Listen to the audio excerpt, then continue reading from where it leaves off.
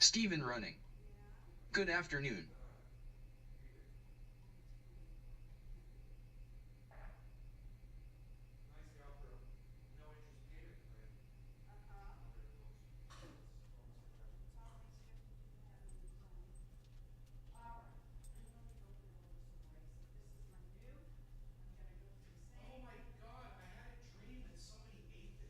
Star Jam. Moo. Huh?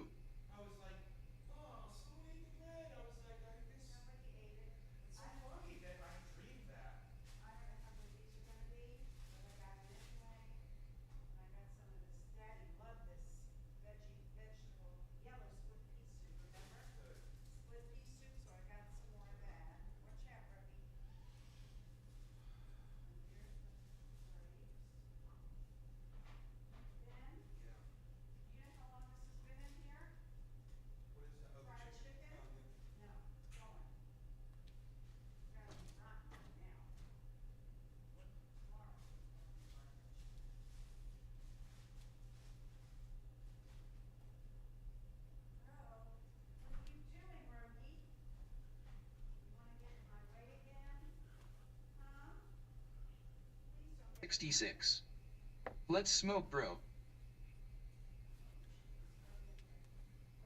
Hey, Steve Running, Cyber, Vega Man, thank you for getting the show started. My coffee is almost up. Juice Man, Ireland, Arafat, hello, guys, over there on the Rumble. Thank you, everybody. I'll be right here. The coffee's almost up. I was just bringing the grapes in.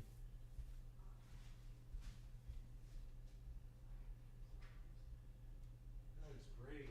Wow.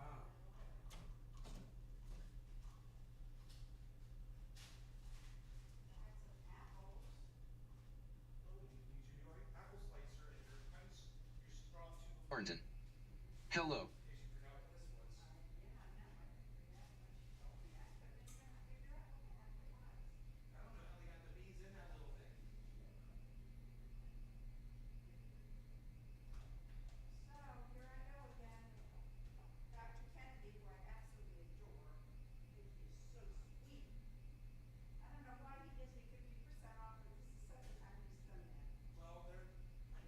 Mike Pasquarello. What's up, man? Hey, I'm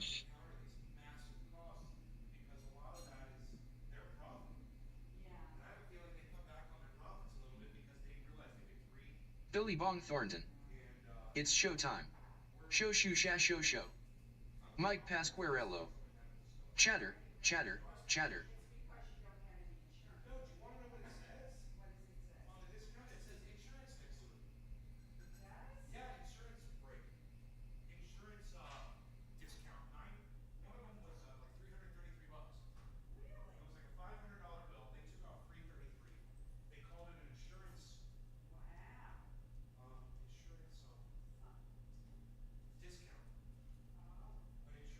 Thornton.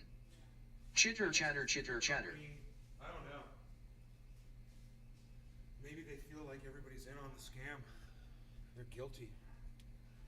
We're just talking about medical discounts, man. I've been noticing because I've been getting some medical care lately, and so is my mom. And we've been noticing. I don't have insurance, but we've been getting like discounts on our stuff. So trying to figure out what the hell that's all about. Oh, I never set this up. Okay, give me a second. That's important. There we go. All right, you guys. Thanks for getting the show started. I got my coffee and grapes. We are just about. Welder. Hey, Patrick. I always feel way more tired if I take a nap during the day, but it's necessary sometimes. Hell yeah. Let's start the show.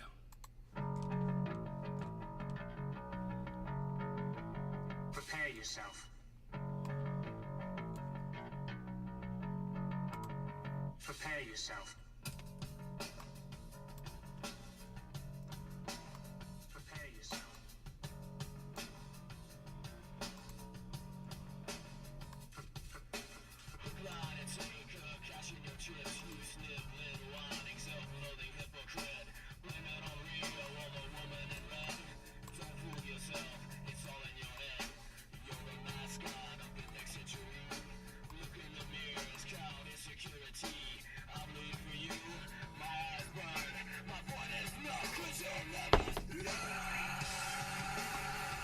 Let's turn that up.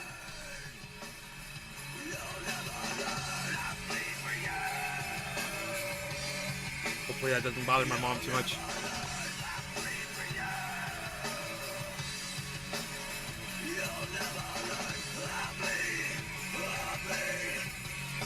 Lights on. Video. Retro Residence. Best intro ever. Retro!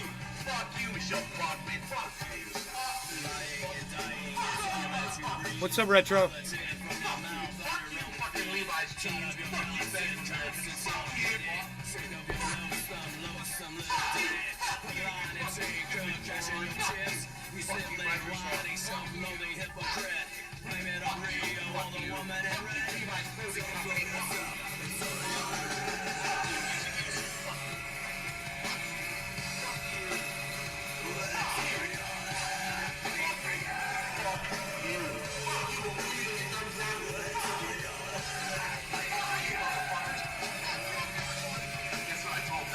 It starts with an F.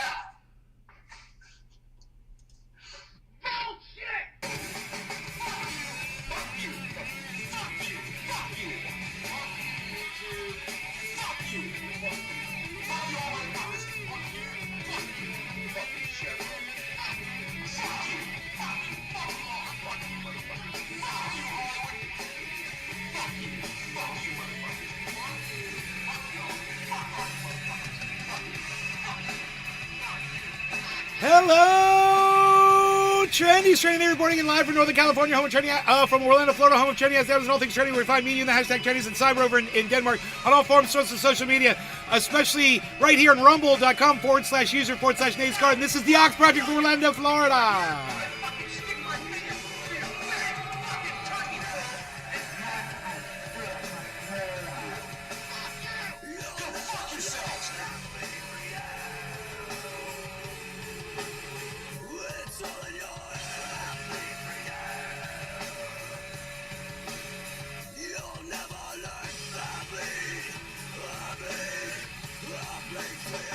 Okay. Yes. Here we go. Another show. Another day, another second show. Let's, can you believe this is bedhead? This is me totally out of bed after sleeping for like 2 or 3 hours. Totally. I'm like totally look like I'm going to a fashion shoot. Alright, give me a second here. I wanted to do one other thing, and I can't remember what it was I was doing with the cameras. Oh, that's right. I was going to move this camera. What was I going to do with the camera? I was going to move the camera back to where it goes. That's right. This camera goes right here. Okay, great. There we go. Sup, Nay, I have a question. Do you have any opinion on the new Mexico Yes. governor's 30-day Yes. gun ban? I do. I agree with the police. It's stupid. They shouldn't do shit like that. The only people that's going to hurt are law-abiding citizens. And the police agree with me. That woman is an idiot, and she shouldn't even be in power. You don't do that to your constituents. And the police were like, you know what? Everybody just walk around with your guns in for the next 30 days and just ignore it because we're not going to enforce it anyway. That's what the police chief said. So I totally agree with the police, believe it or not. And that doesn't happen ever. Tula Tetro. Hi, Nay. Billy Bong Thornton. Hey, Tula.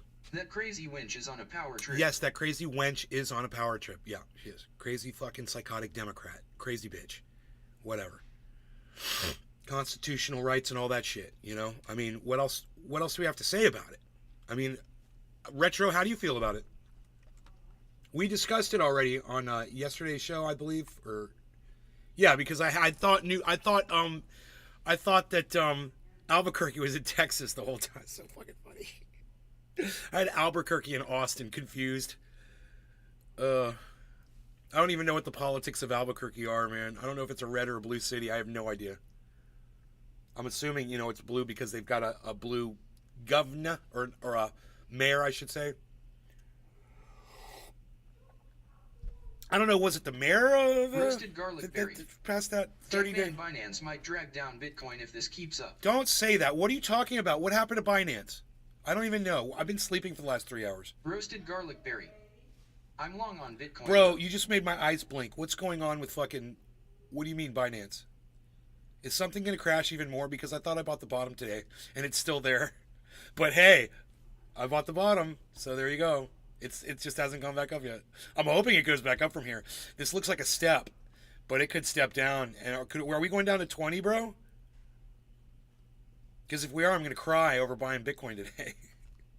And I'm like, I should have fucking waited. Why do I always do that?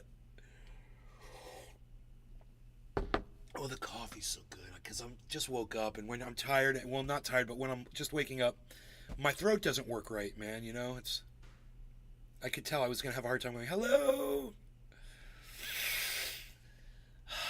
So, I want to say... Roasted garlic berry.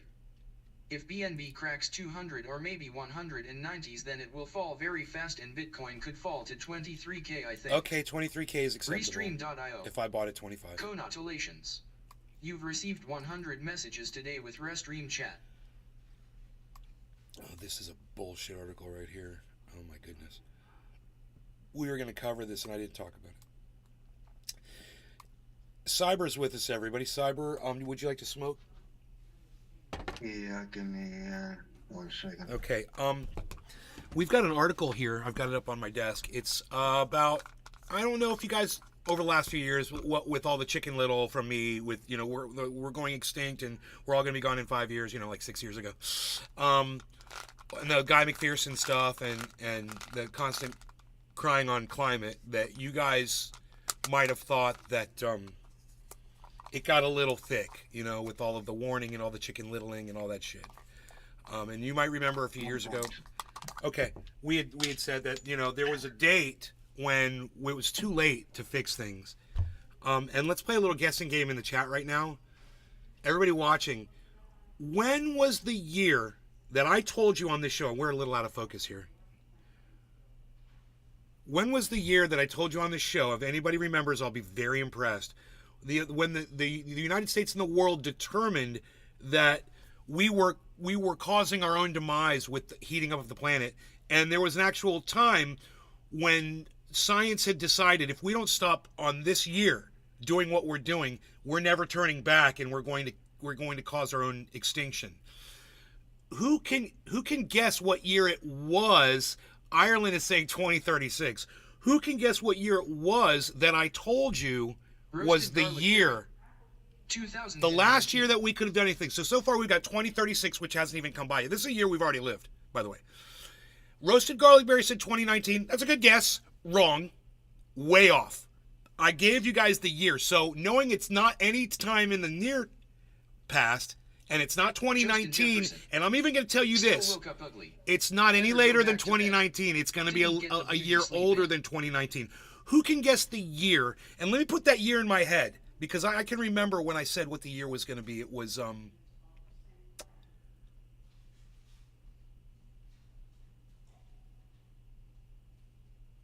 just going to give it a decade. I'm going to give it a whole decade. Okay, between this year and that year, 10 years, give or take, because I can't remember the exact year. Let's see who can get it. Give me a guesstimation. 2079. Well, that's in the future. So that year hasn't happened yet. I just said it's going to be a previous year that we've already lived. My point, 2014, good guess. 2014. And I'm going to tell you this, keep going back. It ain't 2014, and that means it ain't the 2010s. Justin Jefferson.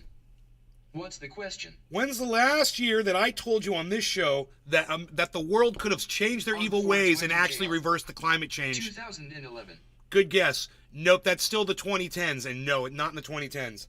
I'm going by decades here, folks. You don't have to guess the exact year. It's okay. Oops, LOL. You don't have to guess the exact year. Give me a decade. Retro Residence.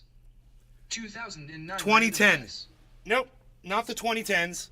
Not the 2000s. So Retro says the 2000s, not the 2000s. Butcher. 2007. Butcher, no, we just knocked another decade off. Not the 2000s. I'm saying it. We're doing it. We're doing it. We're doing the decades. So, I'm ready, Cyber, when you are. I'm ready. All right, cheers, Cyber, and cheers, Butcher, Retro Residence. Retro, are you another Retro that I know from old days? JR. 1999. Steven Running. 1979. Yes, Steve Running gets it with 1979. It was the 70s, folks. It was the 70s. It was the 1970s.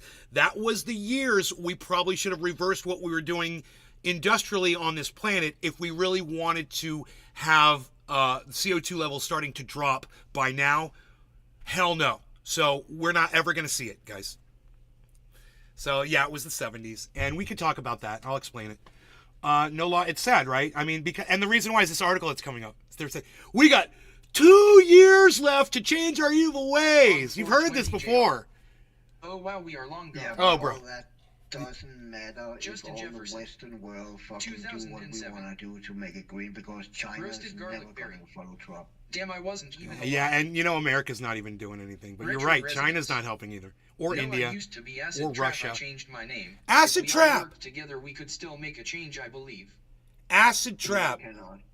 What's up, buddy? Yeah, well, people can believe that. I don't mind people having hope for something because that's opinion. Justin And Jefferson. if you want to have hope, I'm not going to shoot it you was down. 05 or 07. But let's say cheers and smoke first. Cheers. Yeah, I want to say something to Retro first. Hey, Retro, do you realize that China have more coal plants right now and still building coal plants? They have more coal power plants combined than rest of the world. So it doesn't matter what rest of the world does as long as China keep building those cheapest coal plants. That's the bottom line. That is a bottom. He bottom lined it for you, bro. That was very succinct, and Retro should have no problem grasping that concept.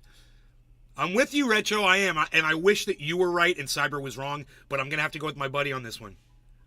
Yeah, I wish I was wrong too. Yeah, Trust me, I wish you were wrong. I'm not. All right, cheers, Cyber. Cheers, everybody. I'll smoke to our Cheers, extinction. bro. Cheers, everybody.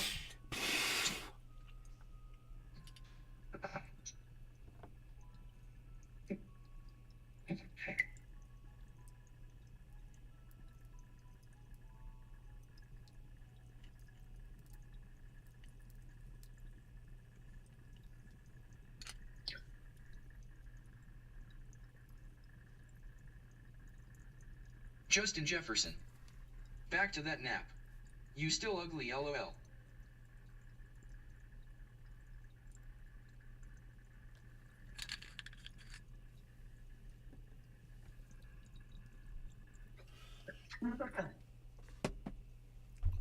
Bite your tongue, Justin.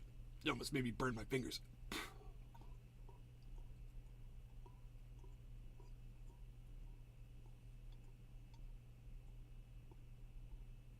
All right, so here's the thing.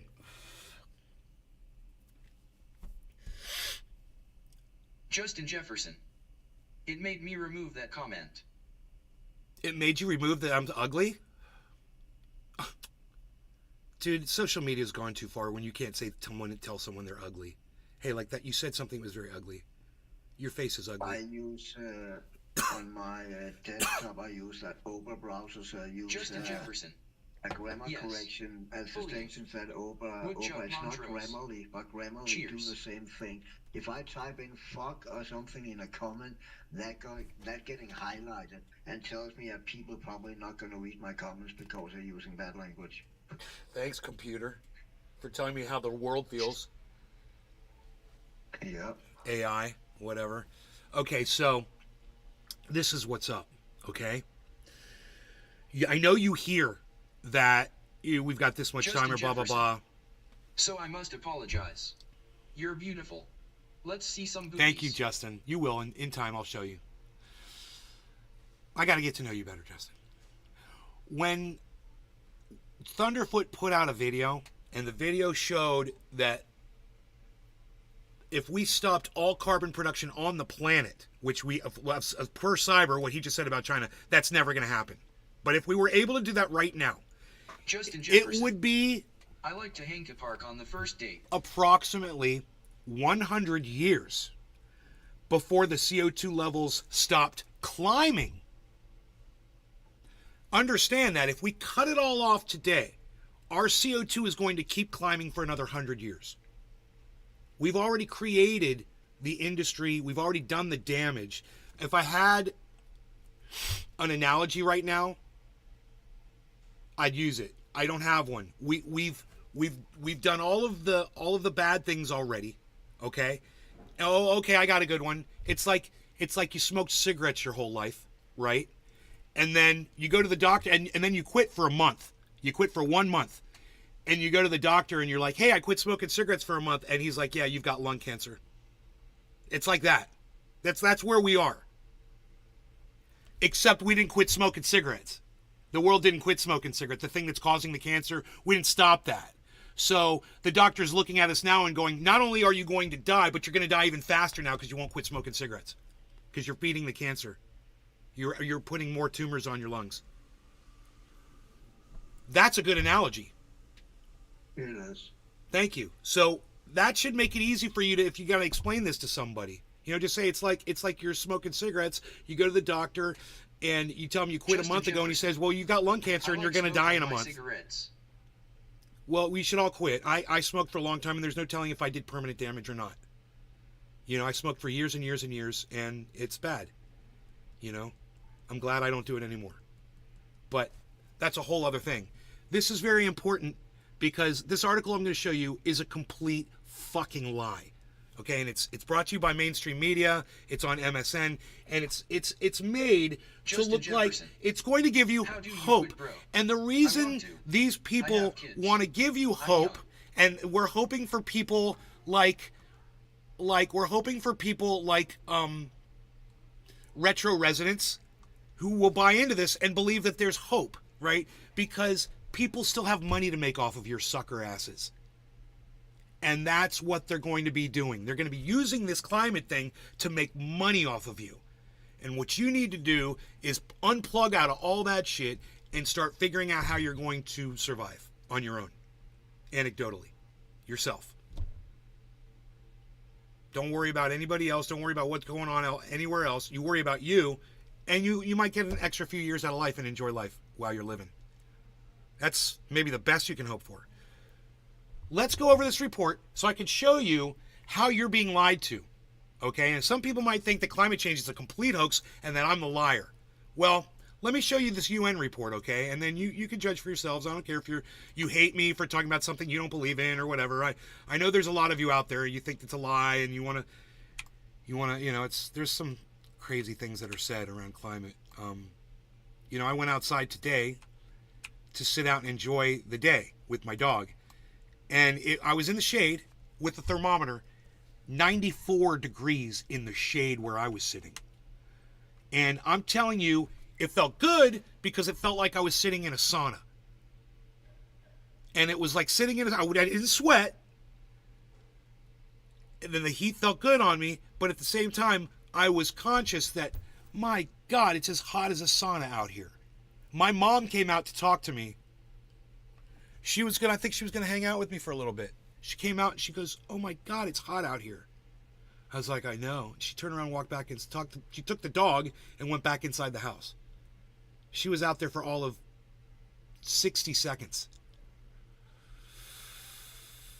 So anecdotally, man, it's hot, okay? I mean, here in Florida, it's hot. And there are going to be regions where people will not be able to survive. There are going to be regions where if you don't have an air conditioner, you and your children will suffer and you will die. People will die from this heat. It might not be where you live, but, look at New Mexico, Arizona, Southern California, other places in the world. It's going to get hot. It's going to get bad. And eventually it's going to get you too. So look what this UN report says. UN report. What did I tell you? I said 1970s? It was too late already. We can't even shut it off anymore, right? 70, not the 80s, not the 90s, not the 2000s, not the 210s, not the 220s. No, that's a lot of time, right? We're talking about the 1970s, man. I had just been born recently. And it was already too late by the time I was 14 years old. We didn't know. There were some scientists that knew, but they weren't really being very vocal about it. And then by the time I was probably, 20s or something, that Al Gore thing came out. And me and my father took that very seriously. While we watched the rest of the world clown on Gore, an eternal clown session opened up on that guy. And, it was all about his jet, he's flying his jet. He doesn't take it seriously, he's flying his jet. He can fly his jet from here to Timbuktu and back all day and all night, and it's not going to hurt any more than the position that we're already in. So So Justin Jefferson. you got cancer. Gore was a clown, though. You're gonna die in a month, and you tell the doctor's like, well, you're gonna die in a month, and you're still smoking cigarettes, and you're like, and you know what? I'm gonna keep smoking cigarettes until I die because I like it. That's us too. Good analogy, man. It's a really good one, and you guys should consider using that. I haven't even focused my camera yet. I need to focus the camera. I just got so caught up in what we were talking about. Give me a second here to focus. Focus. Is the autofocus off? No, it's on. It's just not working. Here we go. Turn off the autofocus. Oh, that's way better. All right, so here we go. UN report 2 years left to reduce emissions and avoid global disaster, and we probably won't make it. Okay, so they put that little bit on the end. It's like to cover their ass. We probably won't make it. No.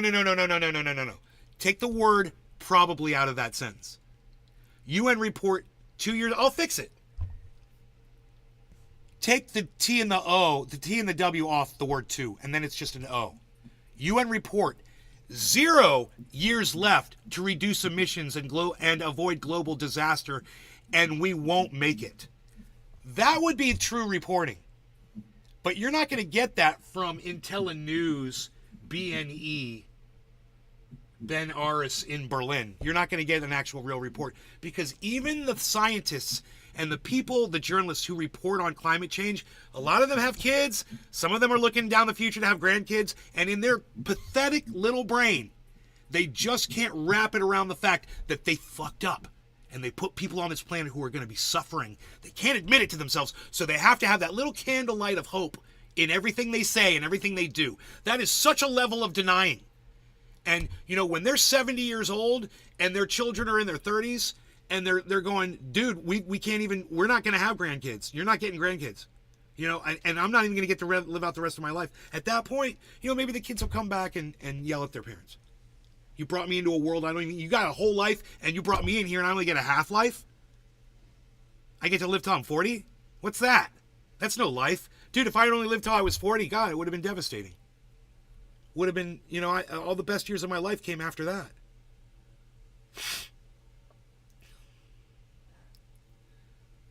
So, don't give up on life, folks, and don't let stories like this lie to you into a false sense of security and thinking, oh, we might be able to change something, we might be able to do something, blah, blah, blah. We won't. And those of you who are in complete denial about climate change, you know, I'm not going to yell at you. I'm just going to tell you, you know, open your eyes a little bit wider and read a little bit more. Get out, maybe read this report. You know, I'm sure there's some good information in it, but at the same time, it's missing the mark. Luckily, you're watching this supplemental to that. You're watching my addition to it, which is giving you the additional information that they're not going to give you even in the title. So we fixed the title. NAE report, 0 years left to reduce emissions and avoid global disaster, and we won't make it. That's the new title. Now, if you don't believe me, all you have to do is go check out this one scientist named Thunderfoot, and he puts out a video, and he explains how carbon works in our atmosphere. He also explains methane, and he explains what the whole world is doing and releasing more and more of these chasms of gas into the atmosphere. He talks about ocean acidification. He talks about rising sea levels and you know, the pine beetle and fires and earthquakes and all that shit. He covers a lot of things scientifically. And the most important takeaway that you can get from all the stuff that he puts out there is the one point he makes, that 100 years away, if we stop it all today, and that's not going to happen. You know, we're still going to be creating electric guitars. We're still going to be creating EVs. We're still going to be digging giant diesel giant tractors. Well, the Amazon's going to keep burning. Volcanoes will happen. Earthquakes will open up the planet. As the polar caps melt more methane gets released. This is not going to slow down. It's going to accelerate. And the person who has the information around all of the acceleration is Dr. Guy McPherson, and talking about global climate feedback loops, which we've talked about on here many times. We don't have to get into that. Just understand this rate, this 2 years, there's no way that's possible. Okay, so don't breathe yourself false hope and stop having kids. I'm telling you now, stop having children. There will not be a future for those kids, guys. I know it's you don't believe me. You think whatever's going to happen, blah blah blah. It's a movie. It's not. Life is not a movie, guys. And that's one thing that movies have been trying to teach us for years. When you get a sad ending to a movie, like sometimes life sucks. Justin Jefferson.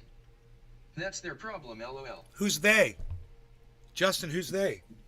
Who are the they in that sentence? That's their problem? Are you not one of us, a human, that's also going to be suffering?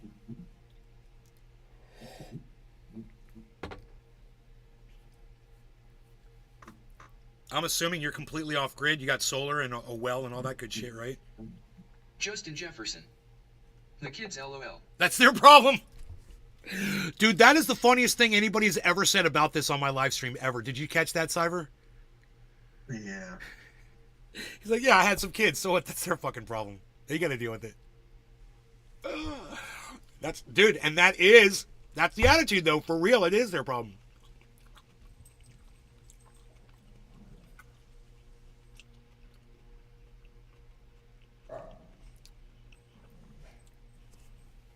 One thing's for sure, man. Things like this don't happen overnight. But they seem to happen so fast. Bad things seem to happen so fast that you have no control over them or you weren't prepared for them. And you need to remember that about climate. So many people are in denial about this. And maybe we should go through this article. Let the reader read it to us and we'll do some bong rips and shit. Some dabs.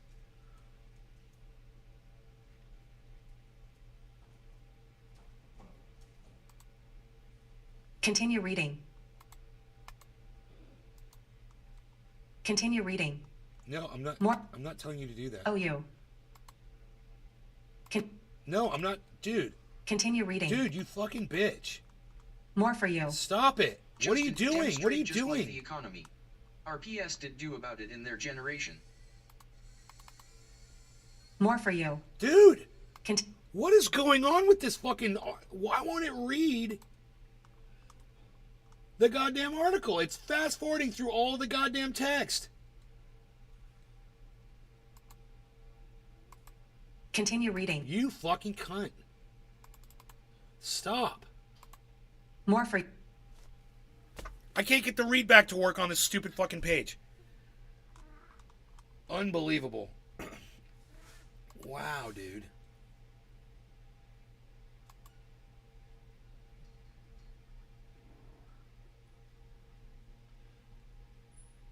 Justin Jefferson. Breaking news. Here it goes. Hurricane Lee remains a strong I refreshed Category the page. 3 Now it's storm and working. will have impacts on Bermuda later this week, then possibly the NEUS and Nova Scotia this weekend. Nova Scotia. Do you not AE? Continue reading. No. Why do you skip the whole article? More for you. Continue reading. You're a cunt. More for you. Fuck you, you fucking cunt. More for... Fuck you. More for you. Fuck you! Shut up! Continue reading. God, stop! Holy shit, man. What is wrong with this shit? Alright, I'm just gonna have to read this to you fucking with my own voice, which I don't want to do because I just fucking woke up. But, here we go. I'll just read through it until it gets so, the hypocrisy gets so thick that I can't take it anymore. Alright? Hopefully it won't last too long. Alright, UN report, 2 years left to reduce emissions and avoid global disaster, and we probably won't make it. UN report, 2 years left to reduce emissions and avoid global disaster, and we probably won't make it. Alright. We have 2 years to fix the climate and reach the Paris Accord emissions targets, according to a UN global stock take report, and we're not going to make it. Dude, what did I just tell you about the title? Did anybody catch that? It says we probably... Okay, the title, Cyber, says we probably won't make it. See that? The title says we probably won't make it.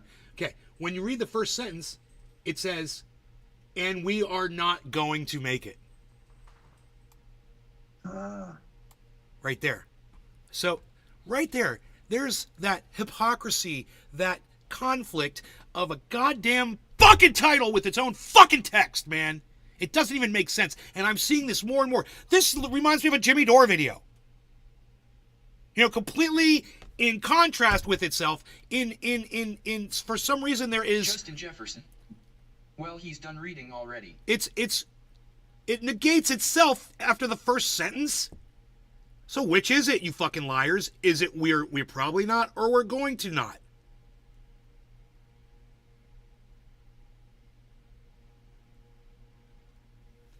So like I said, I don't know how long I'm going to be able to get through this bullshit. Because we've already been lied to, man.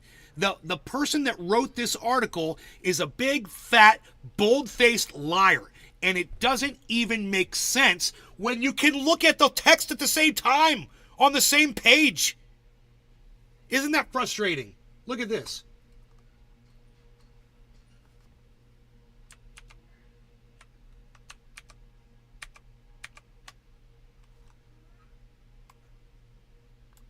You want to go outside? You want to go outside? Or you want food? You want food?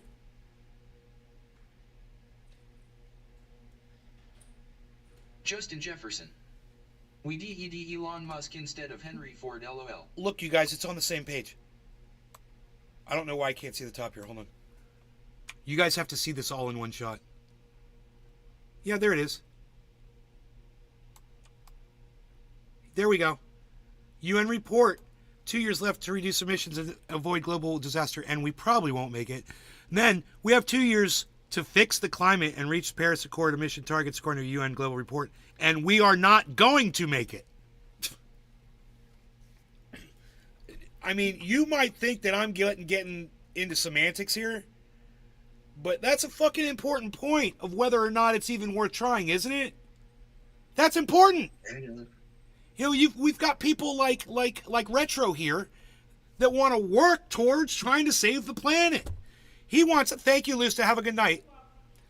Wants to try to act like if I only spend enough money and give it to the Biden administration and we spend tax dollars in the right place and we do all the right things, and we're going to be able to start dwindling it down. And then my children will be able to have children and I'll have great grandkids.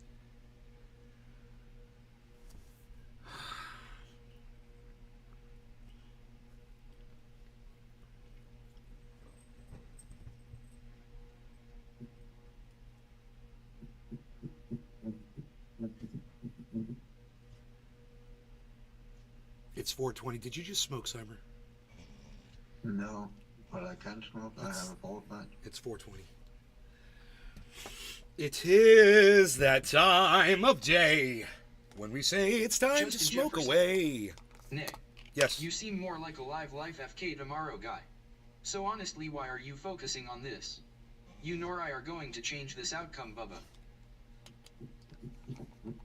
Because there's a lot of people out there who don't have solar, don't have water, don't have food, bro. People that I love, people that I care about. I'm trying to get the message out. I'm trying to warn them OG 420 to be JR. prepared because they've been supporting me for Cheers, years. NLRC. The least I can do is try to save their fucking lives, Justin. I mean, it's like you said, you don't even fucking care about your own children.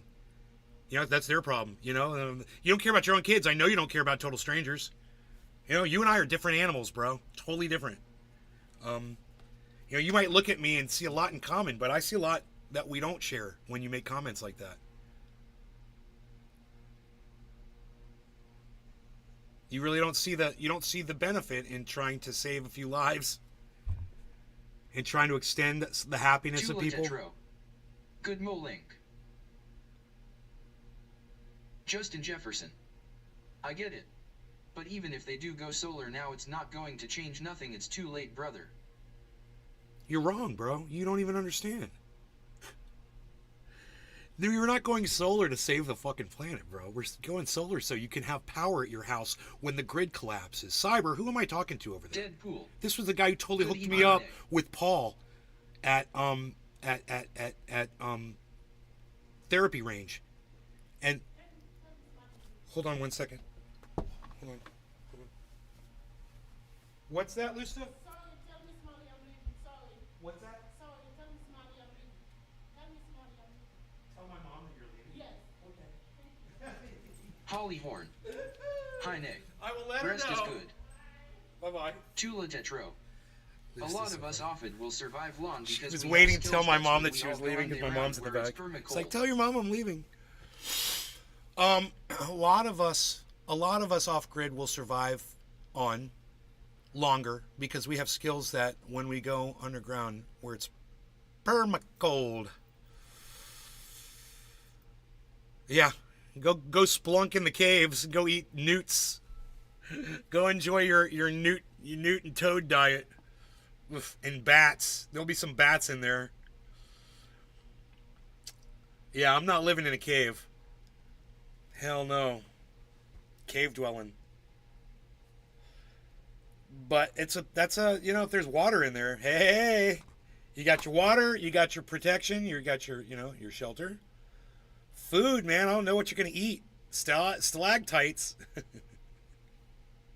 Food's gonna be an issue if you're living in a cave. Tula Tetro. LOL, there's already underground cities. Yeah, how are they growing food? Underground? Where are they getting their food from? Hydroponics, I guess. Justin Jefferson. Well, yeah, I mean from that perspective, it's not going to change the planet though. Our I never parents said it should have changed was. The planet during their generation and they didn't. No, their parents I can couldn't go even done it. completely off ID. I have a garden, stocked pond, cistern that still has the pump in it, solar generator, all of that bud. Chickens, cows, I'm good in that way. Okay, good. Well, then you Tula can Tetro. survive. And, Ow it up you know, top, come you've back got down. everything that a human being needs to survive, bro, in an off-grid situation. You should be a little bit more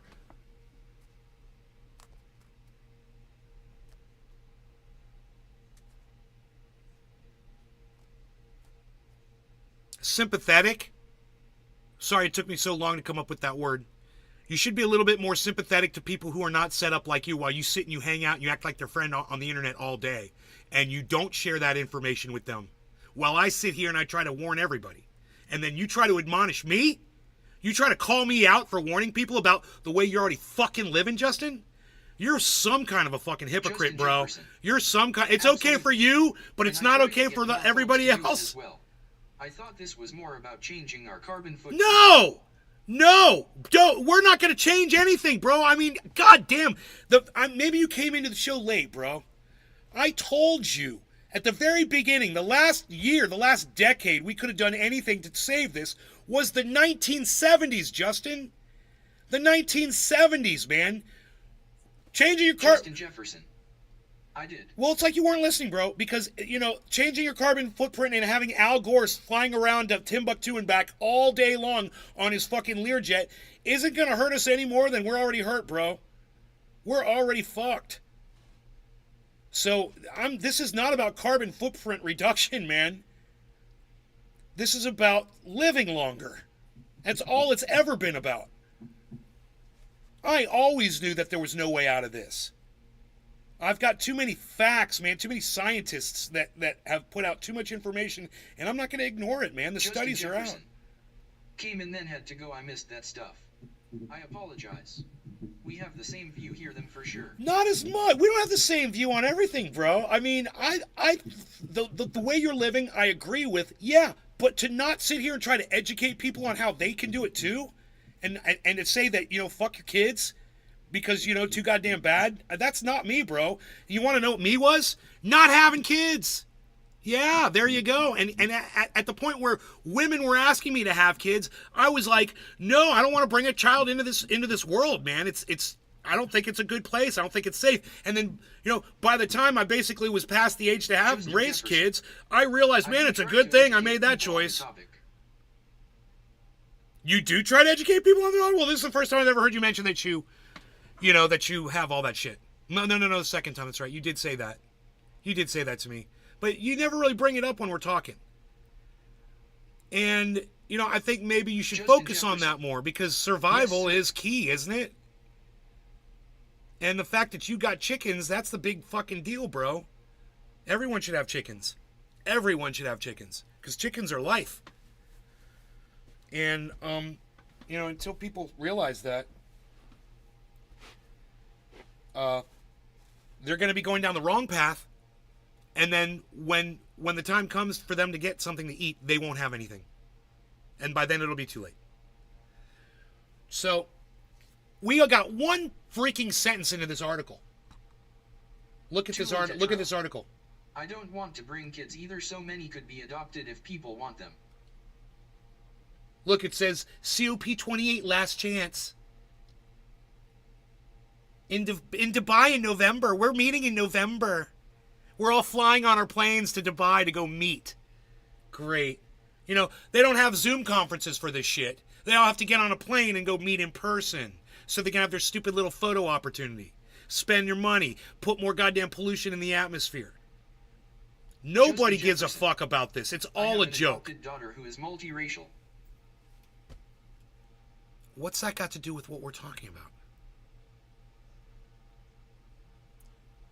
Because you're like, fuck your kids. So you're like, well, I adopted a daughter. Well, that's good. That's good. But you don't seem to care too much about other people's kids or other people, is what I'm saying. And Justin Jefferson. you're the one. He said to adopt. You're the one that was saying, you know, that's their problem. When I said, you know, kids aren't going to have a future, you said that's their problem. Now you're trying to backtrack and say, well, I adopted a daughter and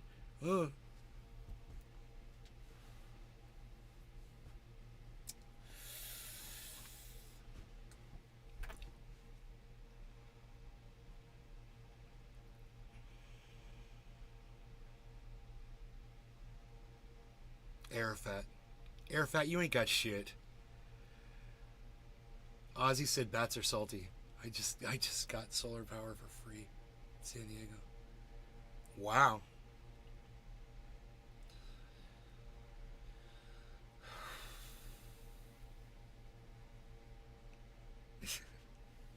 All right, I'm ready to dab. Cheers, Cyber. Justin Jefferson. No, I mean realistically, I shouldn't have had kids. Well, I thought you didn't. I didn't think you had kids. I thought you adopted. No law regarding cannabis. Cheers, everybody. Cheers, Cyber. Cheers, Justin and Tula and Arafat in Ireland and Not Telling is here. And Dave Kafishik if he's there. Steven Running. Steve Running. Cheers. Cheers.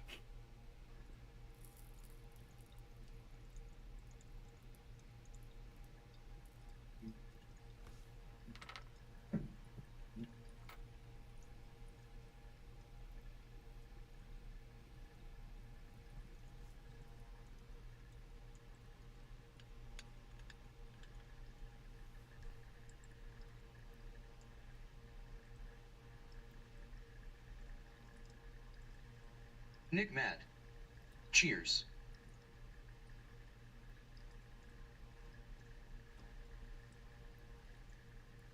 Tula Tetro. If it all goes down, I'm headed north like Humboldt Shelter Cove. Dave Fishing. Cheers. You're gonna go live in an underground city?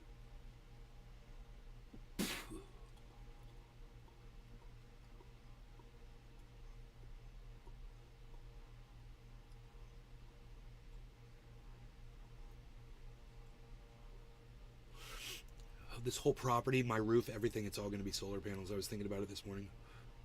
I can't do it while my mom's here. I got to wait till she moves out. But it's like the first thing I'm going to do.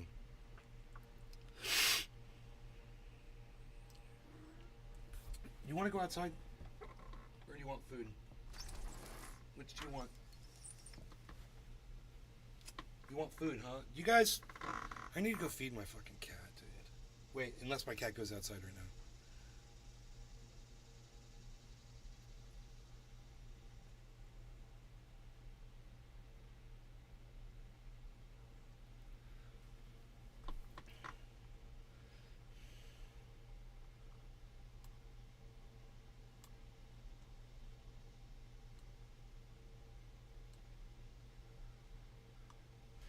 Dude, is it not rating it because of the size of the font? If I make it bigger, will it see it? I don't know. It's weird. That's what she said. That's what she said.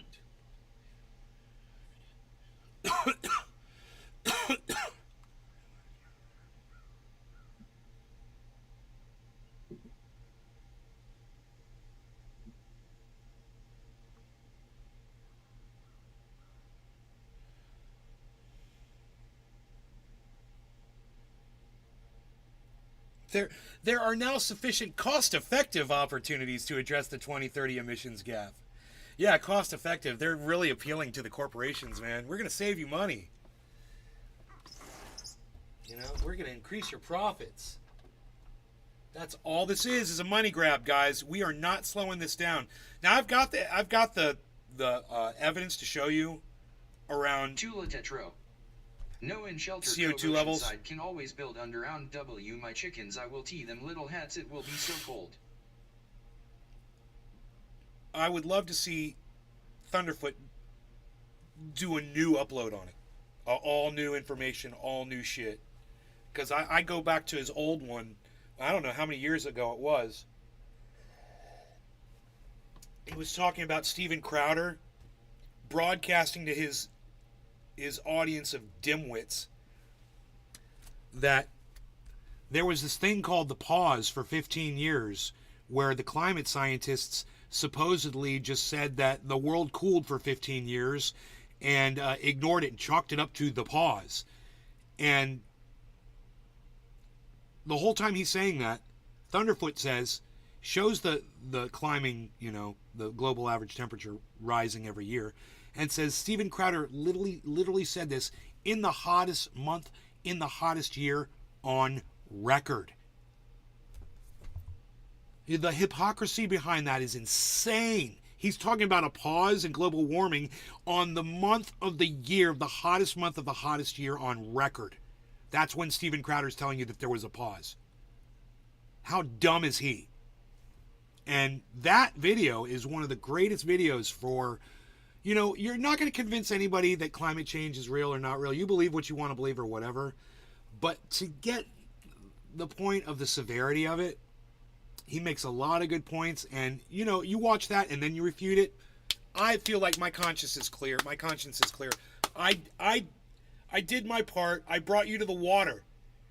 It was up to you to drink it. I brought you there, though. And I feel like I've really done a good job. It was a long journey. And I got you here to the water. All you got to do is just watch the Thunderfoot video and listen to it. And when you find yourself drifting off and not paying attention, rewind it. Listen to it a few times. Listen to parts you miss or that you kind of space out on. And just get the whole science of it. I don't know how long of a video that was, but let me see. What do we got going on over here?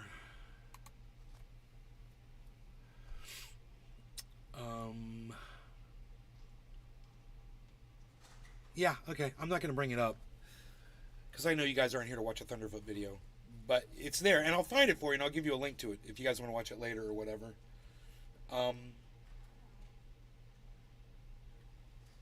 I wish I could remember the title of the video.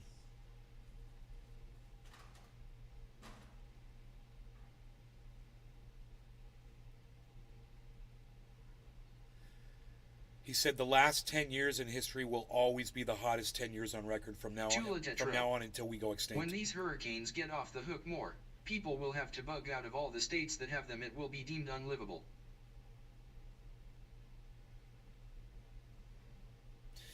Well, think about Puerto Rico. Puerto Rico hasn't even recovered from Maria. When they get hit again from another hurricane, they're going to be completely devastated.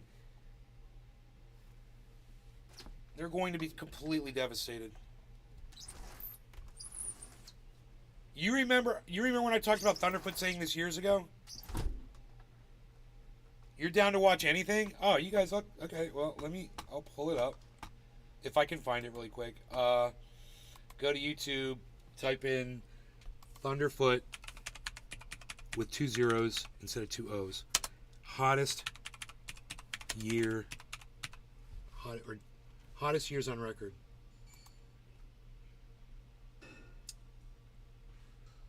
Report 2022 was the 5th hottest year on record. That's Al Jazeera.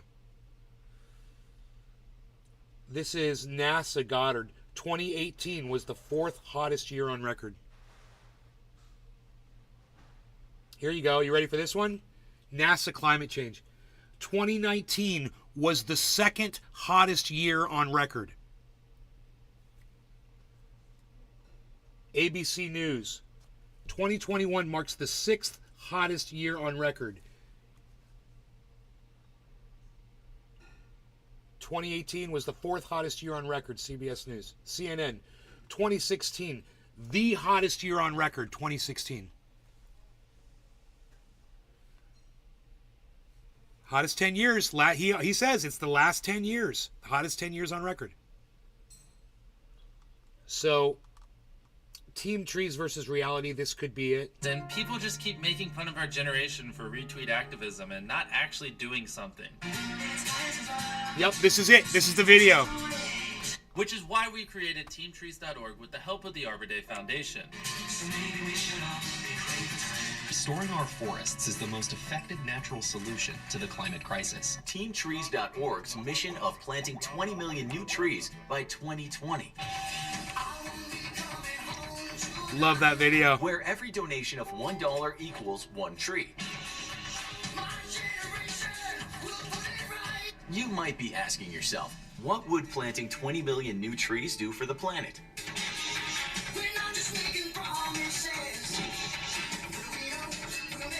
Let's take a look at just how huge an impact each donation on Team Trees will make. You, us, and your favorite creators included join forces to achieve something incredible.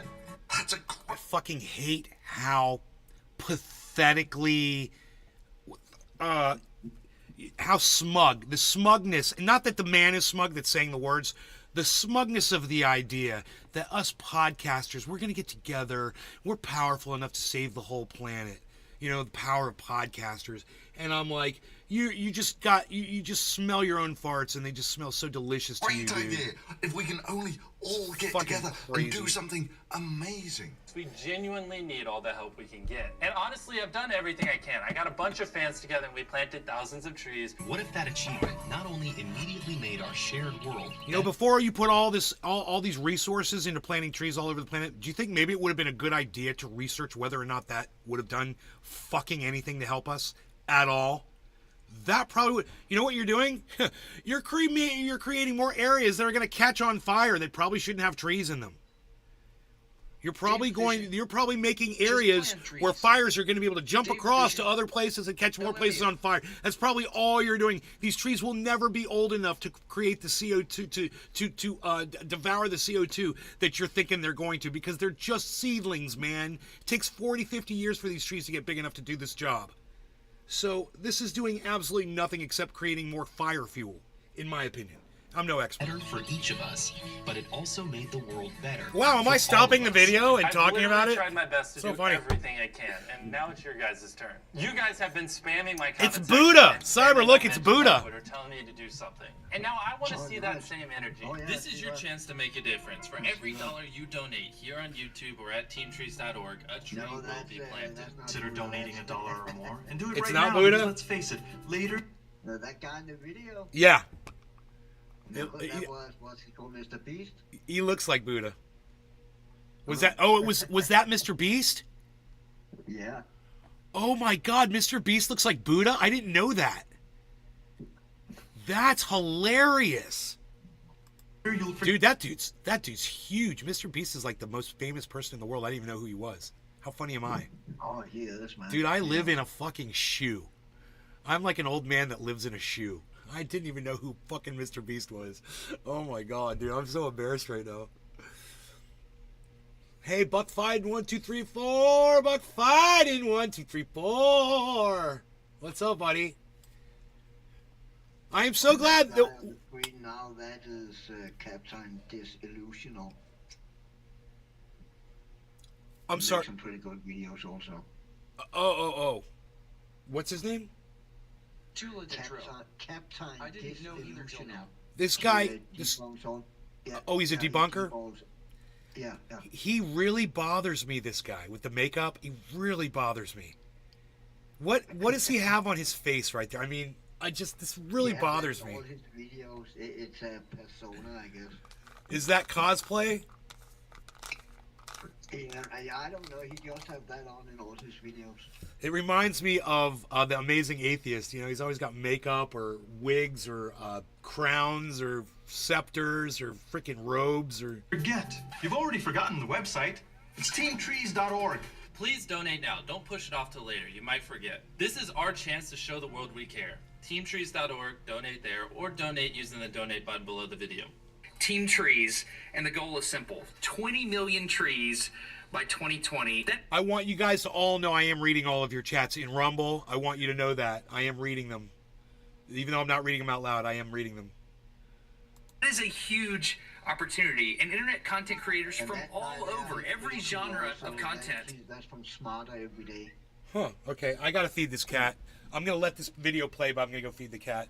We're all working together to wait, do this, wait. but we Mom! need you. Now, this ain't quite... Since you're right there, would you do me a favor and please feed the cat? Would you feed the cat a can of food for me? Thank you.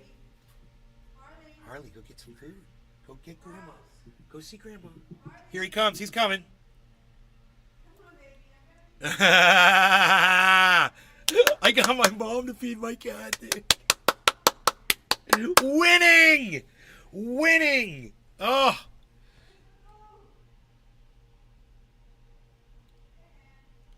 What? Mom, it's under the sink. It's under the where the chair is. In boxes. What do you mean where's the food? It's right where it always is. It is right there. She thought she was looking at an empty box. Killer Bastard video, because I actually like quite a lot of the people who started this project. So responsible people like Mark Rober, MKBHD, iJustine, me, and tons of other awesome, uncontroversial YouTubers to sponsor the planting of 20 million trees. What's wrong with someone who's controversial, you fucking dick? Fuck you. Yeah, I can do shit for the planet too, you fucking bitch. Fuck you, you fucking bitch ass motherfucker. Cyber, I don't like this guy. I don't like him. The year 2020, which is coming up in... Wait, what?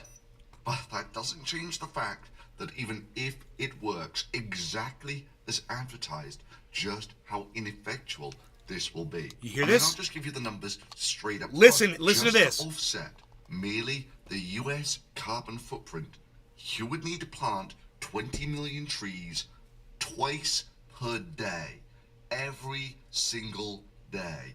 That is a huge opportunity, and internet content creators from all over, every genre of content. We're all working together to do this, but we need you. Doing it once changes. I can't unsee Mr. Beast now because every time I see him, I think of Buddha. Now I know who Mr. Beast is. Nothing. No law regarding cannabis. Cheers. Oh, sorry, you got one packed? Probably more counterproductive in that you're not doing anything I got a big dude. Or simultaneously. This is a giant dab that I've got ready to go here. Fishing. Packing. This is like almost like a Pinoy size. Almost. Yeah, I'm ready. All right. No law regarding cannabis. Cheers, Cyber. Cheers, Dave Fishing. Bonds. Billy's here. Hey, Tula. Token, Tony Z, Airfat, Buck Fiden, and Ireland, and okay, cool. Cheers, guys. Cheers, bro. Cheers, everybody. Bonsai House. I find myself listening to another dude on Click Clock while you're off air. And then find myself waiting for you to go on cause dude's boring AF. Like a dead fish. But he smokes so. Hoot in hell. Cheers. Tula Tetro.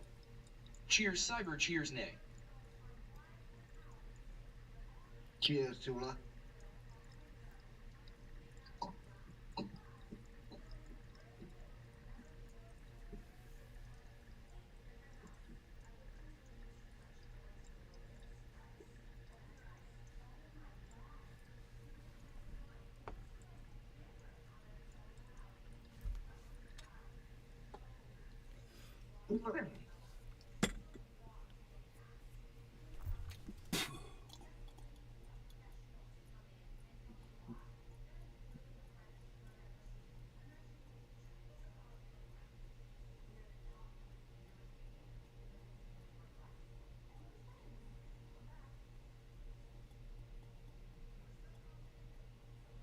Tula Tetro. Huge hot.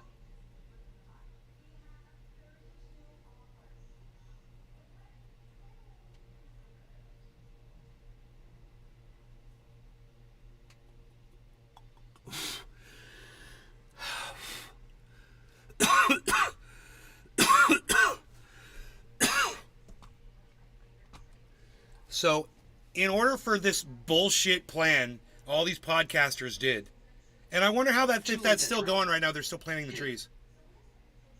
They'd have to plant 20 million trees twice a day, so that's 40 million trees a day. Every day. Non-stop. Not like for a week or for a month, but every fucking day. You're taking would-be activists and making them feel happy, like they've achieved something. Because they were part of Team Trees. Right. It's day number 2 and we brought a lot more people. And now we're going to try to plant the 20 million trees. And sure, there'll be a lot of people in the comments down below saying, you know, well, at least they tried, their heart was in the right place, and what have Feels you good. done? And so forth. Feels good, man. And I can see why you might think that. But the simple reality is that I care about people understanding things. And if you understood this, the only honest sales pitch here would be, we're going to make a gesture. It's going to be operationally insignificant. Okay, right. He's talking about something operationally insignificant. Now I'm going to make this larger here so you can see this graph is an excellent representation of what he's talking about. So watch what he says here.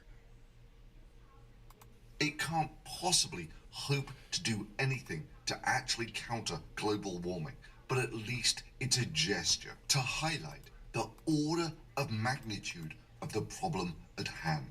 But that's not the sales pitch that comes from Team Trees. Their sales pitch is, this is awesome and amazing, and all these YouTubers are going to come together and they're going to do something incredible. So it comes to the crunch. Let's say that Team Trees does actually raise their $20 million. What does that equate to if you were to spread that $20 million over, let's say, all the US taxpayers? Well, ballpark numbers, there are about 300 million Americans, let's say 200 million taxpayers. So to raise $20 million would require a tax increase of 10 cents per year. Or, for those who will look at it in military terms, for the cost of one B-1 bomber, you could do Team Trees every year for 20 years. So to run Team Trees for a year would cost about 10 cents on your annual tax bill. Well, what is the average annual I know, tax it's like bill having in a America? It's row. about $10,000. So let's live dangerously. Let's go for the $1 per year challenge. Make sure your politicians understand that you will only support them if they support giving $1 per year to plant new trees. This would instantly raise $200 million. That would be like 10 Team Trees. Just think how amazing that would be. Planting 200 million trees. This is our chance to show the world we care. TeamTrees.org. But even if you did that, even if you raised the $200 million, is planting trees really the most effective way to spend the money?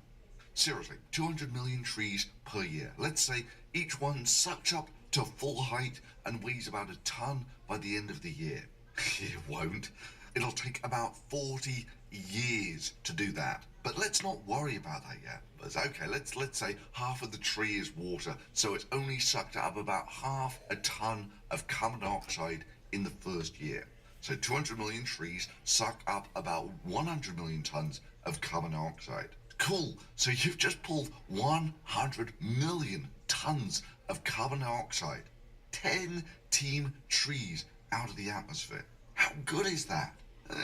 Well, turns out America puts out some 5 billion tons of carbon dioxide from fossil fuels per year. 10 Team Trees only gets you to about 2% of merely America's carbon dioxide footprint. You want to just make America neutral, you have to plant about 10 billion trees in America every single year. Never mind 20 million trees by the end of the year. To sponsor the planting of 20 million trees by the year 2020, which is coming up in... Wait, what? You have to plant 20 million trees twice per day. And they, you know, and I just love how they... This is ignoring the fact... speech in fucking Alaska and not New York. What a ding dong. I don't know. Biden gave a 9/11 speech in Alaska. And Billy's like, why didn't he give it in New York? Yeah, that would probably make more sense. It's a lost cause. There really aren't that many places where you can plant 10 billion trees without completely messing up the ecosystem. I mean, even assuming you cut down a forest to begin with and are just growing it back, what you got to bear in mind is most of the extra carbon dioxide in the atmosphere didn't come from cutting down trees. It came from burning fossil fuel. You can't take it out of the atmosphere without growing forests where there were no forests just say before. 40 million. And seriously, just think about that for a second. The land and water rights to grow 10 billion trees, give or take 30 trees per American per year. That's not a one-off. You have to do that every single year. And the only reason I bring it up is to put into perspective what a one-off planting of 20 million trees is worth. That is a huge opportunity, and internet content creators from all over, every genre of content, we're all working together to do this, but we need you. But really, none of that is your problem. Your problem is that there are still people going around saying that there is no such thing as climate change. But if you'll excuse me for being blunt and addressing the elephant in the room, what the hell is the point of all the stuff like this when the President of the United States is a global warming denier? All of this with the global warming and that, a lot of it's a hoax. It's a hoax. I mean, it's a money-making industry, okay? What an impact that would make. I'm not denying climate change, but it could very well go back. You know, we're talking about over That's millions denying of years. it. Scientists who say it's worse than ever. You'd have to show me the scientists because they have a very big political agenda. Can't bring them in. Scientists also have a political agenda. Well, not exactly. Climate scientists think that the planet is getting warmer because they've measured it. And one of his first actions as president was to appoint a head of the Environmental Protection Agency. Cyber, you who packed? was also a climate change denier. Let me know when you're ready. On the climate is something very challenging to do, and there's tremendous disagreement about the degree of impact. So no, I would not agree that it's a primary contributor to the global warming that we see. And then went on to withdraw from the Paris Climate Accords. My solemn duty to protect America and its citizens. The United States will withdraw And they clap. from the Paris And they clap. Climate Accord. I mean, this was the head of the EPA in the Trump administration before he got removed for corruption, saying, "Cheers, Iceman." One of the hottest temperatures in the last decade. Essentially, the hottest temperatures that we've seen on record. Ice just said hello to you, Cyber, in the chat. Bonsai Hey, House. Ice, bro. How you doing? I'm packed. Go now before I'm Cyber's packed. ready. Quick, go now, go. Waiting on Cyber. I'm packed. Cheers, Cyber. Cheers, Billy and Iceman and Tula and Arafat and Token Tony Z and everybody I can see in the chat. Dan! Cheers. Cheers, guys. Cheers, bro. Cheers, Ice, and Dan and everybody. Cheers. We've actually been in hiatus since the late 1990s. But sir. yeah, he uses the utterly debunked, there's been a climate change hiatus since 1998 argument. I mean, this is the part that he's actually talking about. Look, I was born about the last time man walked on the moon, in the early 70s. That means I've been 5 years. And over all of that time, there have been only 7 years in my lifetime, which has not been one of the hottest top 10 years on record. So this is data from NASA's Goddard Institute for Space Studies. They do the surface average temperature analysis, and they've got data going back the best part of 100 years. So if we take a look at that data, we see that it goes back to about 1880. Bonsai House. Best part of maybe 150 But how many years. bananas have been on the And move? they have the temperature plotted up from the historical average. So you can see that from about, the last century has been a steady incline in temperatures. So I wrote a little script that tells you of all the years in recorded history, the last 100, or where we have accurate data, how hot that year was rated in all of the years where there's accurate data. So I was born 1972, which is... You guys see the 15-year pause? Let's go over that really quick. This is what Steven Crowder told you about. There's a pause for 15 years. Watch. You could say 1, 2, 3, 4, 5, 6, 7, 8, 9, 10, 11, 12, 13, 14, 15. Right? Now, Steven Crowder calls this a pause. Do you want to know what I see? I see something that started around here that's now ended up over here. Over a period of 15 years. It's no fucking pause. It climbed. It climbed slower. And then, let's not even talk about what happened after that. Steven Crowder wants you to focus on these 15 years and say that climate change isn't real. It couldn't possibly be real because there were 15 years where it's obviously like Donald Trump says that there's periods where it cools. And, in order for that to have happened, then those 15 years would have had to drop underneath these other years. All these other years back here. The 16th hottest year on record. All these other years, and they didn't drop back down. It didn't cool off, so it didn't warm and cool. It warmed, got a little warmer, slower, and got warmer again. I mean, what do you guys need for evidence? Every single year was one of the hottest top 10 on record, and 1985 was the last time that someone was born where it wasn't one of the hottest top 10 years on record.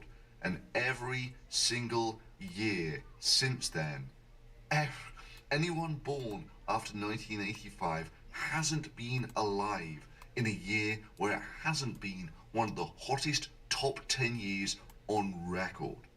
And you still get people like this EPA guy. It's top of the hour. That, but global warming has been on hiatus for 20 years or something. And it's like, what? Oh, you get people say that it's a hoax. What an impact that would make. I'm not denying climate change, but it could very well go back. We're talking about over millions of years. If you think that's bad, if you were born in 1987, say like Steven Crowder here, every single year he's been alive has been one of the hottest top 10 years on record. Oh yeah, by the way, they call that the pause. Yeah, by the way, there was a complete and total dead stop to all global warming for over 15 years, and rather than readjust their models, current climate scientists employed by your tax dollars simply chalk it up to being the pause. Why would they adjust their models? Why would they adjust their models, Steve? Rather than adjust their models. Hell, he made a video about They're just tracking temperature, Steven. And they're averaging it up around the planet. That's all they're doing. It's really not rocket science, but you try to make it seem like it is. Top myths of global warming debunked. Your pack, Cyber. The hottest year on record. All right, cheers, Cyber, Billy, everybody in the chat. On record. Arafat, Token Tony Z, Tula, Steven Crowder. Dave Kafishin. Cheers, guys. Set that video to private now. Even though his scornful, mocking tones of real science are still right up there on Twitter. Let me explain a little more. To be a science denier at all to the current climate change coalition, you merely need to be skeptical of any one of these four things. Number one, that the Earth is warming. But you know what's going to happen? He will simply move the goalposts to, okay, maybe there is some global warming, but mankind's really not responsible for it. Or, it's just not that bad. The normal stages of global warming denialism. Which is scales of delusion that make the Team Trees think, we're going to make an awesome difference by planting a few million trees. Seem sane and balanced. The principal problem is that we are currently in a hole of literally astronomical proportions. As you might expect, it basically took the entire population of the planet burning fossil fuels for almost a century to make it. So how does the size of global warming compare to the entire power of mankind? the entire of global warming is a mere one part in 1,000 extra absorbed energy from the sun. Which doesn't sound so bad, right? I mean, 1 part in 1,000, you could barely detect it. That is until you realize the soul-crushing dimensions of what merely 1 part in 1,000 extra energy of the sun represents. All of the power that mankind consumes is about 1/10 of that 1 part in 1,000 extra energy that we're getting from the sun. Global warming makes mankind's entire power production seem like a quaint gesture. Hell, it corresponds to merely 1 part in 10,000 of the energy that we receive from the sun. Now, the reason, of course, that we don't radiate as much energy into space as we used to is because we've increased the carbon dioxide concentration in the atmosphere from about 300 parts per million to 400 parts per million. So that's very important that you guys listen to what he's just said. You might be droning on for you, and you might drift off a little bit. But I'm going to rewind this 16 seconds to 16 minutes into this video, and I want you to listen to this one point that he's about to say. Okay, he just said it, and he's going to say it again. 1,000 of the energy that we receive from the sun. Now, the reason, of course, that we don't radiate as much energy into space as we used to is because we've increased the carbon dioxide concentration in the atmosphere from about 300 parts per million to 400 parts per million. There you go. And bear in mind that it That's took a quarter the more. best part of 100 years of the entire of mankind to get there. And we got a lot of bang for the buck out of burning that gas. But the hangover from this party is going to be long. Generations long. Here for you, though. In the meanwhile, what's climate change doing to existing forests? There's the pine beetle, guys. There's a beetle called the pine beetle that, because of climate change, has been wiping out forests in the Rocky Mountains. I know because I've seen the devastation firsthand. Not in Colorado, though, where it's wiped out some 800 million trees. As covered on this show many times. Squirt up. Here I am in the Wind Rivers. This is when Thunderfoot went out and looked at the pine beetle damage himself. Somewhere between half and 70% of the trees here are dead. And they're not going to come back. And they're a fire hazard. Because this place gets warmer winters than it used to. And kill off the beetles. Oh, the trees are dead already. The beetles? She loves you, yeah. What you find is there comes a point where it gets sufficiently cold in winter to kill the beetles. The beetles. And you go from dead trees to living ones, and it really, from one side of the road to the other, it changes like that. Now, bear in mind, you can't simply plant more trees here, because if you plant more pine trees, the pine beetle will simply kill those too. Maybe you can plant different types of trees, but now you're looking at changing the entire ecosystem of basically the entire Rocky Mountains. And even at that, less than half of Americans think that they've experienced the effects of global warming. You know, it took almost a century of the concerted effort of basically the entire planet living off cheap energy to put the carbon dioxide into the atmosphere in the first place. It's going to take a comparable amount of effort to get it out again. In the short term, some of that will dissolve in the oceans, acidifying them. But that's a story for another day. Planting trees only sequesters... Did you guys catch that? So a lot of the extra CO2 that we produce is absorbed into the oceans, which acidifies them, which you hear me talking about on here all the time, which is what's killing the coral, which will kill where little fish nest and all little tiny creatures down there survive. And then the ones that eat those, they're going to die off. And then the ones that eat those, they're going to die. It's going to kill a whole chain of sea life because the coral dies off. The carbon. And that's all about acidification. That's caused by increased CO2 production from us. Till the trees die in 100 or so years. At that point, the trees rot and they release the carbon dioxide back into the atmosphere. That means that you're only down to geological processes Complete oxygen? to get the carbon dioxide out of the atmosphere. Yo! This is just a consequence of taking megatons of oil that have been stored underground for millions of years and turning it into carbon dioxide and releasing it into the atmosphere. There's nowhere for it to go. Like I say, we had a blast for the last century, and there is one hell of a hangover coming. If not for us, then sure as hell for the next generation. And yeah, America is really split on this. Split, honestly, down party lines. For me, I don't greatly care about that. I care that people understand the situation. I care that people understand the magnitude of the problem at hand.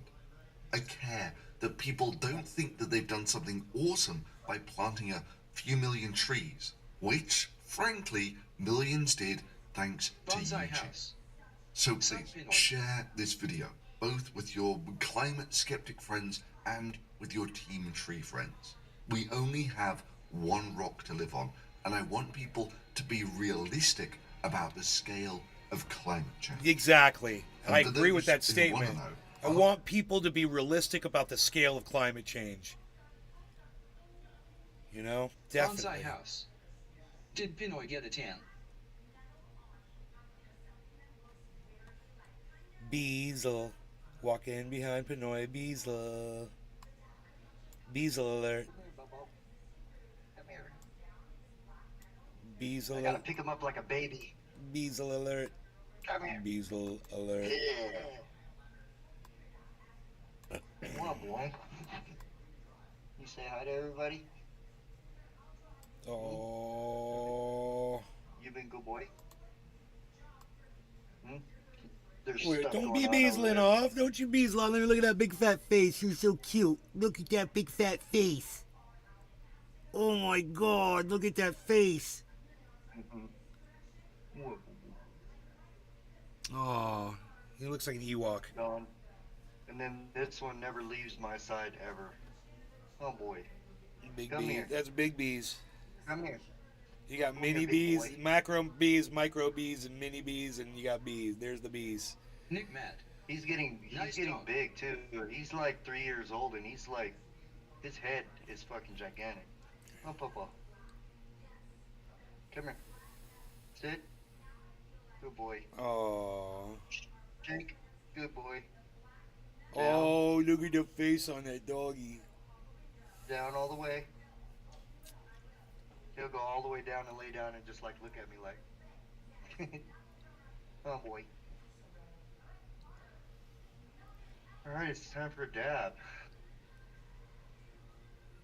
It's always time for a dab. Oh man, dude, I am so glad I got all that stuff washed off in the back.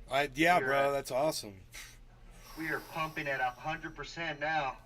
Dave Fishing. Aid. I'll stay Pumping. like that for a while. Yeah, pumping. Is that what they call that? Pumping. You know what's funny? I was on the second row, right? I was on the second row and I Mr. didn't even Blues realize 315 sets that there's a third row. 710N. Like Salute. I'm finishing off the second one and I look up, I was like, oh shit, we got a third row. I was That's so like, go fucking grab funny. the other hose. Yeah. 96 panels. I was like, go grab the other hose. 'Cause we're 32. gonna need to stretch it all the way up there. 32 panels. 32 panels a row. Most of the first row, the original row is the one in the middle. That's the original one that was built there first. That's got the controllers on it and shit. Yeah. Those, I believe, are 250 watt solar panels. I believe. I get my numbers wrong, whatever, but you can look on them. It literally says on the underside of the panels. The ones on the top row and the bottom row are 340 watt panels, I think. Oh, okay. Yeah, the way that system is set up, the first one is AC and the other two are DC. And so this is the first hybrid AC-DC system set up by this company. So you're like the flagship example. They give you all the first software first. They'll call you and they'll be like, we need you to go out in the garage and do this and do that and blah, blah, blah. And then they'll update your system first. And, bro, you'll be the first one with the new software and shit. And then everyone else gets it after you. Yeah, you're number one. You're ground zero, bro. You're fucking ground zero. And you know what? They'll treat you like a freaking king, bro. Because of that. Because they need you. I love that. You know, they need you there to press a couple buttons. And you'll love it. And you're like, tell me what to do, man. It's no problem, man. They're nice. They're from Texas. They're in Texas. They're really nice people. Hell yeah, dude. How big's your dab? How big is your dab? Is your dab? How big's your dab? Panoy, let's see your dab. 'Cause we're dabbing in the garden with Nay. Getting real high. I can keep going. I can do that shit all day. I gotta clean this dabber off, bro. I got to clean the dabber off, bro. Alright, now we're good. Yeah, I know I gotta clean mine up too. I had some char, because I got some char on my TI, bro. Yours stays nice and clean. Mine gets all char, like Charo. Charo. Remember Charo? Charo. Do you know? Yeah, but bro, do you know Charo? Nail? You don't know this. Is that a metal nail? It's titanium. Titanium. Sister-in-law or Filipino brother. I like you a lot, but they're total dinkwoads. Oh, do you see what Billy said? He's like, Pinoy, you don't know this, but my nephew, nieces, and sister-in-law are Filipino, bro. I like you a lot, but they're total dinkwads.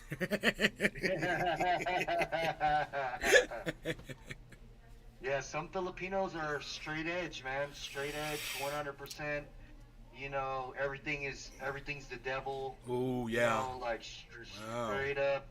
I don't talk to, dude, like 80% of my family that lives right here in California, and they have all these events. I see it on Facebook. I never get invited because I smoke cannabis. No shit, dude. bro. That's not That's right. my girl, man. She gets mad at me for trying to I'll be in your trying to family, hang out bro. with them when they don't want to hang out with me. I'll be in your family, Pinoy. Crazy. And that's how my whole family fucking is, man.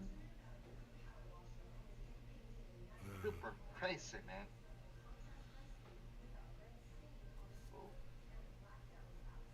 What's going on? I can't hear anything. Hello? We're not saying anything. Can you hear me now? Can you hear me now? Cyber. Lagging. It's like lagging extremely bad. Sounds like a robot. Is it mine?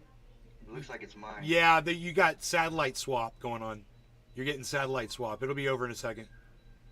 You're getting some satellite congestion. Well, anyway, 10 He'll seconds. be good. He'll be good in a second. 10 seconds. Cyber, you ready? Yeah, I'm ready. Cool. Cheers, brother. Cheers, bro. Cheers. Cheers, Cyber. Cheers. Cheers, Billy. Bad Blue Jaws is here. Dave Fishing, Arafat Nakba, Token Tony Z. And I see Dave Fishing over there on the kick.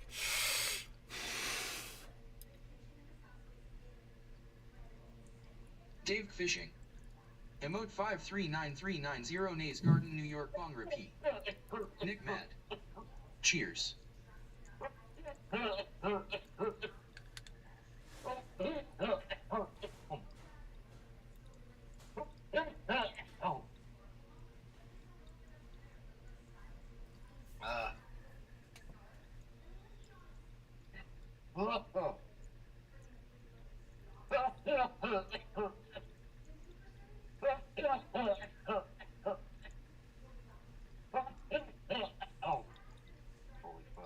Tula Tetro.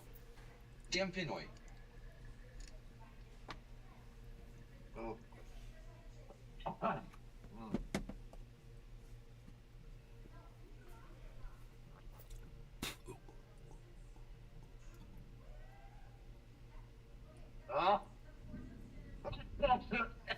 Oh, is it gonna rain?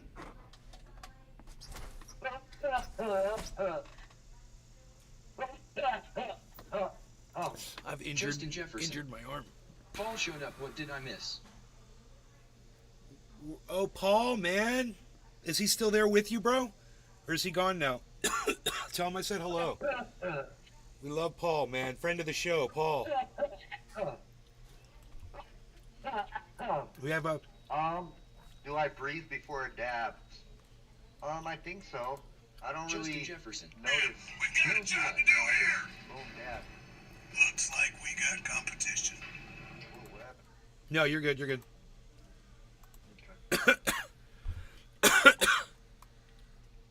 I'm just pulling up Cybers. I'm pulling up Cybers feed. That's that new game, huh? I need to get that shit. Is that Star? Yeah, it's Stargate? awesome, dude. Stargate? Is that Stargate? No, this is Armored Core. No, it's Armored Core. Is your player name Cyber? Is your player name Arma 3 player? Well, the Filipinos and my family are all really drunk. Nah. They all hang out and talk about me while drinking wine. They call me Bulbous Honason. Dude. Nick Mad. Later, Nay.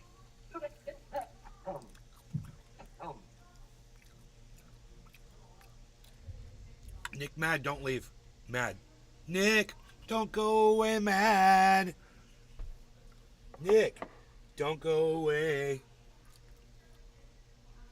Nick, don't go away, man.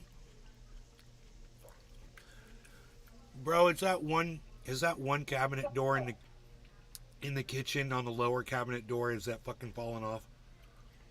Dude, I fixed that like a week ago. You're amazing. I couldn't even fix it. How did you fix it? Dude, I thought it was put wood glue you put wood glue all the way up it. You push it together, right? Right. You push it together, and then you get clear tape and tape it until the glue hardens, and then you take the tape off. It's brand new. Fucking hey, bro. I was so sad when I did that. I bet you didn't realize that I had done that shit. That's the truth, man. That's me telling you the truth right there. Isn't that awesome? I'm the one that broke that fucker. And I remember when it happened, and I was so fucking sad, dude. I was like, I can't believe I just did that. Oh my god, dude. It's like I'm breaking my own house. At Nay's Garden, I am ready to go to work in a short while. But No, anything that I see that I can fix myself right away, I fix it. You know, it's not a problem.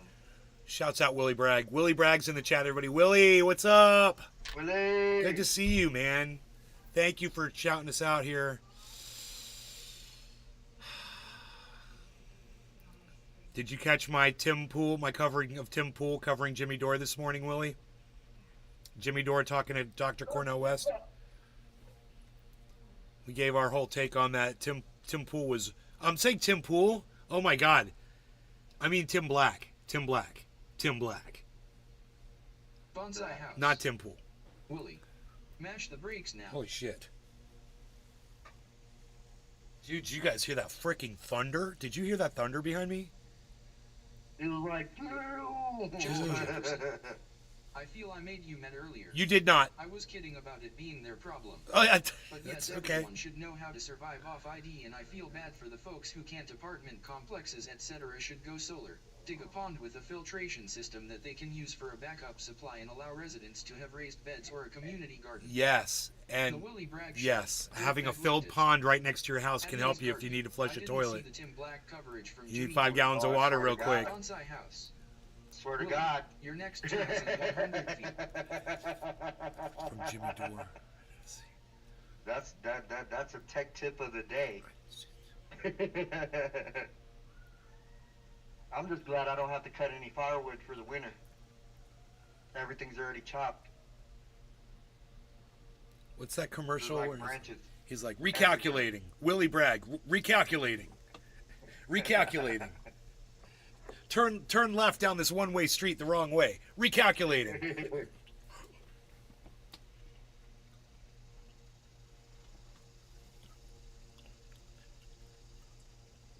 Atomic Ray.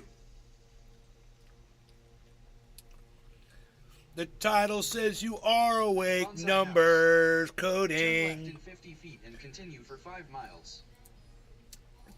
Dude, Pinoy, for just 1 second, I just thought I was in that house in NorCal for just 1 second. When I looked up, dude, it's the weirdest thing, bro. Oh, I'm high, bro. That was awesome. I looked up. I was like, I'm in Orlando, Florida. What am I thinking, bro? I'm not in California. Look, I'm looking right in there, dude. Look at that. Would you just look at that, everybody? Just look. Well, would you just look at that? Look at that. Oh, look. Look at that. Oh, what is that? Oh, look. Would you just look at that? Oh, look at that. What is that? The crypto price? Look at that. Justin Jefferson. I have a cistern that collects rainwater in a pond. Look. A filtration system so I can pull water from either of them for clean Look water. at that. Look at that. Oh, what is that? Oh, look at that. Oh, look. Bitcoin's still at 25.1 where I got it at. Psh. Is it the bottom? I don't know. Has it been down there for a while? Yeah. Has it been 24 hours of red? Yes, it has. Is that great news? Yes, it is. Does that mean we might have a reversal because there's an inverse head and shoulders in there? Yes, totally. That is all I see on Bitcoin right now is a freaking inverse head and shoulders pattern, which means we go up, which means I got the bottom. And if you want to buy the bottom of Bitcoin right now and ride it up, I'm telling you right now, in my heart right now, I feel like it's going to go up. It's Monday, guys. It's freaking Monday. So you're going to be good. Even if it goes lower, I think it's going to go right back up again. And we've got a good pattern. And the pattern is repeated on Harmony 1, and the pattern is repeated on Matic, and the pattern is definitely repeated on Cardano. You guys, this type of thing right here.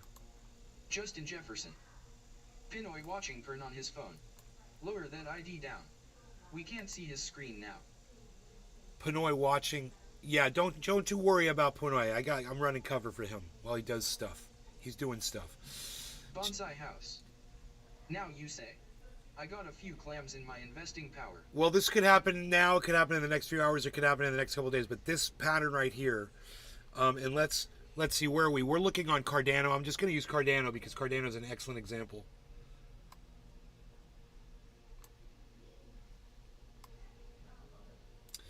So what we've got here, we've got two inverse head and shoulders patterns. We've got shoulder, head, shoulder. Definitely on a falling wedge pattern, and we've got shoulder, head, shoulder, inverse head and shoulders. Now we did have I have an alert for 25-2. We had a right side up head and shoulders here. We did, but these two kind of cancel each other out, and now we've got a giant inverse head and shoulders. It's repeating this, and we should see a reversal here soon. So. We got all the way down to 24,900, guys. That would have been the time to buy, which would have been probably about 3 hours ago on this 24-hour chart that we're looking at. But this is Cardano, but we can also look at this over here on Bitcoin. So over here on Bitcoin, we've got the same thing, not as pronounced as on Cardano. But that's okay. That's okay. We should be fine. And, these are the kinds of patterns that I'm able to spot very easily. And those of you that pay attention when we talk about this on the show, you should be able to do that as well. It should be just, you can see it, whatever. And when you decide to start trying to make some money on the market, I think you'll have a good, solid understanding of the movement. Nave's desk is on fire. With passionate love, LOL. Smokey Robinson. I saw this podcaster. He's a douchebag, but he's got like fake smoke in the corners of his podcast. It's fake though. It's animated. I got real shit, bro. Because I do the real, son. I do the real up in this bitch. I do the real up in this bitch. Justin Jefferson.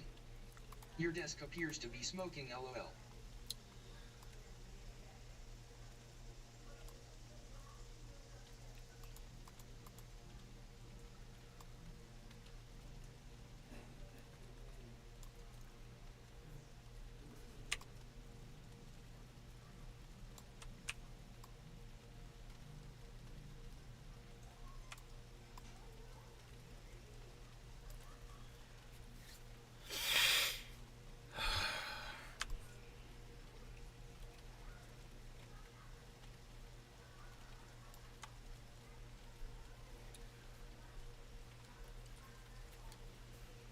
It's a smoking desk. You ever heard of a smoking jacket? This is smoking desk. Bitcoin's at 25-1. So Justin Jefferson. we're about to see a reversal. Now we can see the burn again. Thank you. The burn.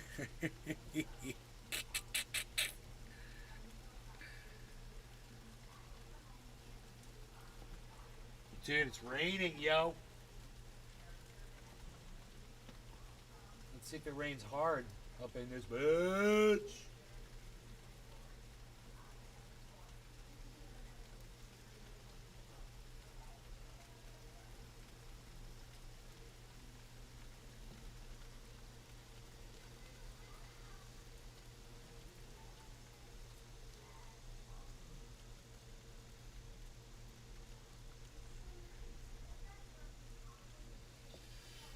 I wonder when lightning hits the ground, how far away you can be standing from it to not feel any effect. Like, Pinoy. if you're Look up Lena the Plug and Jason Love. if you're standing like barefoot in the grass and it hits like 5 feet away from you, I have a feeling you're gonna get shocked pretty bad. So I wonder like how far away from a lightning bolt. Wait, you're muted, brother. You're muted. I don't think you would get shocked, bro, because when your feet are barefoot on the ground, you're grounded. Okay. Yeah, but that's not. There is moist on the ground and shit. Try stand bare feet in water with electricity running through it. You're definitely gonna get shocked. Different, but like barefoot, like standing in the grass. Yeah, that's moist. That's moisture in the grass and shit, right? Yeah, there's moisture in the grass for sure. Underground too. Yeah, but I don't think you would get zapped like you know, like. Justin Jefferson. Tesla, he did an experiment where he charged the ground, and for charging the ground, he could put spears down in the ground, and on the end of that spear was a light bulb, and it was lighting up. So they let the electricity, they could go really far through ground. Under a tree last fall. So, I think you would get zapped. Have you seen all those horses and sheep when they get standing? They fucking die at the spot when they get zapped by lightning, and that's a few. There's not just one at the time. Oh, no shit, bro. There you go. My stepdad got hit by lightning before, and wow. Yeah, he was out taking the trash out. Mr. Blue 313 Setstfin. He like 1 minute. had his umbrella and had the trash. And as soon as he stepped in the puddle, he said the lightning hit him, and it fucking threw him. Yeah. What happened to him? He's fine. I mean, obviously, oh wow. This is when he was a kid. You know, he was like probably like 14, 15. Wow. He got hit by lightning, dude. That's fucking crazy. And my grandma told him not to wear his damn slippers outside. And he wore his slippers outside, and he got zapped by damn lightning. Damn.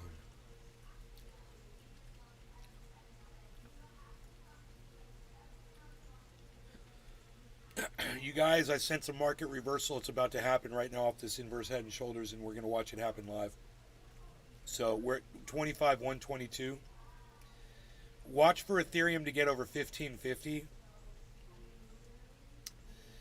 And we might have a rally on our hands, guys. So it would probably, you want my target? Mr. Blue 313 Setstfin. Bothin.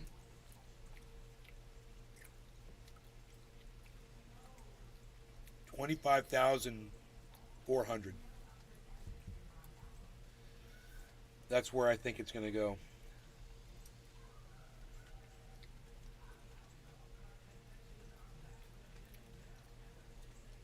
Well, yeah.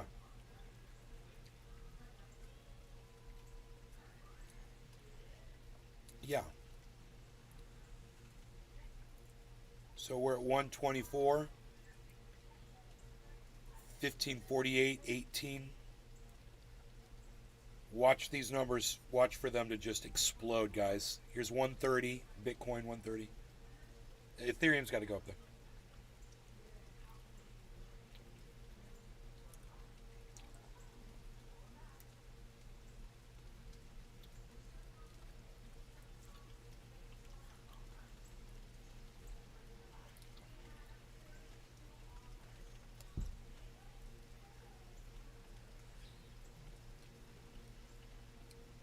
Darium's got to move. What time is it? 7:30. Okay. So, about 10 o'clock tonight. It's 7:30 right now. When the Asian markets open up, we should see the response to that inverse head and shoulders pattern.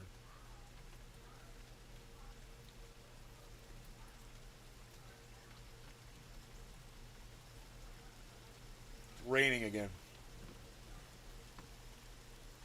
It's like really raining. Nice. Nice. Yeah.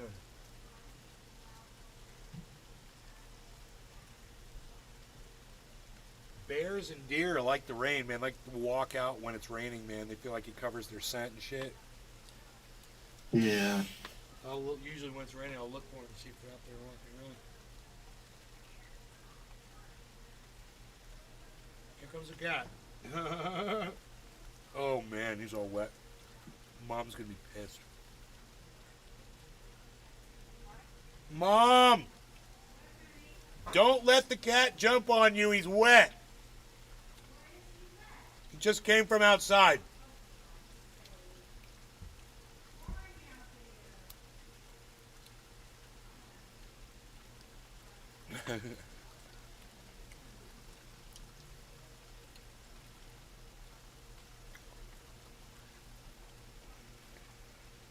Don't say I didn't warn you.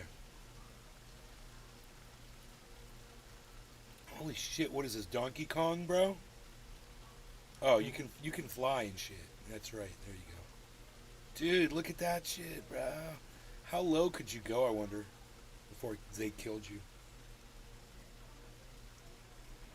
Me, all the way to the ground. But I'm on a big ass walker right now. Whoa, dude, you can go all the way down to the ground. That's badass, bro. That's huge. Bonsai house. Yeah. Poor mom. She's thinking, fuck, cat's gonna shit up everything now. It's a giant world.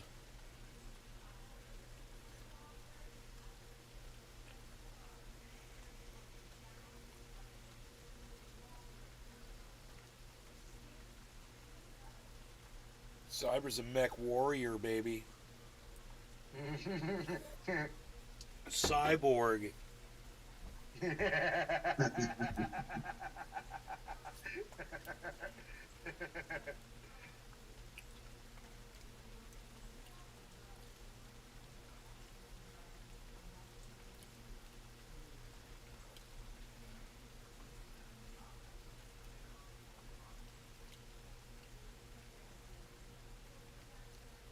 Oh, dude, that looks like the goddamn thing from 2001. Dave, what are you doing, Dave? Dave's, stop, Dave. Fucking, Hal. Hal 5000? Yeah, Hal, yeah.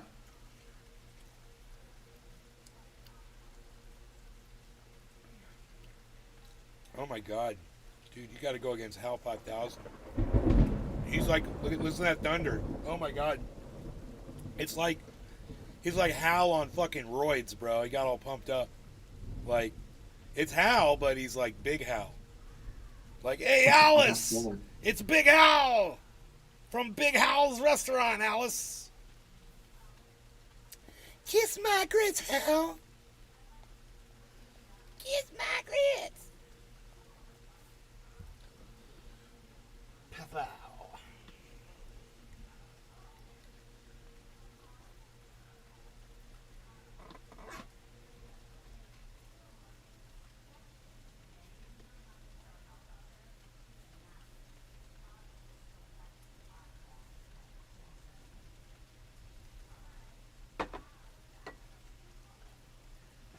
Unreal.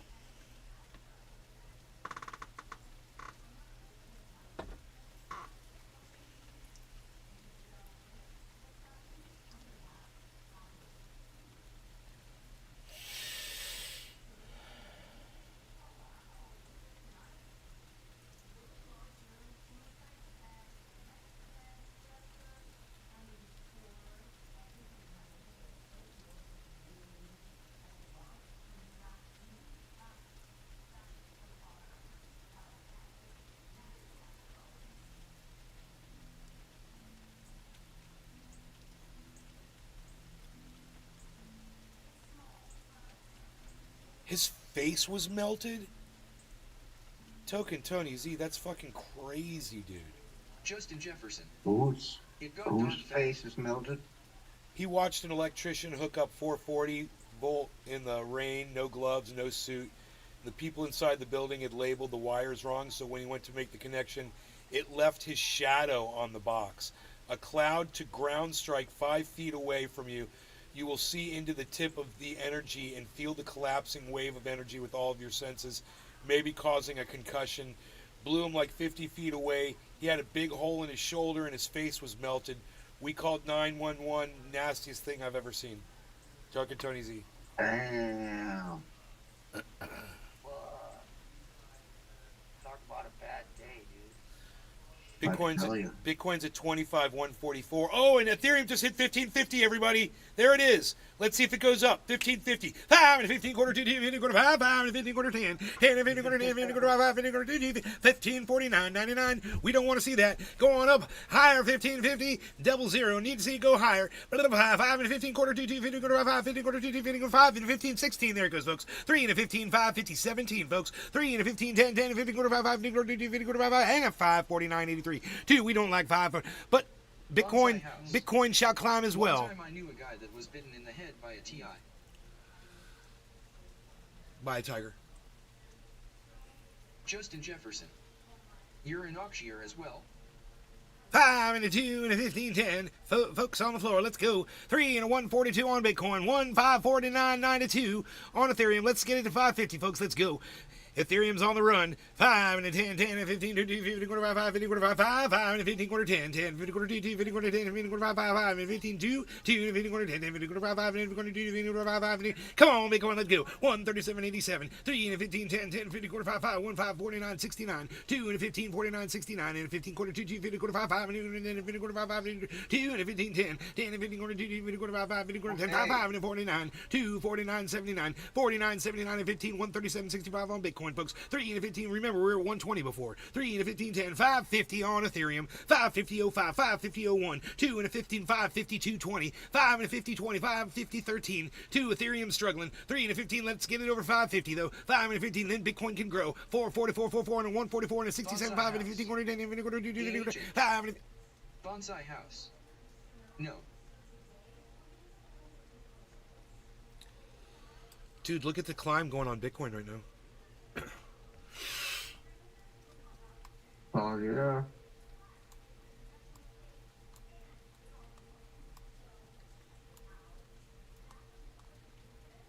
We've got some growth. Now, remember who called this, guys? Who told you that the whole crypto market was about to explode? And that we were going to watch it live on this show? Who just said that? It was me. I said it to you. All of you. Look at it go. Look, guys. We're at... Look. Oh, look at that. Oh, just look at that. Oh, what is that? Oh, look at that. Look. 25,150, guys, on Bitcoin right now. Look. Ethereum's about to hit 1551. Here we go. If we hit 1551, we're exploding on Bitcoin. Look at this. 2 and a 15, 10, 150.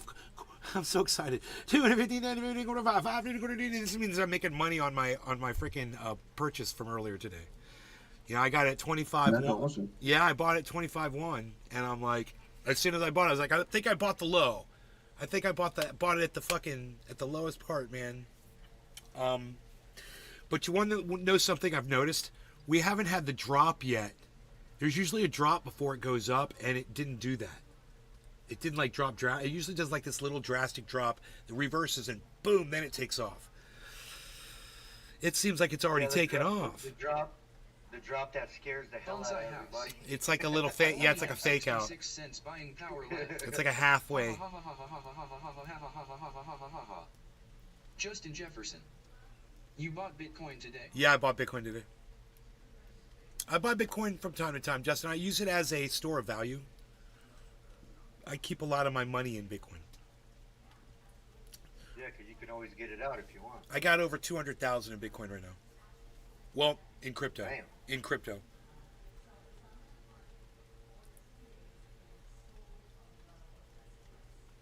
Animal House.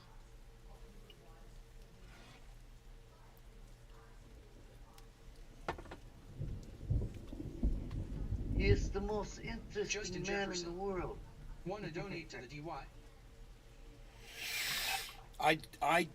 I'm quite philanthropic. You want it to stay in for a little while, but yeah, you can pull out whenever. I usually hook people up when I can, bro. You know, I try to do nice things for people. Hoot in hell. Oh, dude. That's what she said. I know that. Bonsai house. 100%. You keep Yeah, going Dito. crypto? Thanks, guys. I had no idea. I love you guys. My crew.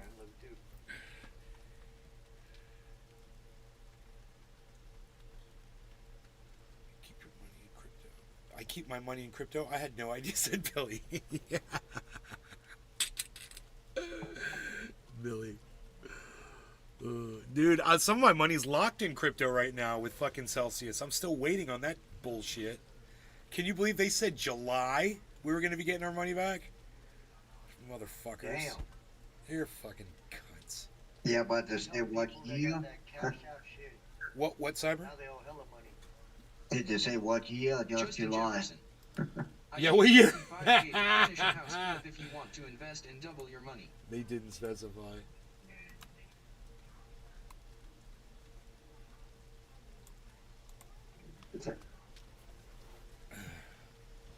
I need 25K to finish a house flip if you want to invest and double your money. Oh, man. I got my own house. I got my own house that needs a goddamn renovation. Needs new fucking countertops, Pinoy. I mean, I don't know what you think about the floors in there. I thought it needed, floors or something, but I don't know. Bonsai house. Too much. No, dude, it's straight, That bro. Celsius money is Unless you want to carpet? put like wood floor through this whole shit, I could do that too. Tula Tetro. Tula, love you too. Nope, that Celsius money isn't returning. Bernie Madoff once said, "I'll pay you back." Oh, it's not. I'm never getting it back. Okay. You better tell me that, and a million other people got fucked that are expecting our money here soon. It's a lot of people, man, that Alex Mashinsky has to answer to. Dude, Ethereum is over 1550, everybody, and that is all Justin you need Jefferson. to know. What kind of flooring is that Pinoy If looks that like stays over 1550, Bitcoin is going to shoot upwards. What kind of flooring is that Pinoy? Looks like carpet. He's got like a throw rug type thing, or Yeah. it's a throw rug. Yeah. The checkerboard? Yeah. Yeah, that's a carpet I put in there. It's nice. Yeah. Oh, what the hell am I doing? That's what I was doing.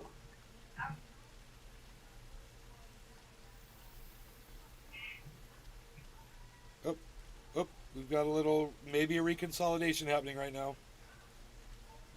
Oh, there's a yellow marker. There's a green marker. Man, it went from yellow to green really fast on Ethereum. That's great. Listen to that. Right when I said it, listen to the thunder right when I say shit, dude. This is fucking crazy that this is happening. And I hope that you can hear the thunder because I don't know if the mic is picking it up or not. You guys hear it? You hear the thunder? Yeah. A little bit. It's very God, faint. dude, on it's my so loud behind my head. Oh my God. It's like crash. Sounds like a train wreck. What's happened? In my backyard. And the rain's coming down again. Every time it does that, it starts raining. Megza Williams. Yeah. Dave Fishing. Yeah. I should probably close the window in case the lightning comes in and tries to strike inside the house. Dave Fishing. I hear it at my house like 5 SEC later. Justin Jefferson. Lightning can strike through a window. Right, Justin? Fuck that shit, bro. Right. I'm closing that fucking window, dude. That lightning storm is right above our house. It's literally, dude, as soon as the lightning and the thunder goes, pow, the rain just starts pouring on the house. So that tells me it's right above us. Michael Goldsmith. Bad Blue Draws. Nice rainy day here. How about you? How about you, Michael Goldsmith? Michael Goldsmith, what's up, buddy? Dude, I'm just waiting for this Bitcoin to fucking go shooting up, but Ethereum fell under 1550 and I'm sad. And I'm sad.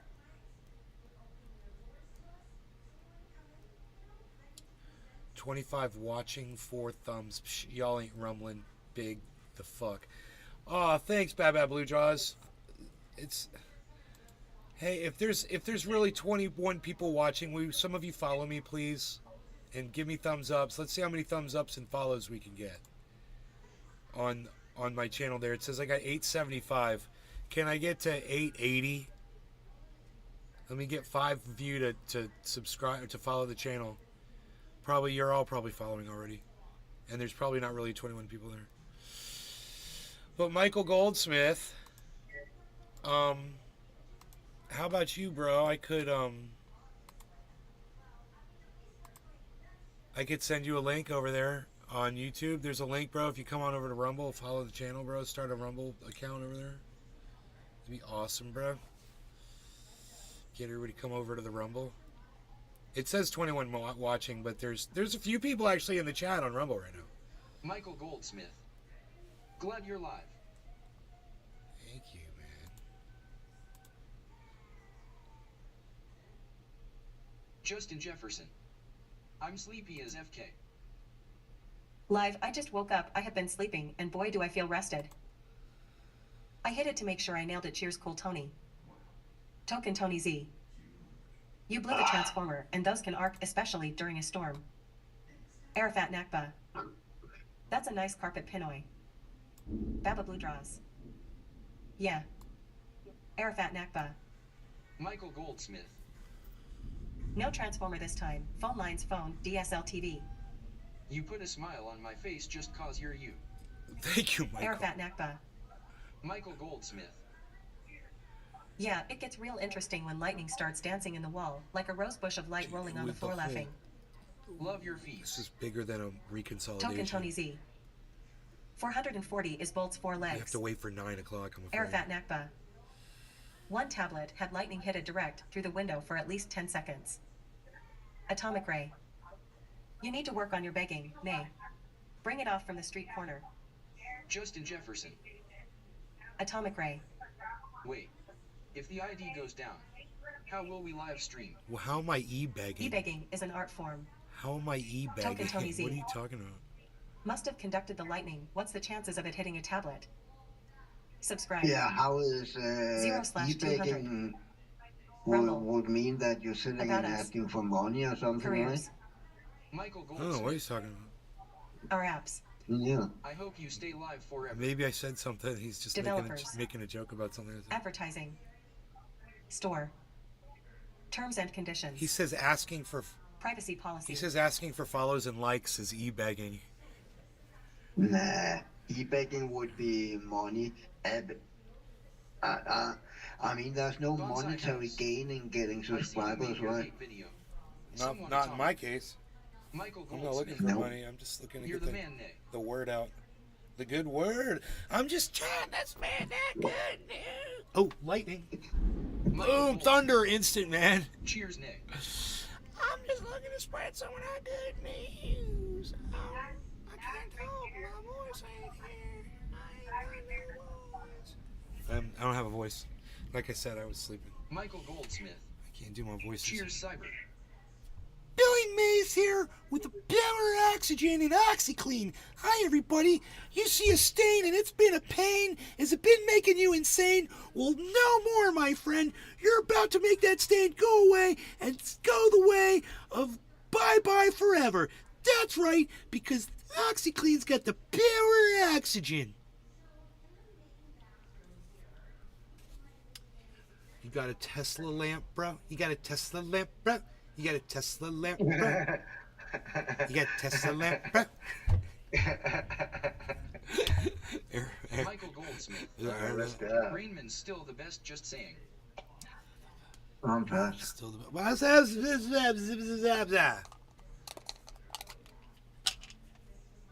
I'm packing a dab now of mustard gas, the craziness of all. No law regarding cannabis. Cheers, Cyber. Cheers, Pinoy. Cheers, Michael Goldsmith. And Baba Blue Jaws, Token Tony Z, Arafat Nakba, and Dave Fishing. Everyone I can see in the chat at the moment. Cheers, Pinoy. Cheers, everybody.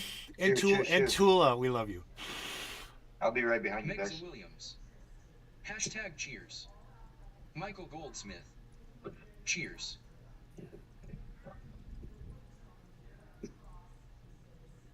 Michael Goldsmith. Hashtag I smoke along.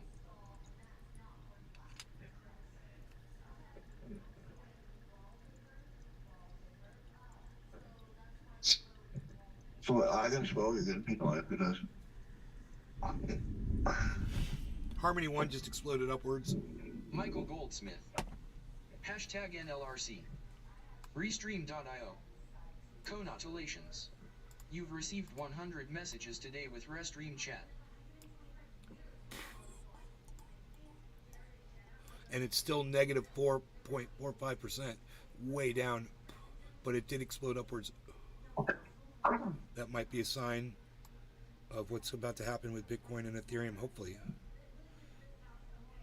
Even though we still have an hour before those markets open up.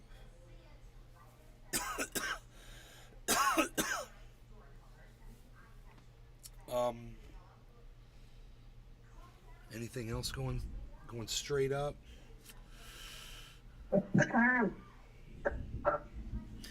Dude, it might be a sign. Michael Goldsmith. Hashtag make sure to share this feed. You could get fucking Harmony way under a penny right now. A tenth of a penny under a penny. So you'd be good. When it hit 2 pennies, you'd be double time. Double time. Buy like $100 worth.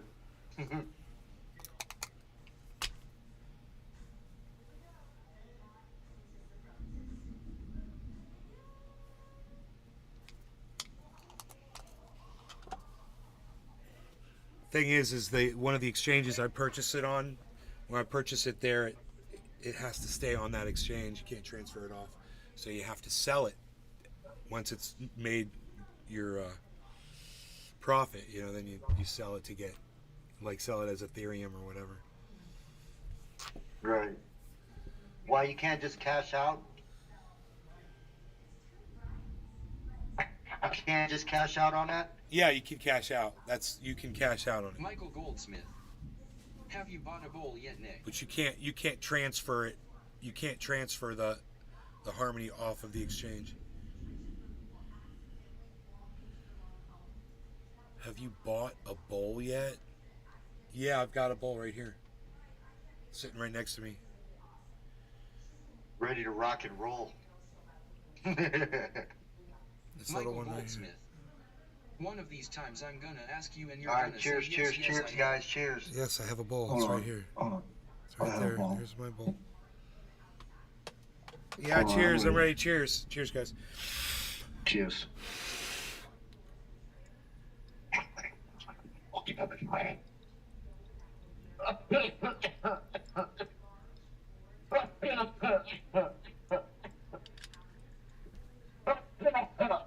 Michael Goldsmith. Is it new?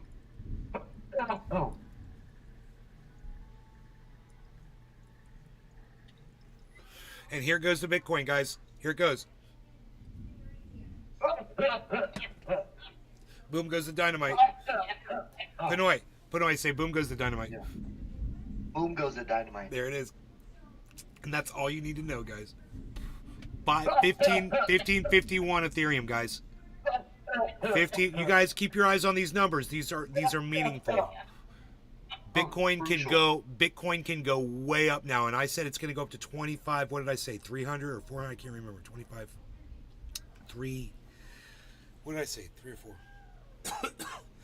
I think we'll just go with 3. It's going to go up to 25.3. I think I said 4 though.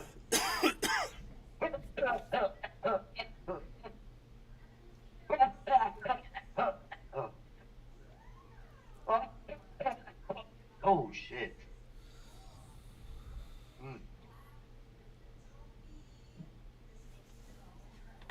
Michael Goldsmith. LOL, I had asked a while ago if you had any bowls and you said you didn't, but been meaning to get one. Yeah, no, I bought one. I just bought one last week or 2 weeks ago.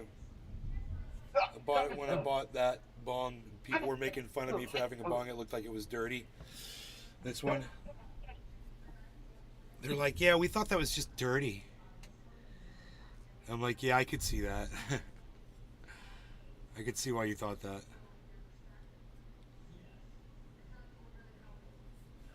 I got that bowl when I got this. It's fucking nice. Etched glass. Michael Goldsmith. Can I see it again? I missed it. The bowl or the bong?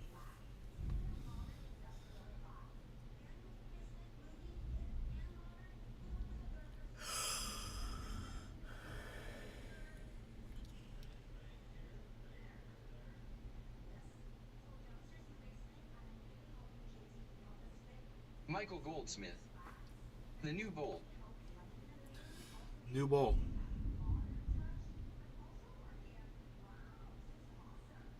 New bowl. New bowl. New bowl. The new bowl. The never been... Oh no, it has been used. It's already been used bowl.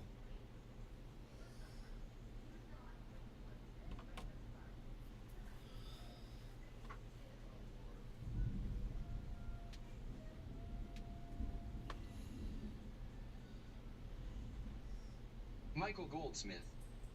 That's sweat. Hell yeah. Dude, this rain is crazy outside. It's raining Michael hard. Goldsmith. It's raining hard. Sweet. Atomic Ray. We're going to see candidates on here making promises and e-begging sign up here, donate their show up, yada yada. Cheers to everyone. So they want to get paid. That's why they're politicians. Is someone in hospice? Atomic Ray, the monster. Whoa, did you get a hand pipe? What did you see? My dad in his wheelchair or something? Yeah, my dad's got dementia, and we've got 24-hour care for him, and he can't do anything for himself, so he's he was just asking if someone was in hospice. Atomic Ray. Like, yeah, I bet my dad gets 24-hour care. That's what, because Pinoy coughs a lot. Your mic's off, Pinoy. So you know. Because I was coughing. He said you sound like you're in hospice because of your cough. Oh yeah. That's not nice, Atomic Ray.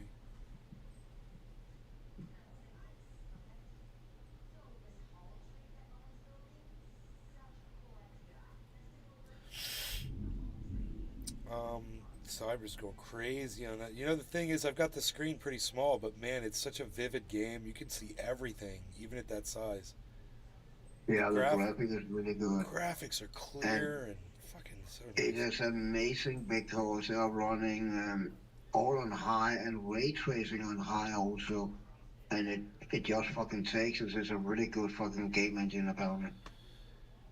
1551.69, guys. That's what I'm saying on Ethereum. 1551. We're over that 1550 mark. That is so important right now.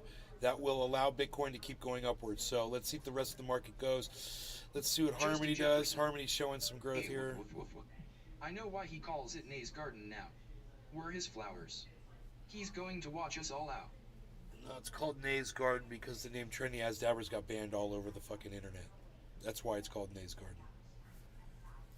Damn, I didn't know that. Yeah, man, you weren't allowed to type it in Facebook, man. People were getting fucking blocked for 7 days for fucking sharing my content. It's fucking stupid, man. That's weak. Yep. Talk about fucking violation of your fucking free speech. My reason sounds way better. Because I'm going to watch you all grow. Well, we do, though, but you're right, bro. We do. It is about growth here and change, you know? Mm-hmm.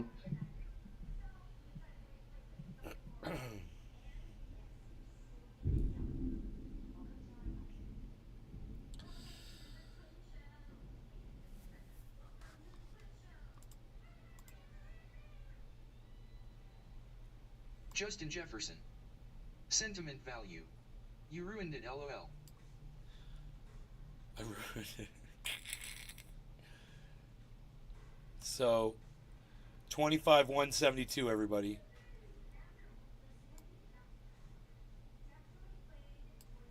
And I told you we're gonna hit 25,300. Dude, we're going all the way up to 25, maybe 26, guys. Easy. And it's gonna happen soon. It might even happen tonight, dude. 26,000.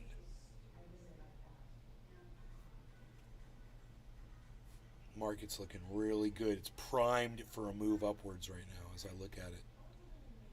Prime time for crime. Everything is way down. I bet you 25K won't make it to 25,300 today. Really? Wow. I think we're going to watch it do that on this live stream right now. I kind of want to put my money where my mouth is right now as we speak.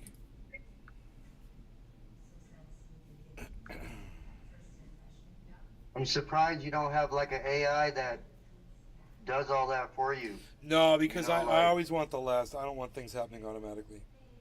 I've got other things going on financially. Justin I don't want Jefferson. money being drawn out. Come on, take it or leave it.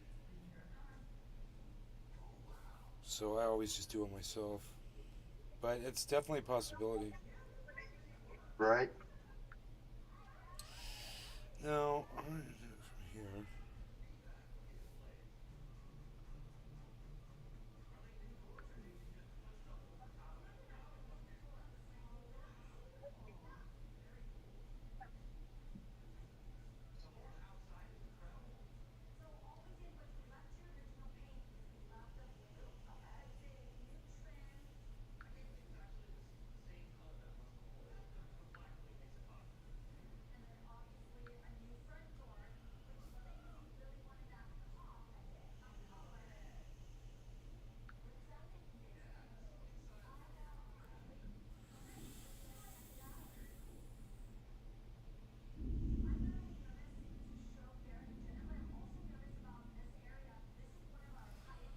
Fucking Cardano's down to fucking 24 cents, man.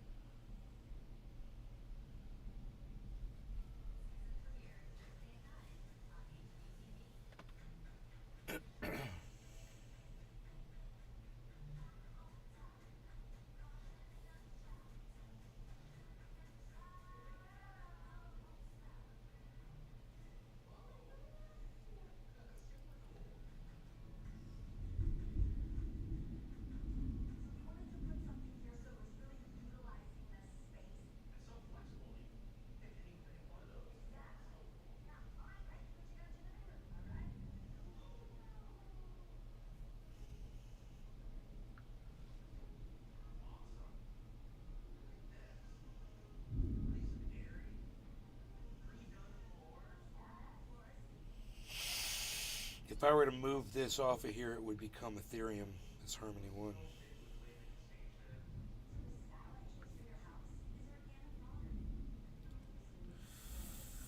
I'm not too freaking crazy about that.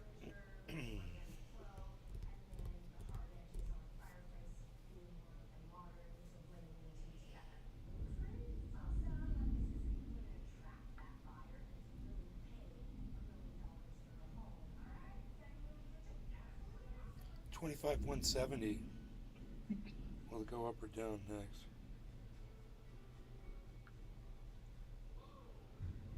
It's gonna go up. Only sell if you're up, bro, says Irfa.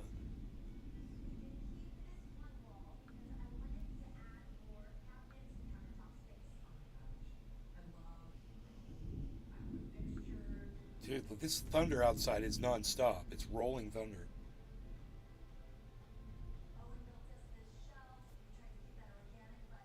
Dude. Look in the sky, make sure it's not aliens. Dude, they're like... I see lightning right now. Boom, there's the thunder.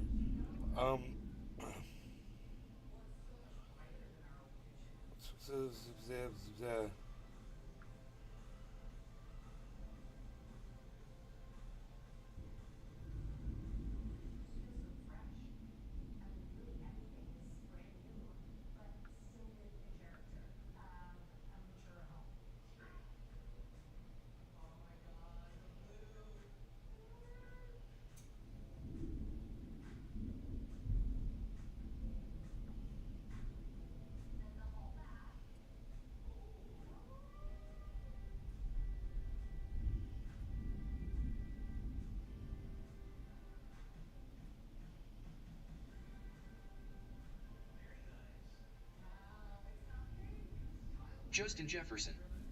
Who is playing this game anyways? Cyber Reload in Denmark.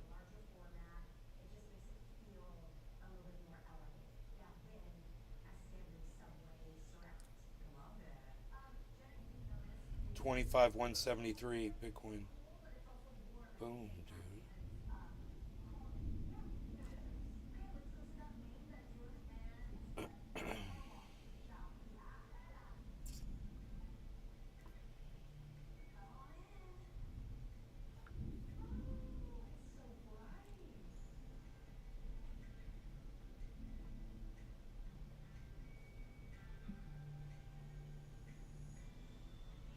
Dude, they're assholes, man. They inflate the price. So, right, Harmony's 0.009. They inflate it to 0.0092, and then on top of that, they have a 3% fucking fee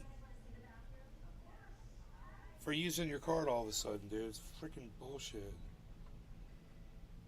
What do they expect you to do? Pay cash? Dude, it's just so stupid, man. Yeah, that's fucking...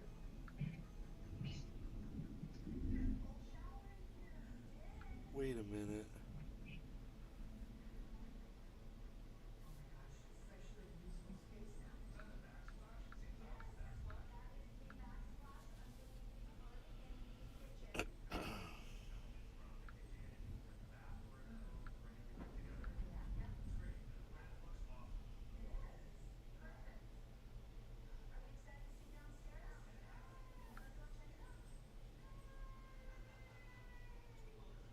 Now they're trying to get me at 9.3, dude.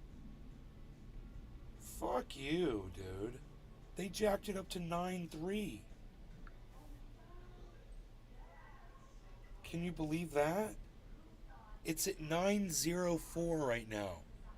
And they're saying 9.3, man. Who knows when it'll be up to 9.3 again. It was up to 9.4. I guess it'll fucking do it soon enough, but god damn these motherfuckers, dude. The fee's not bad. $28 fee.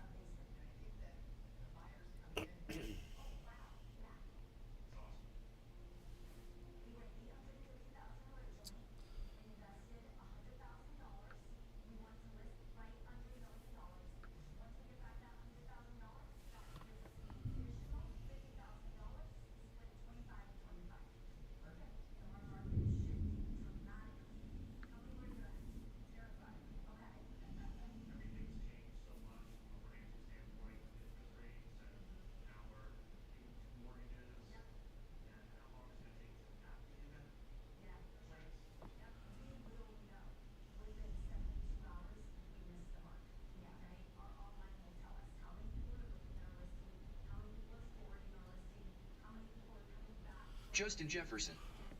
It's at 905.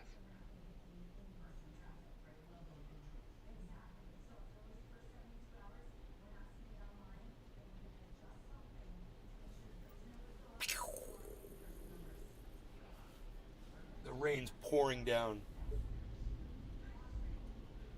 I love hearing the rain. Now, what I just purchased cost me $28 extra on top. They jacked me on the goddamn rate, right? So they got me at 9.3 and it's 9.0, so they fucked me there. Dave Fishing. But check this out. Drizzle here. For almost $1,000 worth of crypto, I only paid a fee of $28 to purchase it, and that's not fucking Justin bad. Jefferson. How much is that? Like 28 bucks.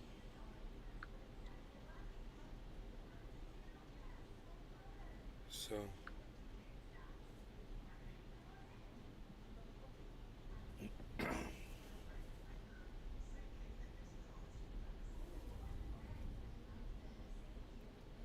yeah.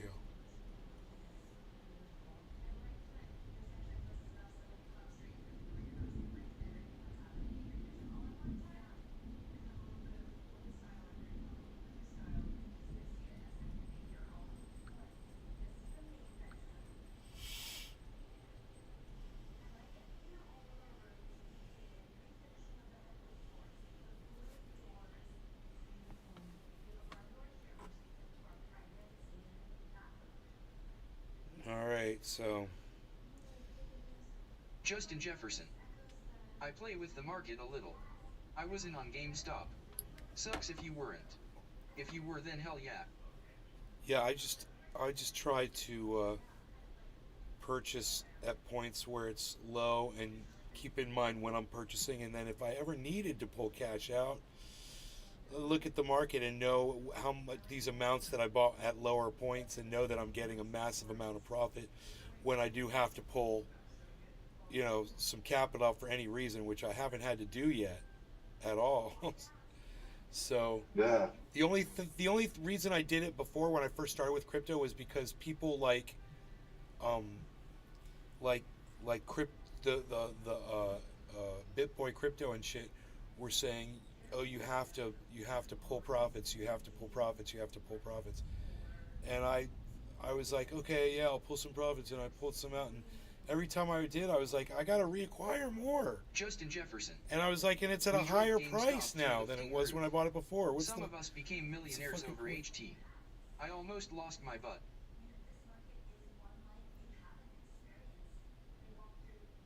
You almost lost your butt?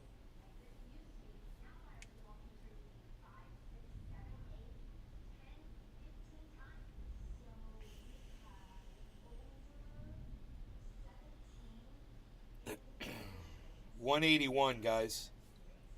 25, 180. So let's see if it keeps going here, man. Oh, Harmony doesn't do anything. It's totally gonna though, because it's so low right now. We're at negative 4%. I've made 16k profit and still hold On the around 24 hour. 12k in. We'll see if my timing was right on these purchases. I hope they were. Bonsai house. I like to buy really high to say I did it. Then never sell. I even borrow money then buy when I'm bored. It's super ineffective, but hey, apes. I borrowed money to buy Justin a whole Jefferson. bunch of Harmony. Pulled out It's late. all paid off. That They whole said loan's stay paid off. in. Weak, I should have pulled out. Like any hot girl trying to hold you in while you're trying to pull out. Go with your instinct. Yeah, I wish I had some freaking crypto. Yeah, you know. Yeah, I don't fucking. I haven't had the chance, man. Been fucking. I'm not moving allowed and to shit. own any, man.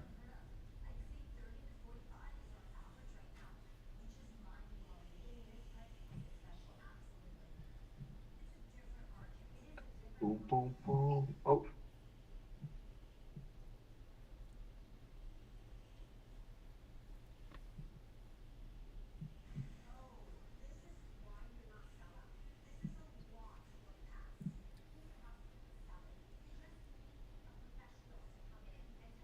It's fucked up how you're always getting shot by stuff off screen that you can't see.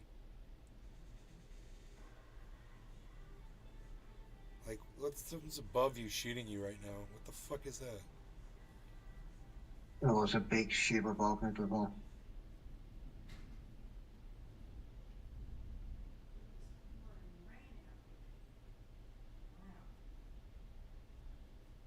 Use the bazooka.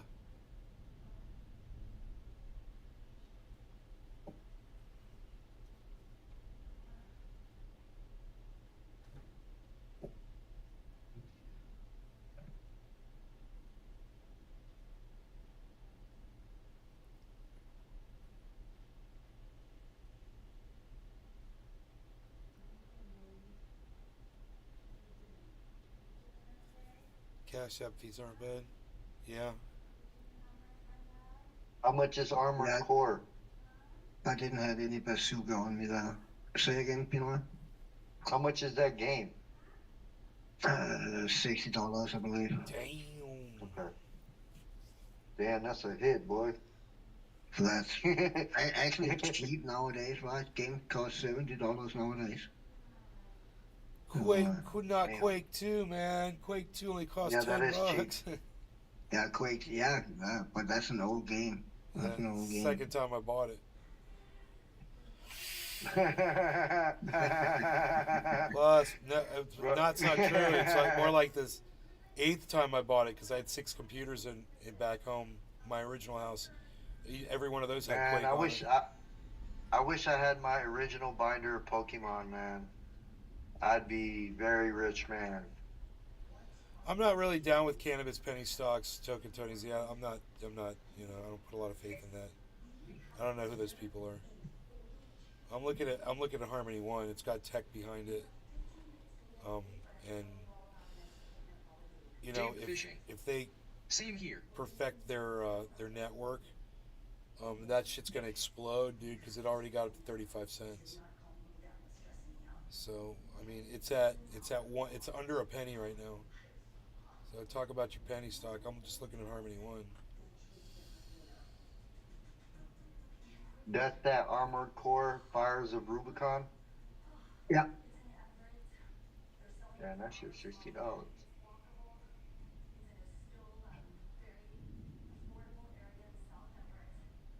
$59.99. Was it $59.99? Yeah, I believe so. Yeah. Well, I bought it in euros, but I actually think the euro and the dollar is kind of the same right now. Huh. Destroy. Yeah, that's crazy. Dude. That's like completely like particles. Like 420, boys. Hold on, I need to buy. Hell yeah. Corner boy. Perfect timing. It's not multiplayer, but you can play against other players in it. 1 versus 1 and 3 versus 3. Dude, I really don't need Bitcoin to be down by 150. I need it to be up by 200 right now. So let's do that. Let's make that a thing. I really need Ethereum to stay above 1550 right now.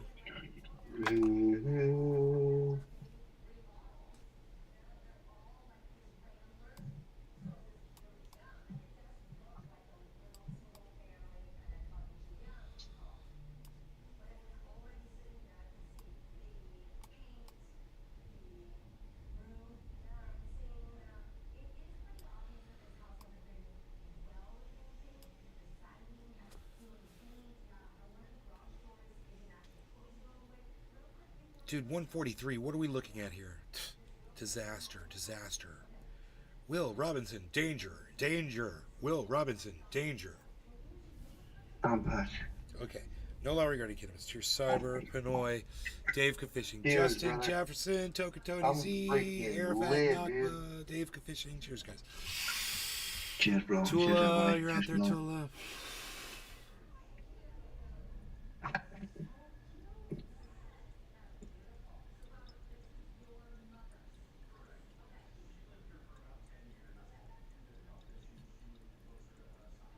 Megza Williams. #cheers.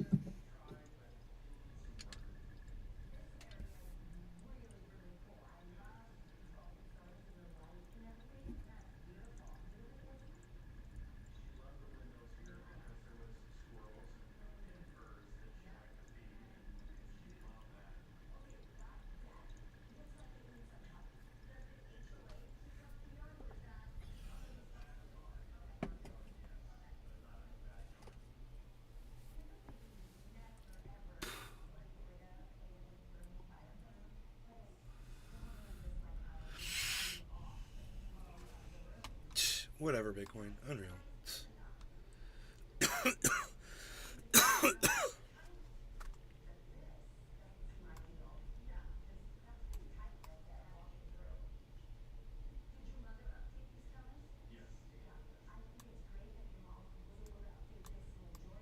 Wow, the video looks crazy, dude. I'm watching the story trailer. Oh, yeah.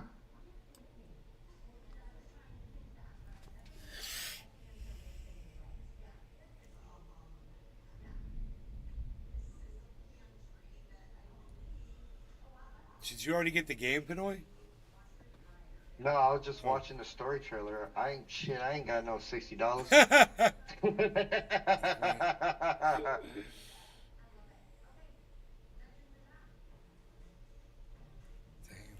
I'll probably get it soon, I guess.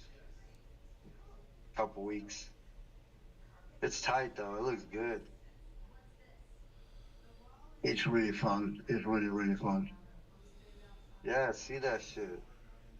It's kind of like, I don't know if you played any of the Dark Souls games. It kind of, you die a lot, and then you die a lot again, you die a lot again. I mean, you kind of learn by your mistakes, you know. It's a really hard game, but it's not unfair. You just have to learn patterns and shit. I just like the fact that you can, like, build your robot. Oh, yeah, it's totally customizable. Yeah, that's super cool. Dude, Bitcoin's falling. What the fuck? Come on, 9 o'clock. Oh, he's waiting for the Asians to wake up. Where's our pump at? I know. You know it. The Asians about to wake up. You know Be like, already, some of them are already Storm's up. arriving now by me. Some of them are already doing it. You're looking at that head and shoulders going, yeah, we got to respond to that. Sounds like it's raining again outside. It's crazy, man. I want to go out there. Yeah, oh my god, it's freaking pouring. Holy shit.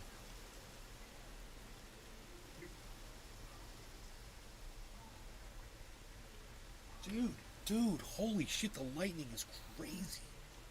Thunder's about to go pow. Slow pow. Pow!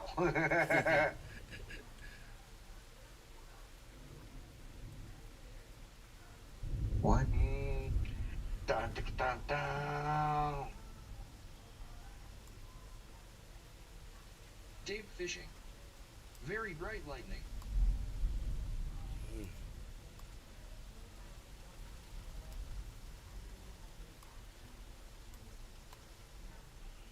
Need that reversal Bitcoin.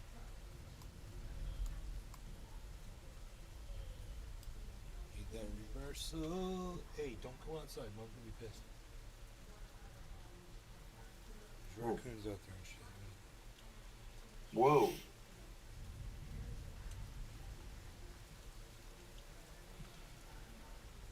I gotta reboot. I'll be right back. My mouse don't work.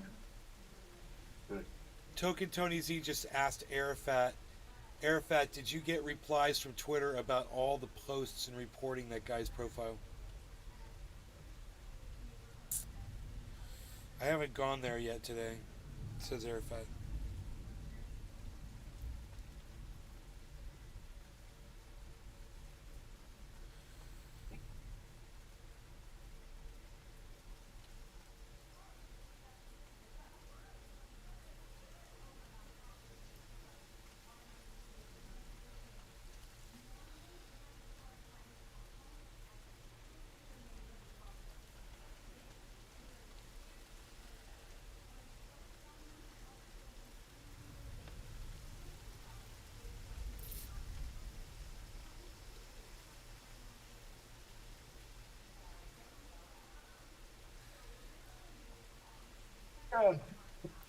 Man, I hope I'm not missing something. I'm not listening to other podcasters and shit. I probably should be. Because a rising wedge isn't that good. It's not a good thing.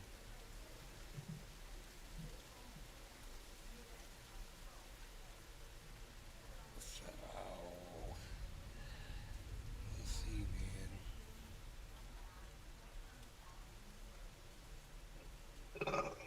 man.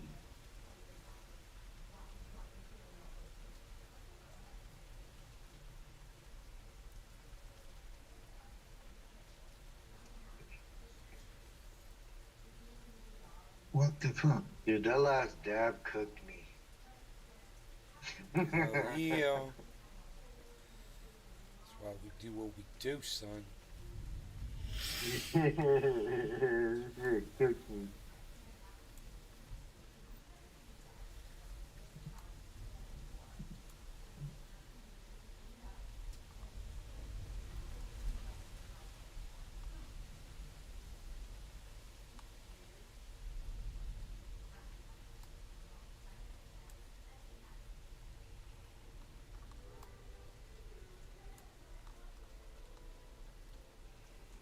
Yellow marker, high bottom on Ethereum. We'll look for the same thing. Yeah. Maybe it'll happen on Bitcoin. Really super high bottom, guys. There, you can see it. You can see it on screen.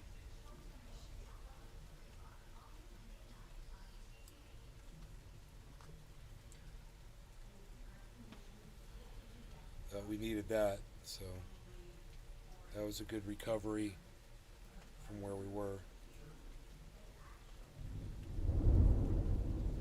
If it, wow, the thunder though, dude. The thunder. I heard that. God, bless America, it's still going. It's still going. Yeah, I missed that in Florida, the rain and the thunder.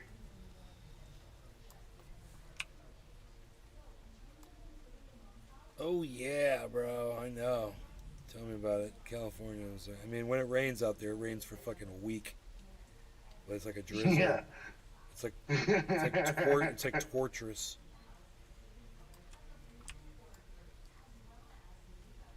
Would you get it? You bought it? Or you got it already? He's got it. This is cyber. That shit looks dope. Yeah, this is me. This is me.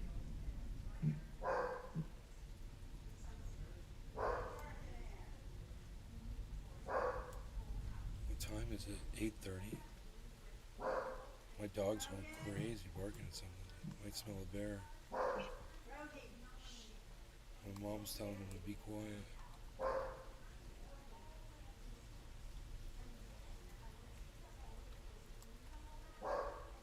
Roogie's so cute, man. Justin Jefferson. So we gonna make this bet or what? Dude, I'm telling you, it's going to 25.3. It's going way up. I mean, it's going to go hit 26, I think. It just hasn't done it yet. It's going to do it. Just wait for these Asian markets. Bro, hold your beer until fucking 9 p.m., man. Just give it a half hour, and let's just see what it does in a half hour. Those Asian markets open up, and it's a whole new ball game. You'll see. In between 9 and 10 o'clock, man, there's either going to be a sell-off or a buy-in. But it'll happen. Justin Jefferson. Then put your money where your mouth is and let's make this bet. What was your bet? You said 24,000. Fishing. Pouring now. I don't bet, bro. I invest long term in crypto. I mean, if you want to bet, on this, you know, you could short the market if you think it's going to fall. Justin Jefferson. 25K right here. Won't make it to 25.3. 25,000 says it won't make it. It's going to make it. I'm telling you, it's going to go to 25.3, bro. I'm not betting you $25,000. I'm just telling you it's going to go. I'm confident. I know my market, bro. I can't put the time frame on it, but I know it's going to do it. I know the movement by the pattern. And we've also got, there's a lot of good factors right now. Justin Jefferson. That, okay, $1,000. no, I'm not betting you $1,000, bro. Stop betting people. So, I'm going to explain to you how I know it's going to do it, though, okay? Just about everything is down about 3% average. So, like, if you look at Ethereum, it's down negative 4%. Harmony One's down 4.3%. Matic is down 4%. Cardano's down 3%. Bitcoin's down 2.5%, right? Based on that alone, you know there will be some sort of a reversal to that. You know, there's going to be a response to that. Those are all down very low on their 24-hour averages. that usually lasts for about 24 hours, and then it reverses and goes upwards. And knowing that about the market, number one. Number two, this is a Monday, bro. We're going into a Tuesday. The Asian markets are about to open in a half hour. Okay. Number three, fucking lose their fucking minds. we've got an inverse head and shoulders pattern that's already formed. We're coming off of a very long 12-hour falling wedge pattern. We had a gigantic drop, and there's nothing really going on in the world that I'm aware of that could negatively affect the market that I know of. So if there's something that you think you know, you could let us all know. But I'm not here to bet anybody. But pay attention to what I said, Nick. Quote, I bet you 25K it won't go to 25.300 today. It's almost tomorrow here, LOL. Well, dude, it's 8:30 for me. So we're going, I don't know where you are, but the market, where are you? What time is it where you are? Australia or something?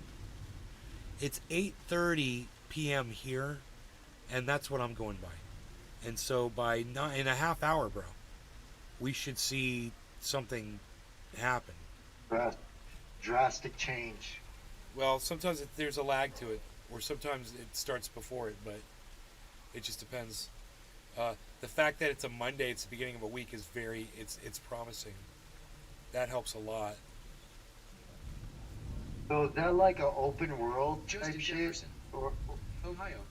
Same time No, zone the no, Asian it's not. market opens No, at 9 no, it's p.m. not.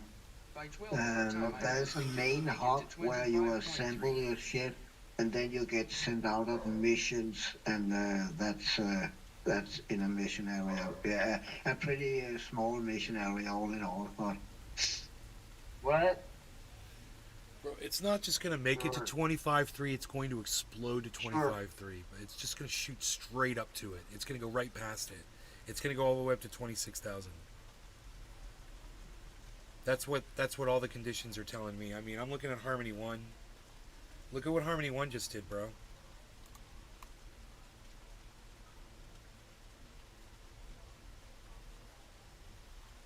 Harmony 1 just went off of my chart.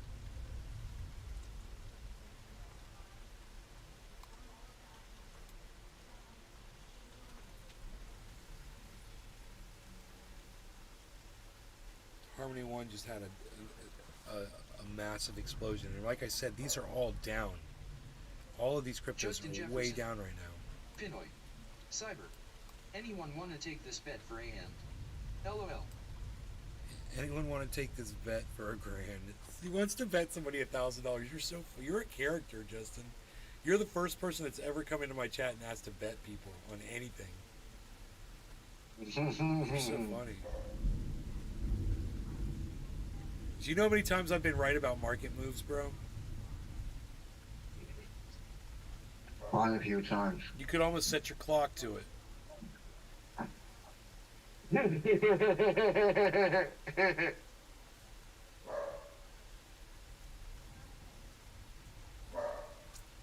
161. That's the real deal Holyfield, man. It's 161 right there. Justin Jefferson. Dude, I give no sheets, LOL. I know it's a 50/50 chance. It's not 50-50. It's not a 50-50 chance.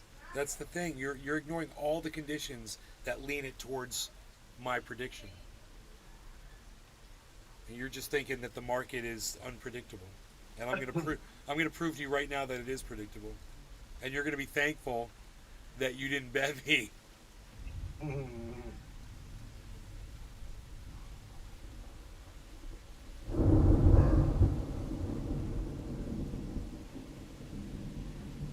And right when I said it, there's big thunder behind me. Big thunder behind me, bro. Dude, listen to that thunder behind my truth. Every time I've said a truth tonight, massive thunder in the background. We might have bears in the backyard right now. The dog's just going crazy.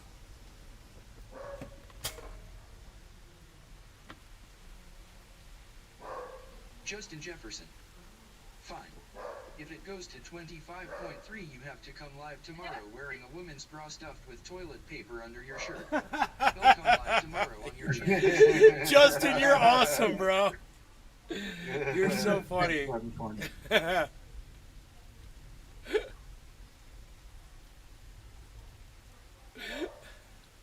You're so funny. You're just half to bet. Bro, 168, man. I'm telling you, we're going right up. It's going to go right up. 903, Harmony's at 903. Look, all the -4s are at -3 now, bro. Nothing is -4 anymore. I just called you this out. Right now we're at remember I told you Bitcoin was at -2.5. It's at -2.1 now. There's no bear out there, Rogan. There's nothing out there. What is he barking at? There's absolutely nothing out there to bark at. Unless there's a bear in the front yard. Justin Jefferson. I mean, if it don't make it to 25.3. If it makes it to 25.3. I will wear a skirt and bra and join you live in the morning like a pussy and take it like a man. You don't have to do that, bro.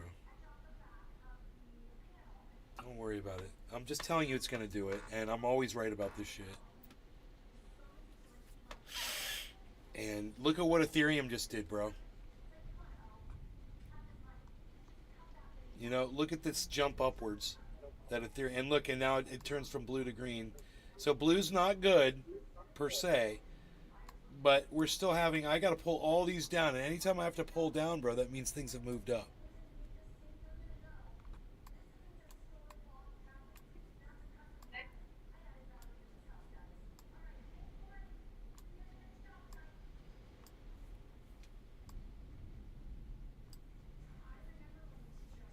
So there's a lot of energy, man. That is 20 minutes away, bro, from those markets opening up on the other side of the planet. Justin Jefferson.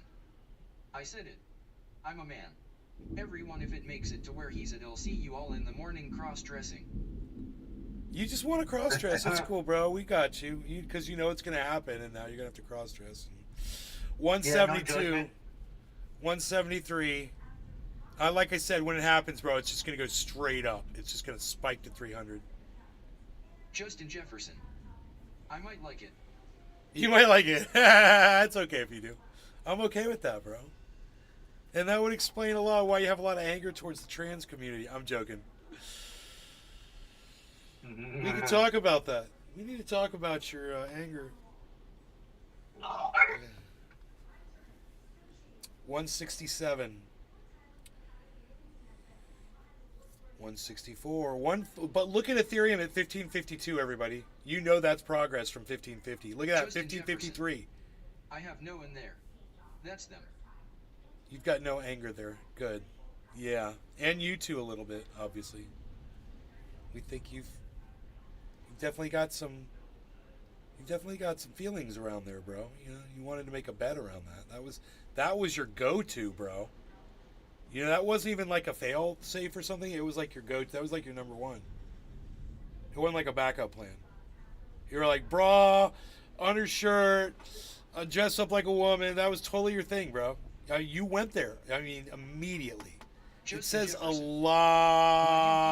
So much hate in their hearts to hate anyone. A lot. No, not about hate, bro. It's about being undeniable. About being. 25K was my first. No, that 25K was the proposal, but it's the very first thing your very first option that you went to after that was refused was to dress up like a woman. It was almost like it was there all along, and you knew I was not going to bet you $25,000, so we were going to have to go to the next thing, and to you it was dress up like a woman. It's okay, bro. I'm here to talk about your issues, Justin bro. Jefferson. I'm here. To the end. I'm here to help. No, I went to a grand. Have you come out of his closet? He's like he's throwing bombs of truth. He did go to a grand next.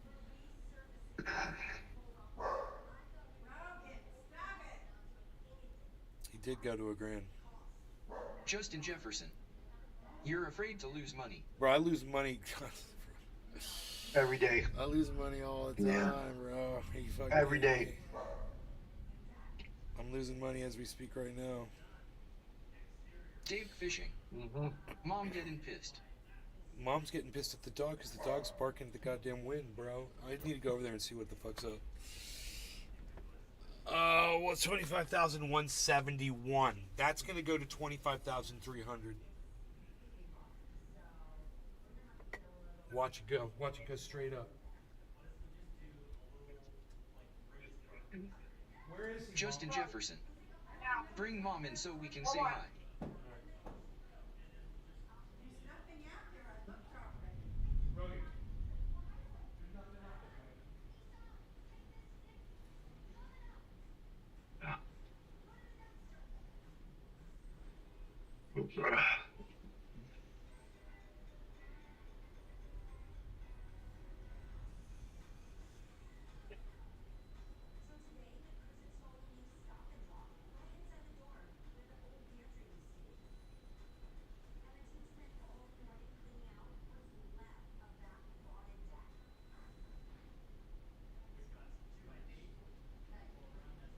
Justin Jefferson. Pinoy. I see you.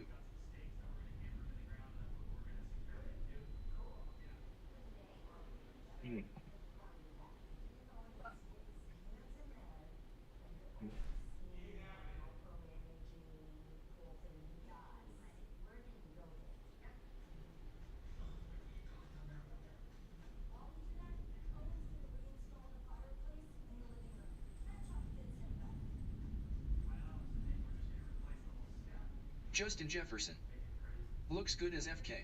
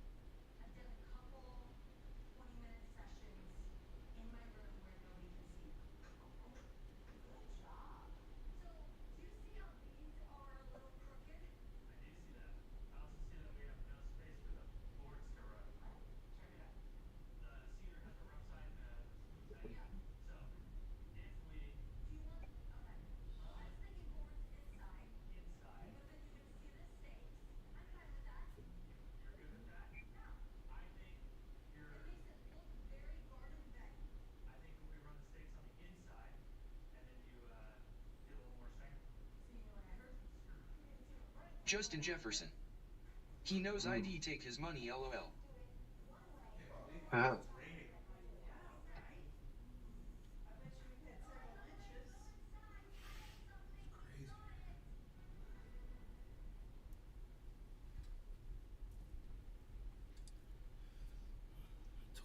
told Brogy to just chill, man. It's cool.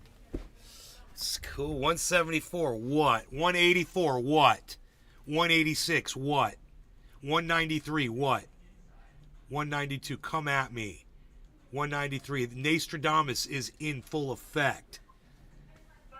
Dude, Asian market's fucking 14 minutes away. 188, dude, they're already there, guys. They're in the office early. 193.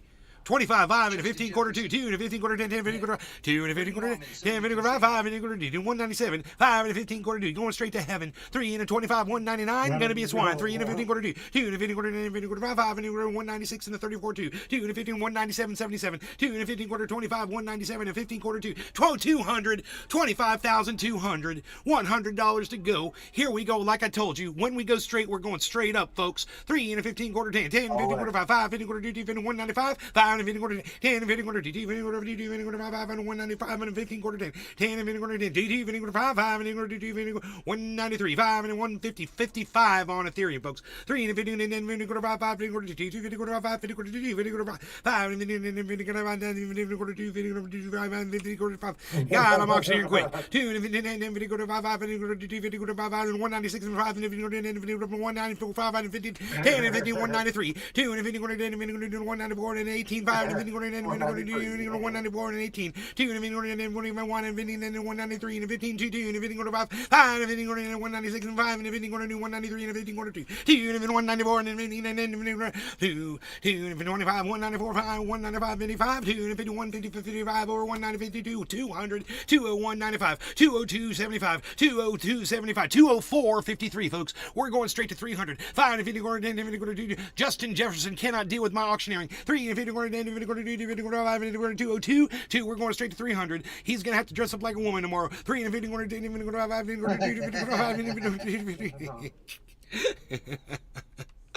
Like I told you, Justin, don't fuck with Nostradamus, bro. We're going straight to 25.3. This is not going to stop. Well, I mean, you don't look no further than Ethereum and Harmony right now. Harmony's at 907, and it's been stuck at like 90. What was it? 902 for a long time. And look at Ethereum, way over 1550, dude. Which is what I said. It's just got to get over 1550 and retain that. And then Bitcoin's going to explode. And when Bitcoin explodes, then everything else is going to move up. Justin Jefferson. It ain't going nowhere. Dude, it's already moved up. Whatever, bro. It's at 209 right now, bro. It's only got $89 more to go. You don't think it's going to go up $89 more dollars? Especially when the Asian markets open up in 11 minutes now. Bro, you do not understand crypto. 211. Justin Jefferson. 81. 211, bro. Bro, there's like 2,000 212. smoking a cigarette right now before they go to work. 212, bro. You heard me, Nate? I heard you. 212. I'm on that. I'm on that shit. 211. I'm on it, bro. Because if it spikes up to 300, I want to see it. Because it can just shoot like in a second. It could just go 300, then go back down. I hope it goes all the way up. Oh, bro, 20. I'm telling you guys, it's eventually going to go to 26,000. I can feel it already, but you know, this market's going to reverse. I'm but smoking 3 cigs at once. I think I'ma have to stuff a bra. Bro, I think you are too. 209, 211.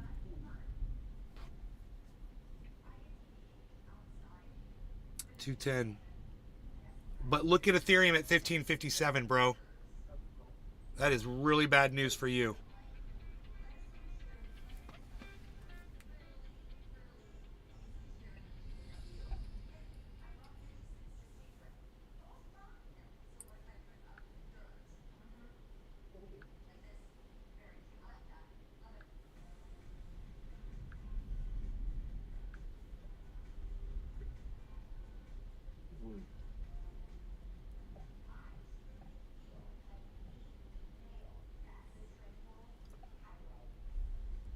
Dude, could you imagine if this was from Hurricane Lee?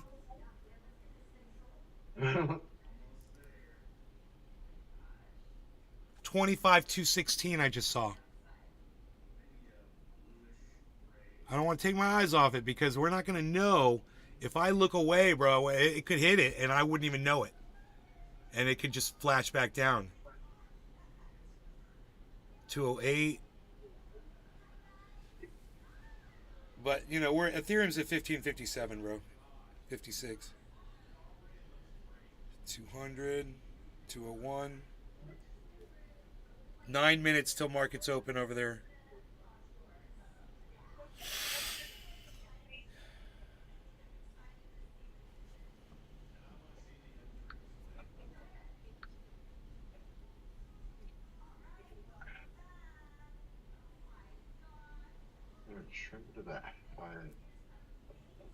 Nice, bro. You cut all the plants around the solar panels down. Yeah. You could wipe your ass with those plants, bro. Justin Jefferson. Those big broad-leaved yellow flowering plants. They're called mullein. They're called. And if you were to run out of toilet paper, bro, keep a lot of those growing around. You wipe your ass with them. It's for real. And they've got medicinal uses too. You can make tea out of it. It's if you got like a hearing issue, like an earache. There's like a remedy, a tea that you make for ears. And look it up, mullein. You got a whole bunch of it growing out there. I think you still got it. Those yellow flowering, they look like corn on the cob, kind of yellow flowers. Yeah. The bumblebees love them. You've got a neighbor that's got a whole bee farm just right around the corner. Justin So Jefferson. you get their bees all the still time, wipe your and ass? the bees are friendly, because they know people. So the bees will literally like chill with you and shit. That's dope. Yeah, you'll notice that. You'll be out there in the garden and shit, and bee will just like come up and chill, and they'll just be doing their thing.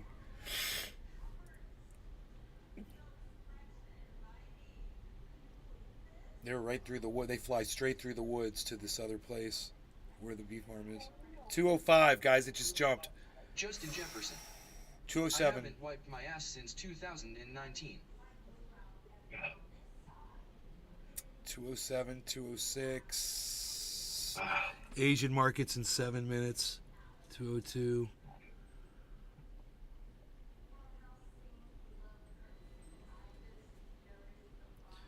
203, 204. 205. Whoa. Harmony 1 is at 912, guys.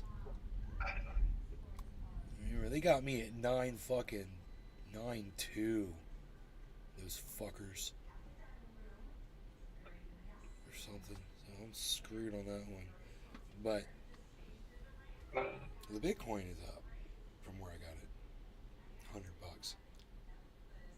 216. Again, 216.65. 219, guys. 219.26. 220.36. 218. 6 minutes until Asian markets open. 212. Back down to 212. 214. Yeah. 220 again, guys. 223. 222. 215.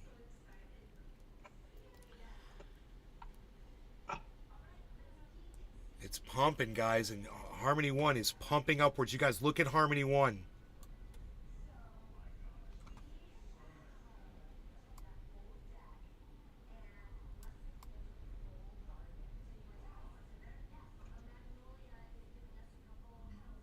Justin Jefferson. It will top out at 25.228. Dude, it's going to go right through it. Dude, Asian markets open in 5 minutes, bro. 207. 209.99. 209.03. 208.78. 206.99. 205.38. Feels like a reconsolidation to me. 208.45. It was 207.84. Looking for a high bottom on that red candle. Nope. Oh, the bottom just dropped. Justin Jefferson. 200. I'm still surprised you wipe your ass though. Let's talk about it. You talk about a lot of weird shit, don't you, Justin? What, you got a bidet, bro? Where's Billy Ballantyne? Where's Billy Bidet Ballantyne at? He's an expert on that shit and the plumbus. Do you even know what? Do you even use your plumbus, bro? You probably don't. Whatever. Whatever, Justin, not plumbus using Jefferson. You're disgusting. 189. Justin Jefferson. You don't have a bidet? I do. Everyone should have one. I've got one.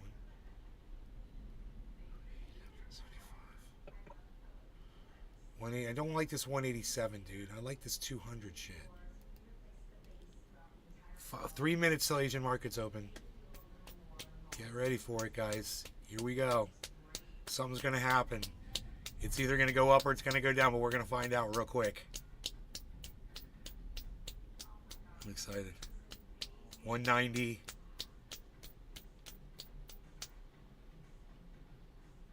$15.56.45 on the Ethereum. 192. Low bottom though on that red candle, man. It's not good on Bitcoin. That's not what we want to see right now. But we definitely, our negative fours are all gone, man. Our negative fours have all turned into negative 2.7, negative 3.2, negative 2.0. Bitcoin was at negative 2.5. Justin Jefferson. At 12 a.m. if it don't make it, you have to bring Mama Nay in here and tell her you lost. I could do that. I could do it if it'll satisfy you, Justin, because I like you, bro. I could totally do that. I always tell my mom how often when I show her my predictions, I'm like, look, Mom, another one of my predictions on Bitcoin. She's like, that's amazing. I'm like, yeah, I know how to read the markets now. It's pretty cool. I like doing that.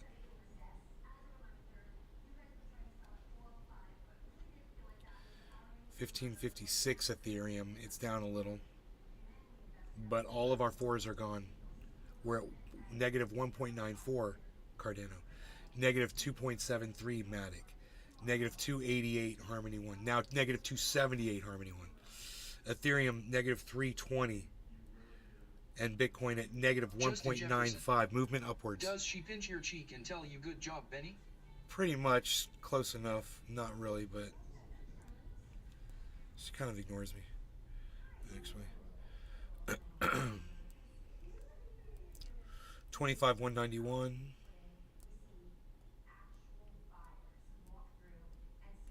25,192. Justin Jefferson. Your mom rocks if she does. Sorry to disappoint you, bro. 193. 195.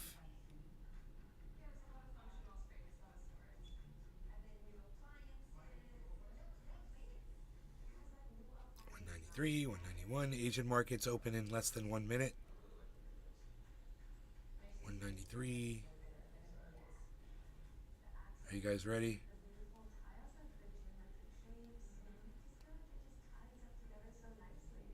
I think this has been a reconsolidation right prior to this market opening.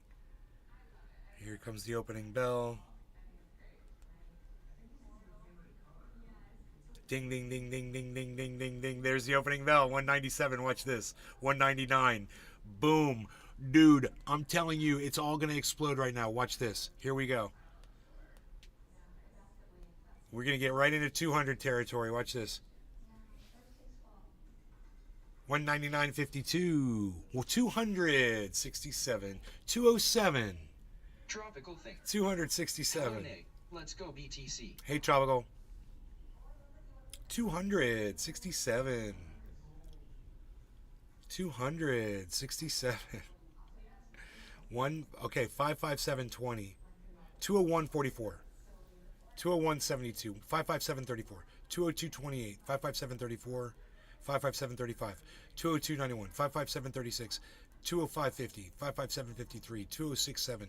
557.80. 206.07. 557.86. 209.06. 557.81. 557.51. 557.59. I think we're good.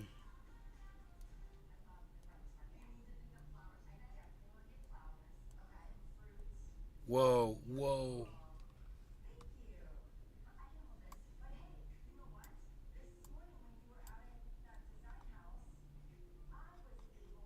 Crazy shit going on over there.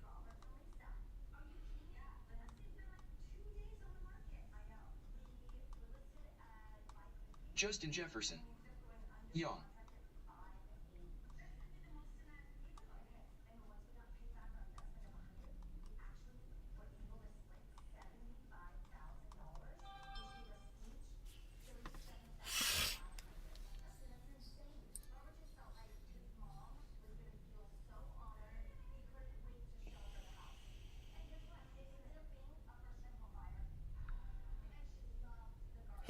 Hear what Donald Trump is threatening to do if reelected.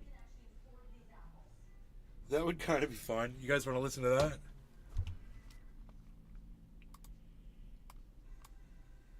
Sure. Okay. Let's see what he's threatening to do if reelected.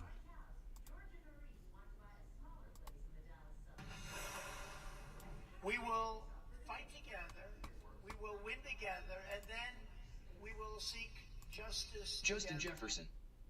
Nick, Donald Trump it's delivering going down, something bro. of an ominous speech on Saturday night, providing a bit of a preview of what a second Trump term might look like with him back in the Oval Office. Trump accused Democrats of allowing an invasion of migrants and trying to restart the COVID hysteria. And then there was this moment where Trump suggested if president, he would bring charges, nonsensical charges, against political opponents. But remember, everybody's going to jail if Trump goes into office. Nobody's ever seen anything like it. That means that if I win and somebody wants to run against me, I call my attorney general. I say, listen, indict him. I'll be right back. Well, he hasn't done anything wrong that we know of. I don't know. Indict him on income tax evasion. You'll figure it out. Scott Jennings and S.E. Cupp join us now. Scott, that moment. He's like a rape victim. He feels like he's been raped, and now he's going to lash out, and be the exact same thing. He's such a hypocrite, man. He was just joking. What do you make of it? He's a big fat baby.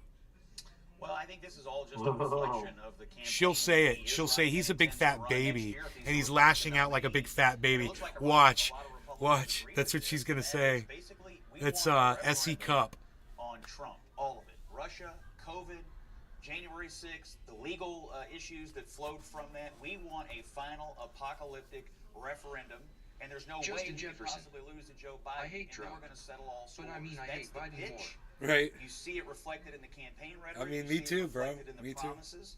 And right now, it looks like about 60% of Republicans say, yeah, why not? Let's just have the final battle here because, hey, we can't possibly lose to Joe Biden. The trouble is Democrats also want a referendum on all this stuff, too. So it's the one unifying thing for both parties in Washington right now. S.E., what was your reaction when you heard this language? He's a big fat baby.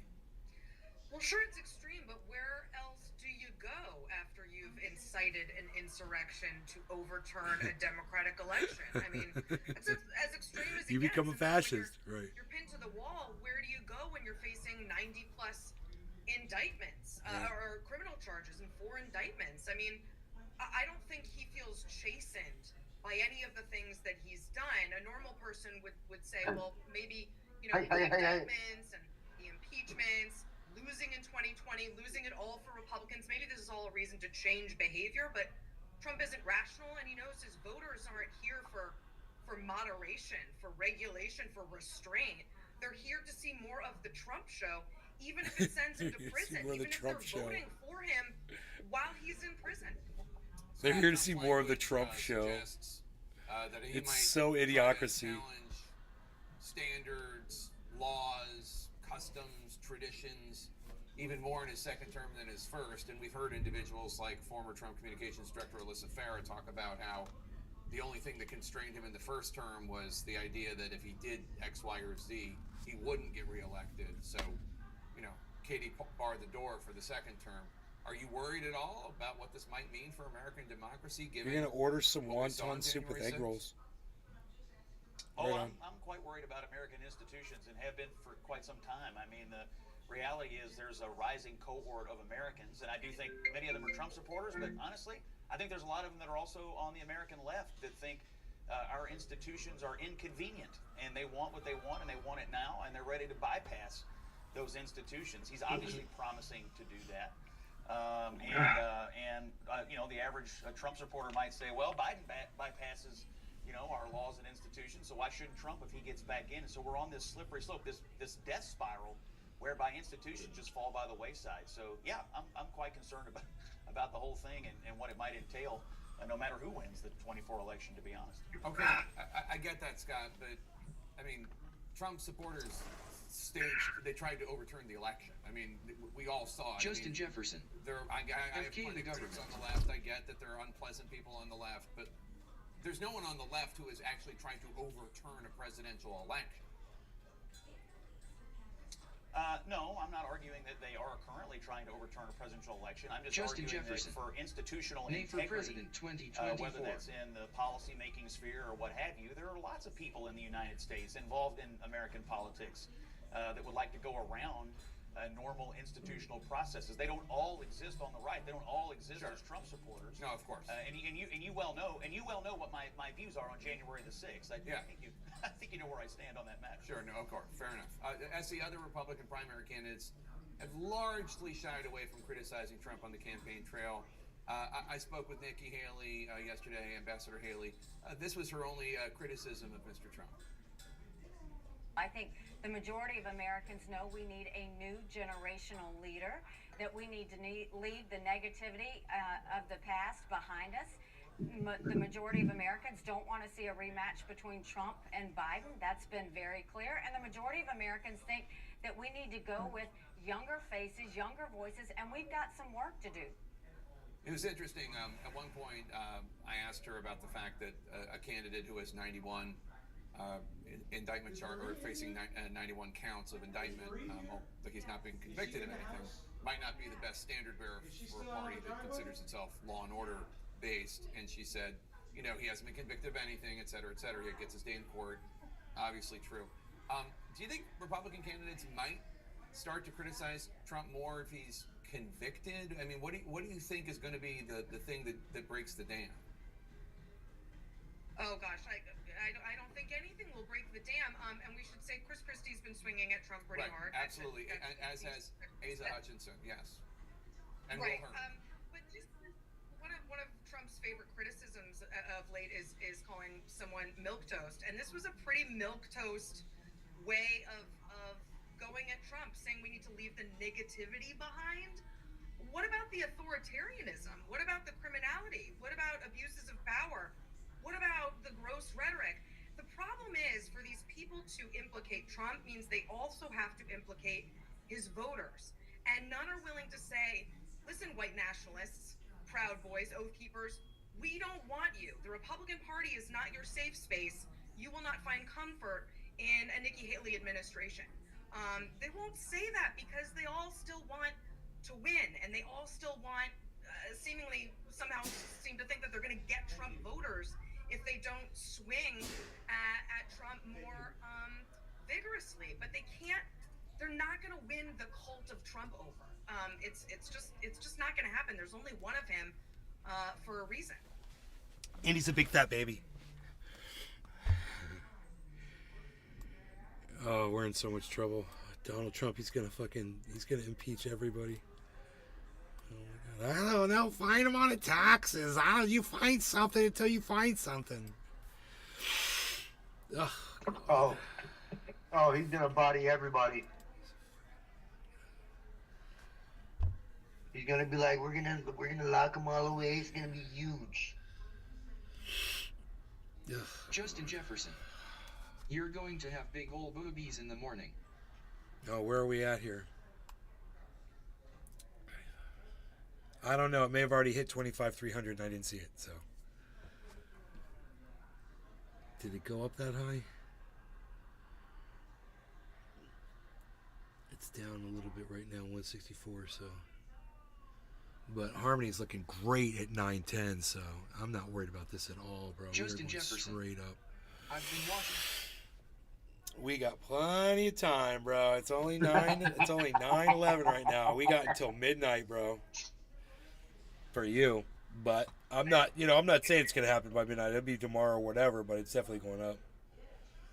You're the one that did this whole midnight thing. The market moves when it wants to move. Even though these Asian markets opening up can help immensely right now, and it looks like we're pumping again right now. Here we go. 169, 174. Let's see what else happens.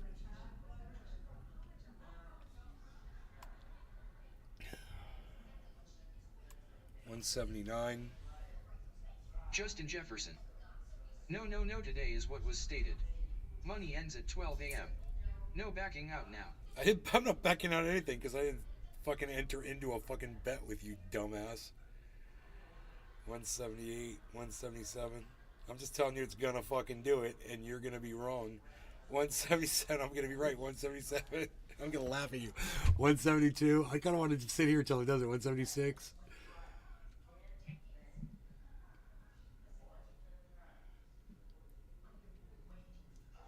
Your -4s are all -2s now, bro. Almost across the board. The whole market's moving upwards. It's like, Bitcoin's like the climate. It warms and it cools and it warms again.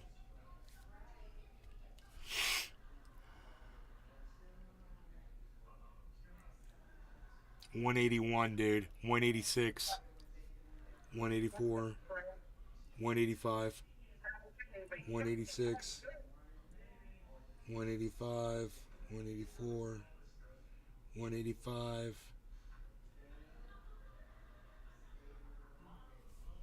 183.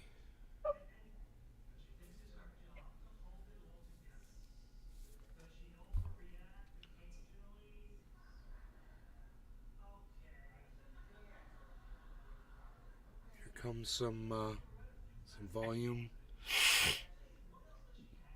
Wait for that volume pump, baby. Wait for that volume pump, baby.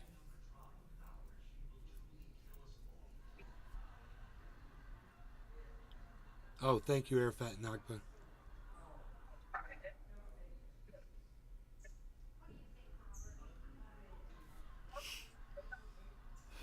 Justin Jefferson. Been waiting. Well, we've got plenty of time, so get comfortable. Kick your feet up. You seem like you're in a hurry, bro.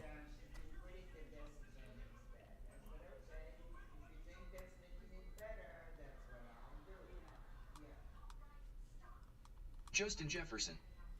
Oh, I'm naked and comfy, Bubba.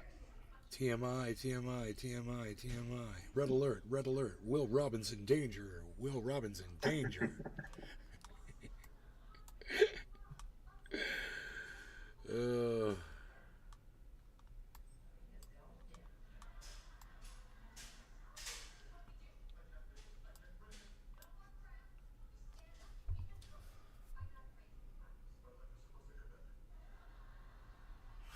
I want you to remember this. The trend is your friend, bro.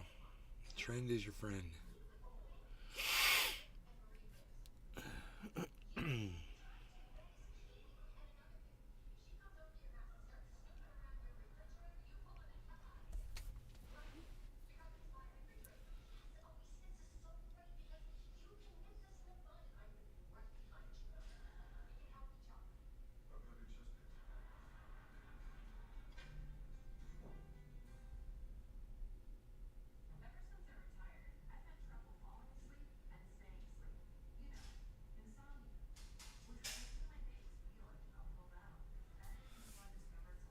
I want to eat my dinner. Maybe we'll turn on a video while this is all going on. Let me see what I got here. It's to Offazia.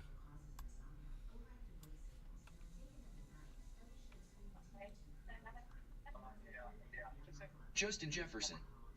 Pinoy. What's your prediction? 60K, baby! There you go. Woo! 60K. Let's go!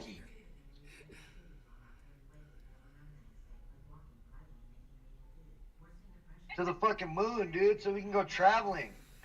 You know what I'm saying? To the moon, bro.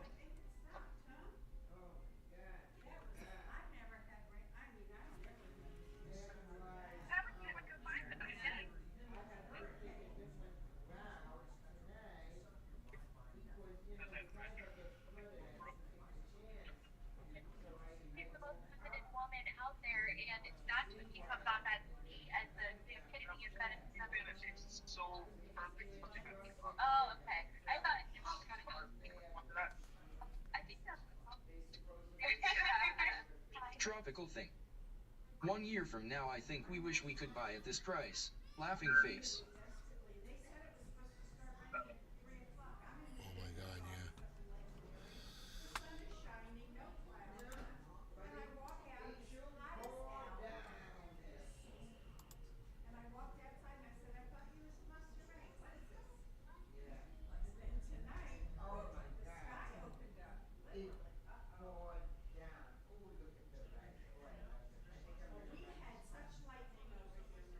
The UFO had bodies inside. Yeah, sure it did. Oh my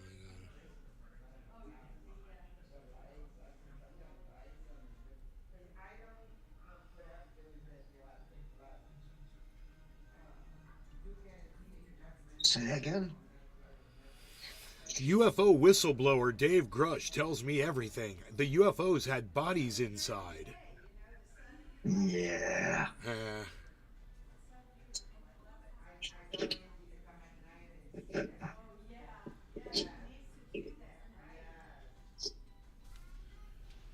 Something's fucking flying around here. Oh, is it a mosquito? It's a little wasp thing. I wonder if I could kill it, dude. It's like a little mosquito wasp. I got a microfiber. I wonder if I got it.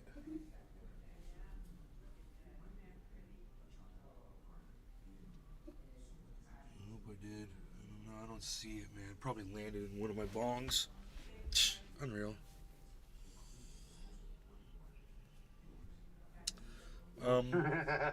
Yeah. Right.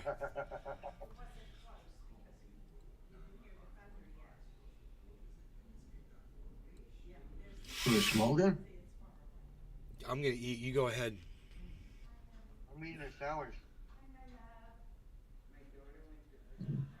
The yield curve has never done this before.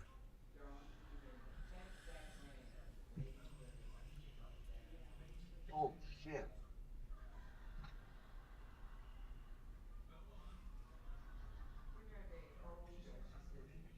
Mandelbrot fractal zoom. Is that what we were watching yesterday? That trippy shit? Well, unpacked.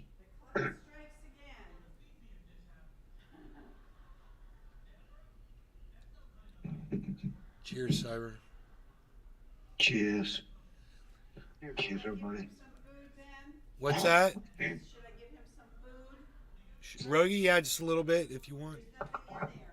Sure, yeah, you give him a little in there.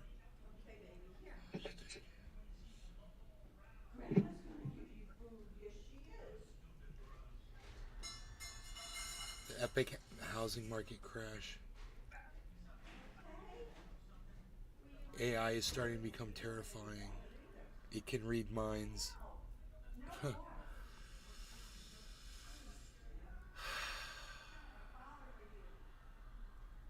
Tula Tetro. Little men's gone rogue.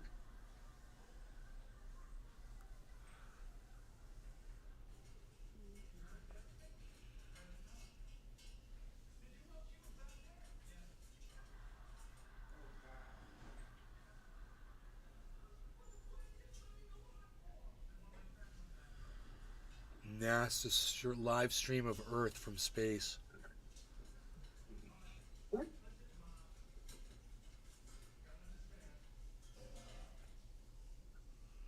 That's badass.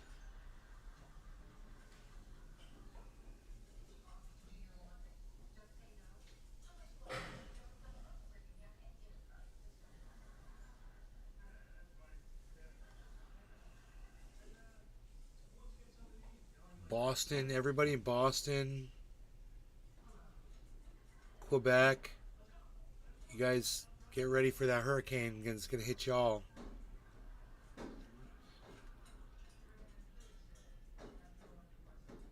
That's just gonna be a fucking ice storm out there.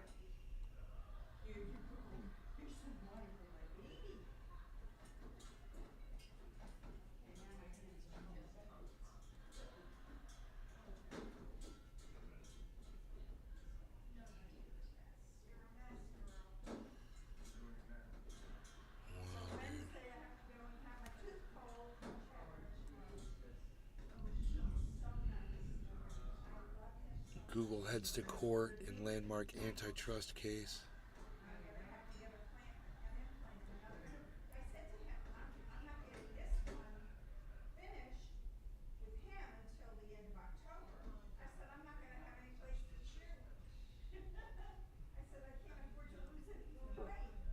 Basically, I'm playing a game where this guy has to guess your character, and I want you to think of a character, and I'll ask you questions, and you'll answer them according to your character.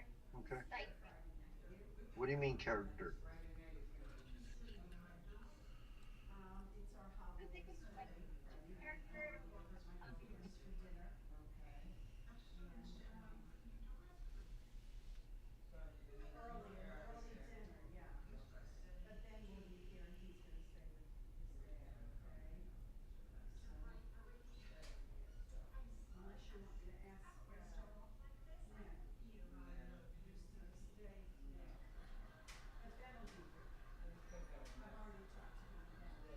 Thermobaric vacuum bomb? What, dude?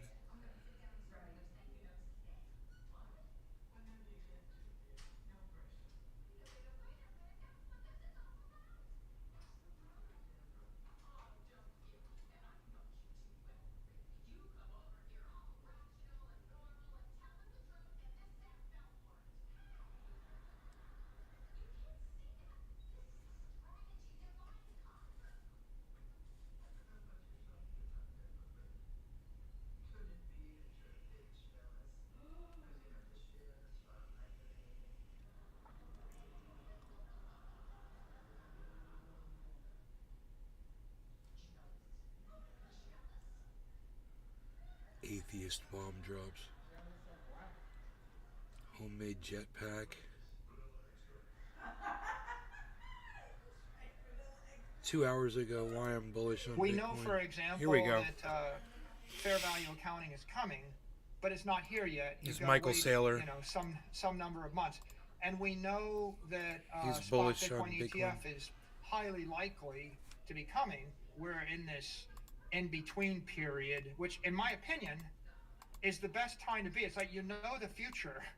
No one else can act on it. If you have a crypto account with a crypto exchange, you're able to buy Bitcoin right now. It seems like it's a no-brainer that this is a point where the risk-reward equation has really shifted. It's the least risk I've seen in 3 years with the highest upside. Michael Saylor is the founder, former chief executive officer, and executive chairman of MicroStrategy, a Virginia-based firm that provides business intelligence, mobile software, and cloud-based services.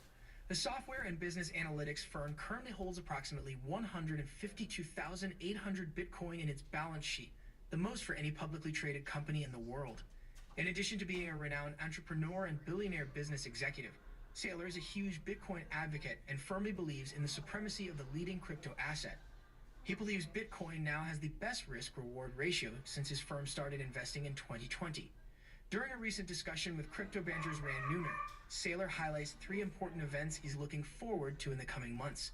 According to the renowned business executive, these events will be the main drivers of the next crypto bull market, during which we can finally see a new all-time high for the leading crypto asset. The events are the approval of a spot Bitcoin ETF by the U.S. Securities and Exchange Commission, SEC, the introduction of fair accounting principles for cryptocurrencies by the U.S. Financial Accounting Standards Board, FASB, and the 2024 halving. Each of these events holds a lot of weight by itself. However, Saylor says the possibilities become endless when they are combined. Last week, the Accounting Standards Board unanimously voted in favor of fair value accounting for crypto assets held on corporate balance sheets. Currently, the board only allows companies to report price gains in the value of their digital assets. When they sell them, the losses are reported at least annually. But with the new rule change, the board will allow companies to show gains and losses. Ooh, B-roll. I love B-roll. I love me some hot B-roll. Who have been pushing for the rule change for years, celebrated the victory with a post on X. The post reads, "Fair value accounting is coming to Bitcoin. This upgrade to FASB accounting rules eliminates a major impediment to corporate adoption of Bitcoin as a treasury asset. Another event that Saylor believes will make Bitcoin more attractive to institutional investors is the approval of the spot Bitcoin ETF applications before the SEC. Saylor says that with Grayscale having the full backing of the judiciary to convert the GBTC trust to a spot ETF, the SEC will be forced to approve the conversion. He adds that there is a very high chance that the regulator will approve other spot Bitcoin ETFs All right, love you. sometime between now and the first quarter of 2024, which will just be in time for the 2024 halving. We will now bring you clips from Saylor's interview as he discusses just how much of a good bargain Bitcoin is at current prices. But before we do, please take a little time to smash the like button, subscribe to the channel, and turn on post notifications for more videos like this. We would also love you to join the conversation by dropping your comments and observations in the comments section below. Everything helps with the YouTube algorithm and contributes to the channel's growth. Thanks and enjoy the video.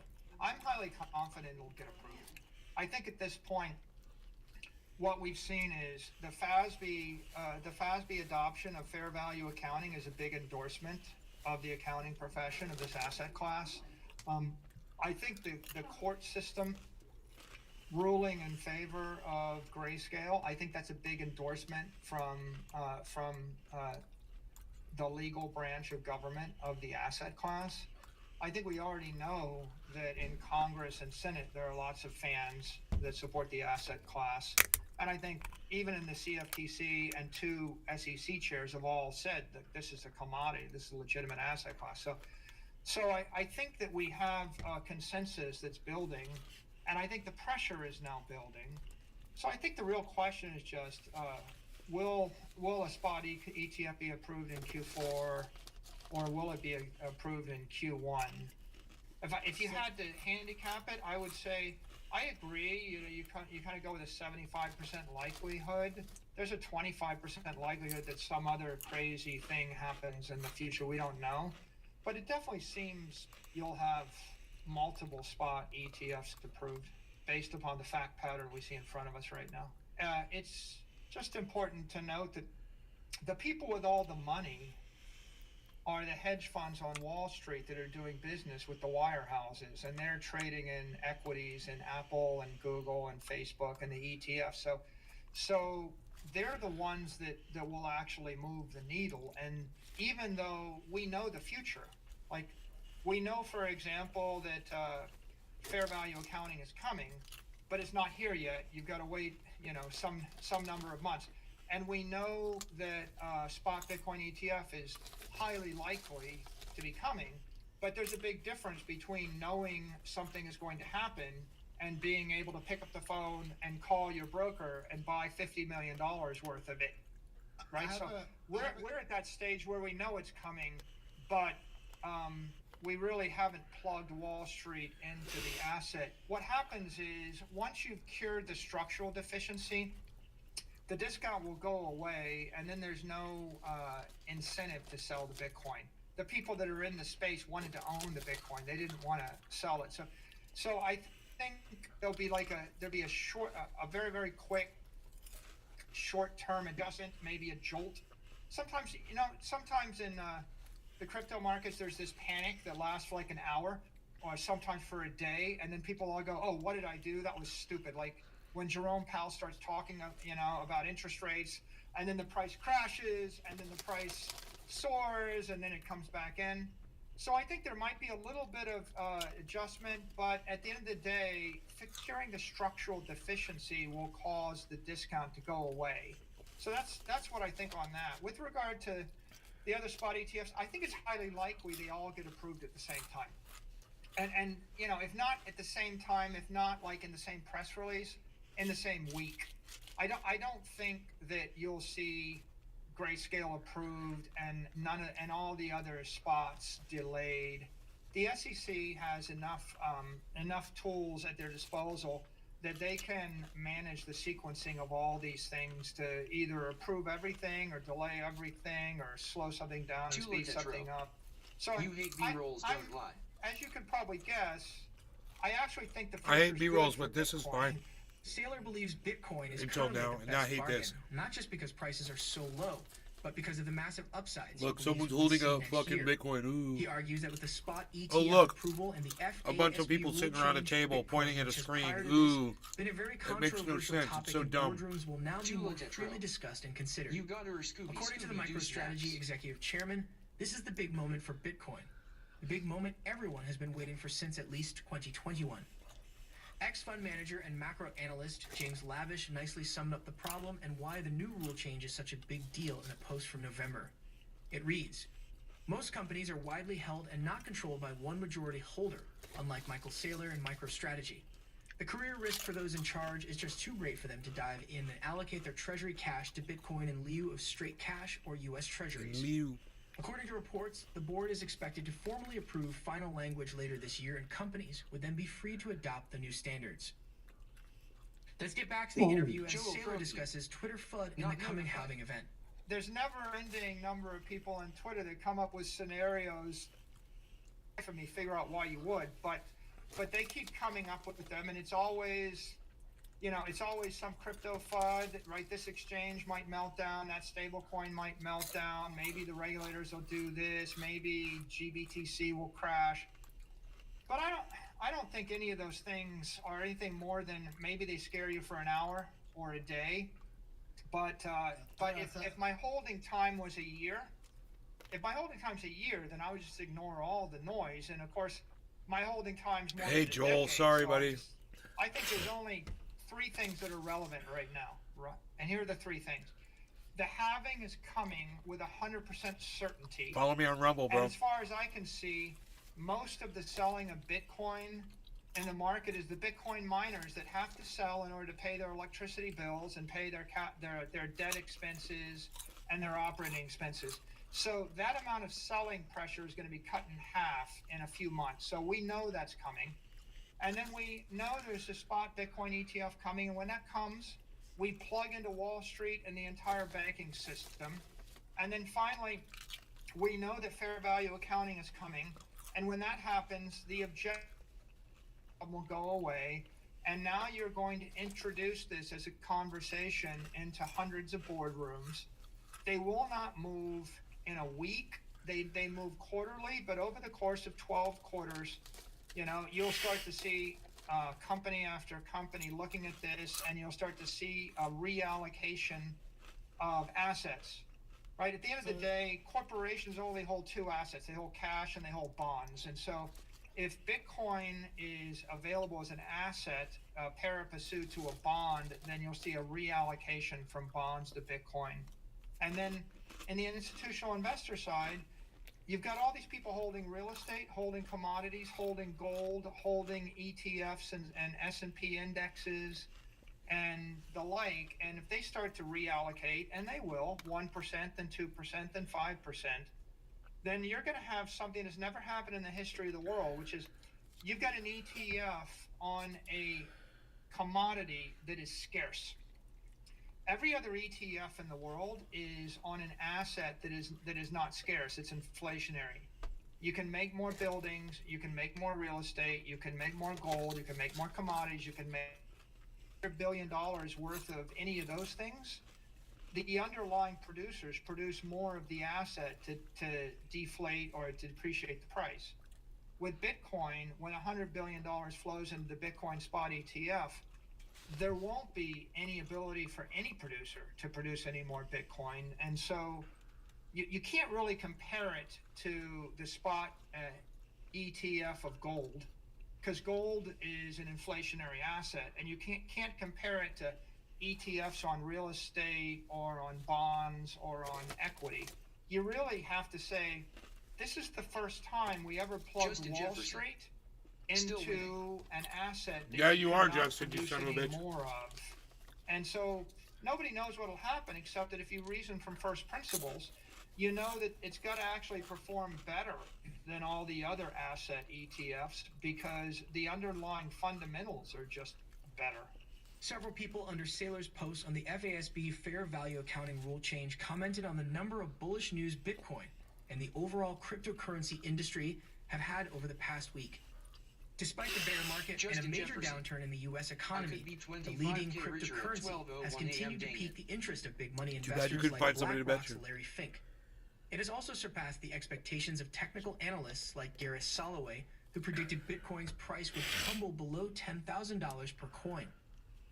Do you agree with Saylor that Bitcoin is currently at a ridiculous discount and everything is going to change rapidly in the coming months? Please drop your comments and observations in the comments section below. Also, ensure you like this video, subscribe to the channel, and turn on post notifications for more videos. Thanks for watching.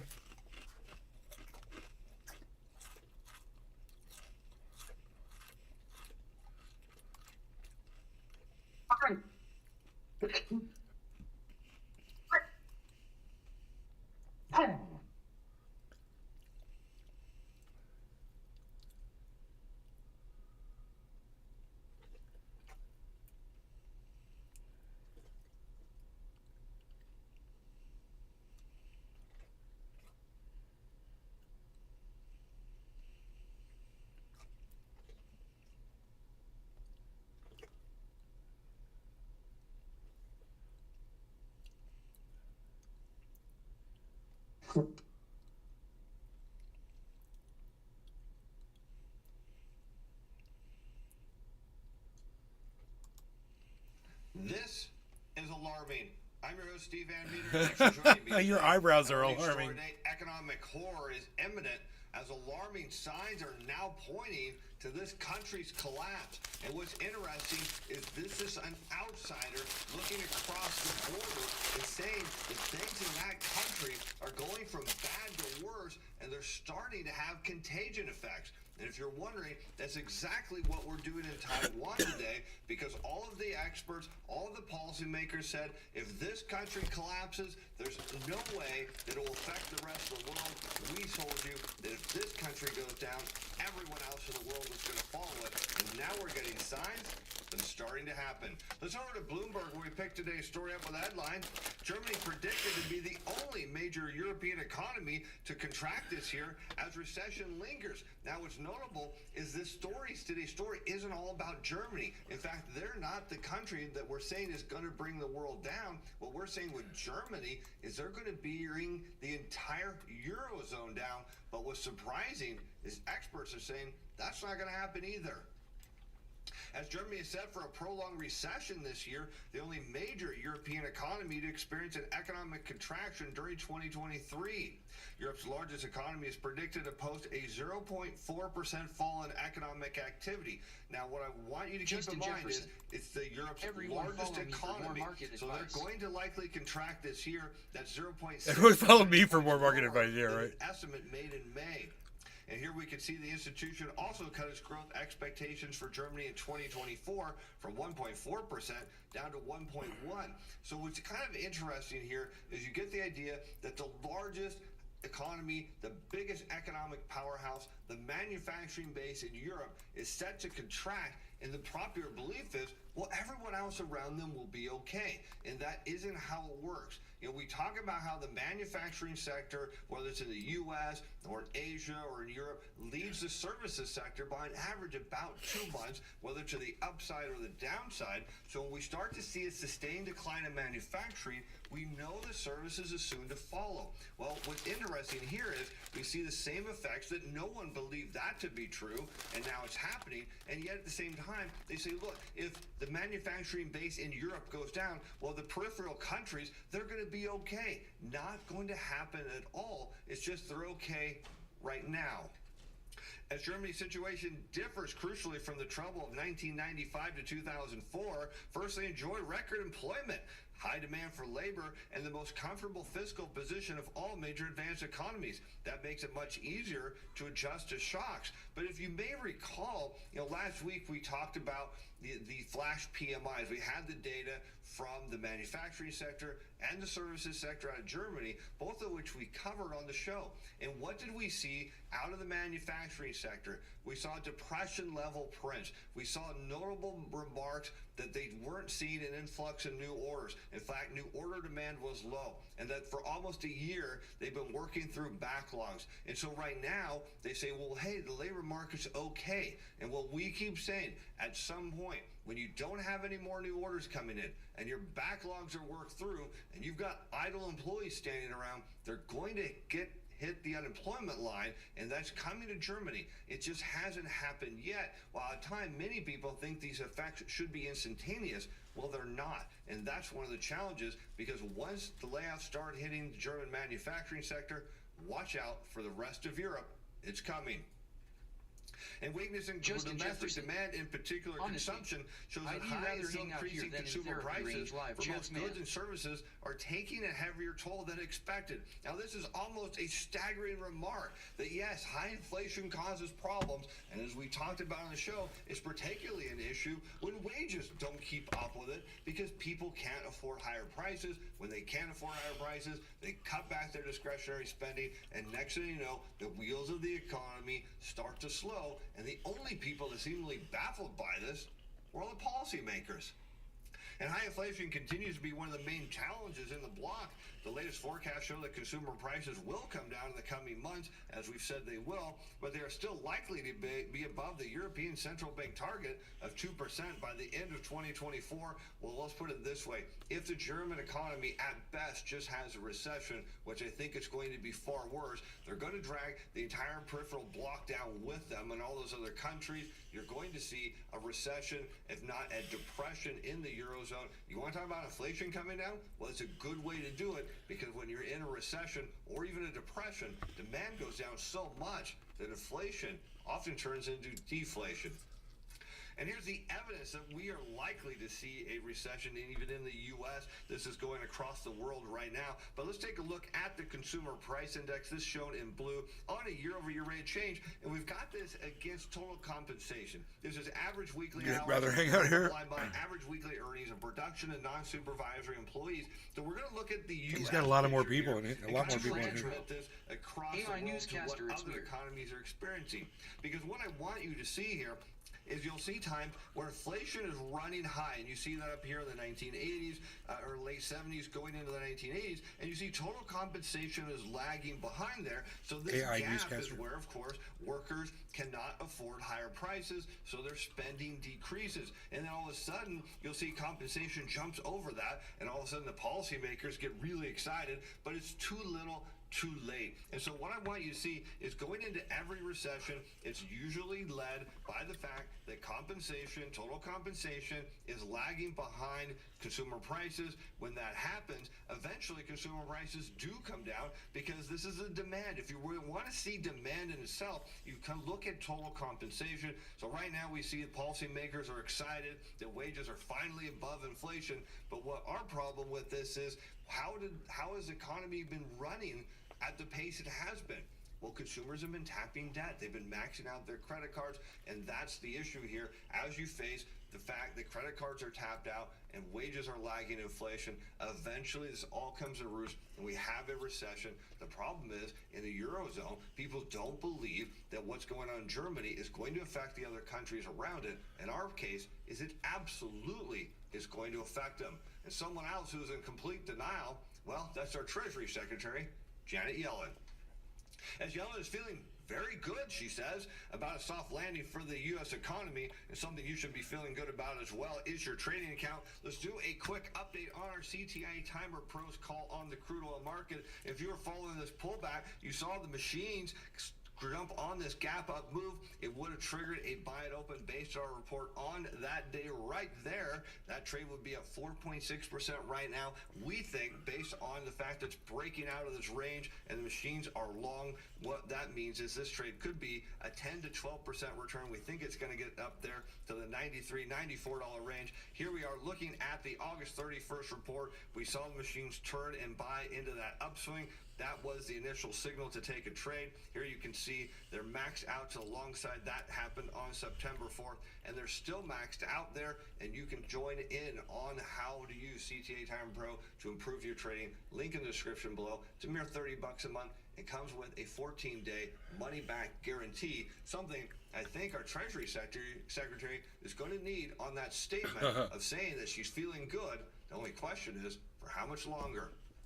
And here you can see the 10-year Treasury constant maturity against the 2-year. This is a yield curve. So we take the 10-year, subtract the 2-year. When this inverts or goes underneath the black line, well, that's when bad things happen. And according to Yellen, she's feeling really good about where monetary policy is at, as we'll get into what she says here in a little bit. But I want you to see that she believes inflation's coming down. Well, it is, because anytime the central bank inverts the yield curve, we set down the motions. No, man. We're going on. I'm telling you, it's going to go. Inflation. You can see it here in the late 80s again. Then, of course, you see an inversion. And yes, inflation did go up, and then it comes crashing down, because the yield curve doesn't tell you with a time that it's going to happen immediately. It just tells you at some point in the future, demand's coming down. And sure enough, we see that, going into the dot-com bubble, into the global financial crisis, heading to the pandemic, which, remember, was a global slowdown, and now we're seeing it again. So we're making the case that her feel good about whether we're going to have a soft landing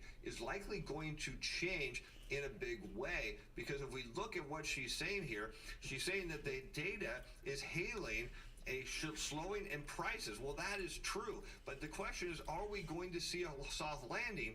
Well, the CPI, when you see these big decelerations, well, you'll notice they happen during recessions, or they lead into recessions. So now let's take a look at this chart here, where we overlay the 4-week moving average of initial claims, because we're going to talk about the labor market as well. When you see these inversions, what normally happens? People start losing their jobs, and you see this repeat. These inversions lead to layoffs, and sometimes they happen right at the same time. And so you see it happen here again in the late 80s into the 90s. You see it happen here in the early 2000s. You see again the yield curve invert going into the global financial crisis. Layoffs happen there. You start to see it right before the pandemic, and you're seeing it now. You see it almost at the time of inversion. We bottom out on the initial claims. They're headed higher. Everybody thinks over time they're headed back down. We're making the case that everything is going the other way. But look at this. She says, every measure of inflation is on the road down. Now, we've made that case that this is true. This is correct. She also highlighted that while the U.S. unemployment rate increased in August after reaching the lowest levels in more than half a century earlier this year, that jump wasn't caused by a large wave of layoffs. And she's right. It wasn't. It was caused by a small amount of them. But what we're making the case is that things are building here, and that we're going to see a material shift in the economy, particularly when all that pandemic money dries out. And then I think at the same time, we're going to have the effect of those student loan repayments resuming, not to mention the effects of higher interest rates on credit card minimum payments, at a time we know that most people are maxed out on their cards. Yellen reiterated the view that China's policymakers will still scope to step up if needed to support the economy. Of course, any former central banker always thinks more support is needed. As Xi Jinping's team has taken a number of measures to loosen restrictions on property market, but stopped short of broad stimulus packages for consumers or sweeping interest rate cuts. And she says, I think they have quite a bit of policy space if they decide it's necessary to use it. They've made what seem to be like relatively small adjustments in monetary policy, suggesting that if they hired Janet Yellen to be their chair of the PBOC, she'd probably be slashing rates and encouraging massive amounts of stimulus, because what she's telling us in this report is, while she doesn't see the U.S. economy heading into a recession, we're making the case we're not going to see a soft landing. We're going to see something far worse. If we're lucky, we'll just get out of this without a financial crisis. But given the health of our banks at this time, it's highly likely that we're going to see tens or dozens of banks fail in the future here, and that's going to be a problem, telling us that we're headed for a recession and a financial crisis at the same time. But as we know from Janet Yellen's past, who could not see the housing market blow up in her own backyard, she's saying, look, over there in China, they need to do something. But in this case, she's absolutely right. But as far as what the Fed's going to do, well, they think they need to tighten some more. As Fed's Williams says, policy in good place. Must be. Dave.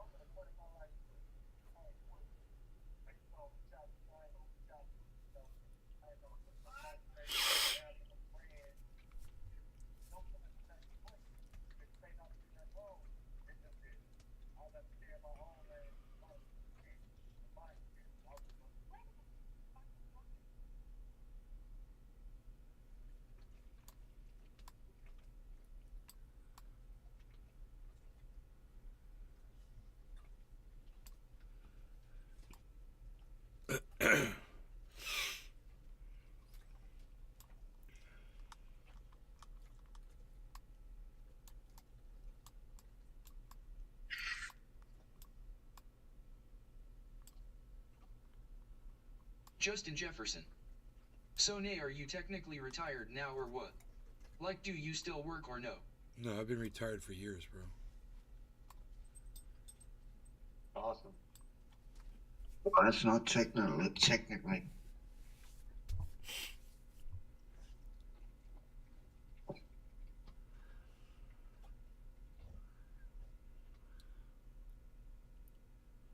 Dude, I'm I've worked so much in my lifetime. Manual labor, all kinds of stuff.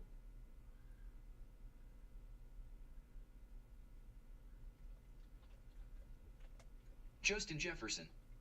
I find this much but didn't want to assume. Yeah.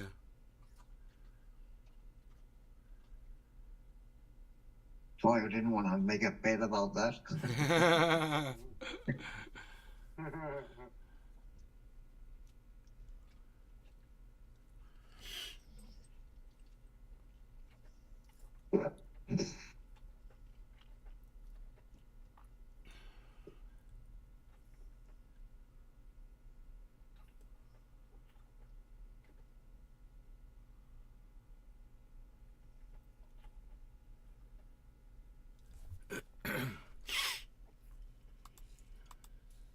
Justin Jefferson. Buddy, you'll bet on anything. I know you will. We see that. It's dangerous. Let's see what fucking Crypto Kid's bottom hey, is. Kids, and welcome back to another video. Today, Bitcoin is seeing a drop towards the downside. Now, we have been talking about this potential drop for the past couple of days, especially on this channel, and I have been warning you guys. Justin and Jefferson. we're finally seeing this drop on Bitcoin. You are winning. And I was able to catch this short earlier on today, just a couple of hours ago, and currently we're at 9% profits on Bitflex, which is not too shabby. This is, of course, the low capital account. I'm waiting for the bull market to, of course, I don't like shorting Bitcoin. Shorting Bitcoin is against, it's against our overall concept and ideology. I'm personally a Bitcoin maxi, so I never enjoy shorting Bitcoin, but of course we got to trade with the markets. So this is pretty cool. 9% gains is pretty cool for the time being with low capital especially. So this was just a 5x leverage trade, and if you guys want to be trading Bitcoin as well, I'm currently trading on Bitflex. I think it's a pretty cool exchange. They had a very cool UI upgrade with X leverage, etc. So if you want to give it a go, you can use the link in the description below. It's also no KYC at the moment, and you'll be able to participate in future giveaways that we hold with Bitflex. And if you want to trade on Bybit, it is a KYC exchange, but it has a larger array of alternatives, and you can watch how to trade on Bybit using the card above over there. And you'll get a very nice deposit bonus if you decide to do so too. So are we gonna have a bounce back towards the upside? What's gonna happen? Why is this happening? We're gonna talk a lot more detail in today's video. For your information, I just put my stop loss to my entry point, so this will be, in the worst case scenario, a break even. I would usually take profits, but it's just an amount that really doesn't matter at all. Of course, 9% is pretty good, and I would at the moment take at least 25% off this trade if I were doing this with larger capital. But for the time being, it's absolutely fine, and I will leave it as worst case scenario, it will break even, and that is fine on my behalf. Now, if we jump onto TradingView, I was discussing this bearish crossover on these two moving averages, and I discussed how important this crossover is, and that historically, whenever we did see this crossover, Bitcoin dumped drastically. The last time that we saw this bearish crossover on the moving averages was back, in the 27th, the 3rd of January, the week of the 3rd of January back in 2022. And of course, until the next bullish crossover, Bitcoin dumped around 60%. Now, I'm not saying we're going to dump 60%, but it's not looking good whatsoever. So this trading system is called Consensio. I discussed this trading system in more detail in these past videos, so do make sure to go back on my videos and watch them if you haven't watched them already. That is very important. But we discussed that Bitcoin on the macro looks start saying bad, important, and that right? it will most likely, according to technical analysis, have a drop towards the downside, which is what we're seeing at the moment. Now, let's put on our SARs. So yeah, weekly doesn't look good at all. If we have a look on the daily time frame, we're kind of seeing a break of this triangle, if you want to call it. Oh, sorry, there we go. It's kind of loaded. So we are seeing a break of this, if you want to call it, descending triangle. We're trying to see the break towards the downside here. We're still in the very early stages, so this may end up being a wick, and take notice that these moving averages are trying to cross bullish again.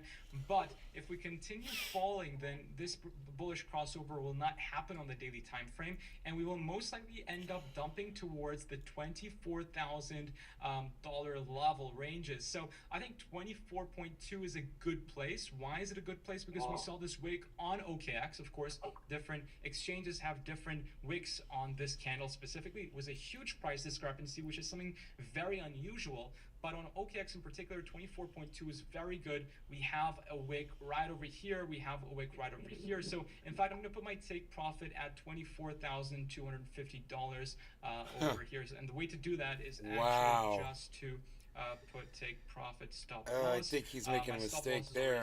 We just want to put take profit at, or is it 24,250 USDT? So that will give us a nice he thinks it's going to drop another $1,000 bucks. 26.94%, which is absolutely fantastic. It went to 24.9, and then it bounced back up. Just to make sure it hits that. So he was wrong. And yeah, so he lost. He got liquidated. So let's press confirm, and that is going to be our take profit and stop loss set over there, which is amazing. So well, in my case, I'm hoping Bitcoin falls further towards. He got liquidated. Amazing. I got liquidated. That we've seen in the past weeks. I mean, it's just been so dull in the markets, and these wicks that you see over here are mostly done by exchanges because in a time like this, right, market makers need to make money. And for market makers to make money, there has to be volatility. So these wicks that you see over here on these candles are mostly orchestrated by market makers so that, simply they can make some money during a rough time like this where volatility is low on the markets. Now, I've been doing some deep dives into market making, how it works, etc. And honestly, it's pretty interesting, and hopefully in the coming weeks, I will share you more detail upon what I found on my research. It's really, really interesting. I mean, I would have never thought, the market worked this way. So I will be sharing some of the stuff very soon with you. I just want to perfect my knowledge and deliver it in the best way possible. So just wait for that and make sure to leave a like and turn on the notification bell, of course. You do not want to miss the content that's going to be coming up very soon, and it's super, super important. Now, before we end off the video, Token 2049 is going to be starting in 2 days, ladies and gentlemen, and I will be there alongside many other cool people in the space. If you are in crypto and you can go to Singapore, I definitely recommend checking this event out. Why, you may ask? Because when I started, right, I built the network I did, met the people I met, and learned a lot of the information that I know now thanks to attending conferences like these, thanks to meeting a lot of cool people like the people I've met. So this is definitely a great opportunity to He go met ahead cool and meet people. some of the coolest people. He met cool in people. He just keeps saying that over and over again, dude. You're an idiot. God, go shave that thing off your face, whatever the fuck that is, and shut up. Fucker. Top of the hour. God damn it. Top of the hour. Damn it. Hold on, let me get back.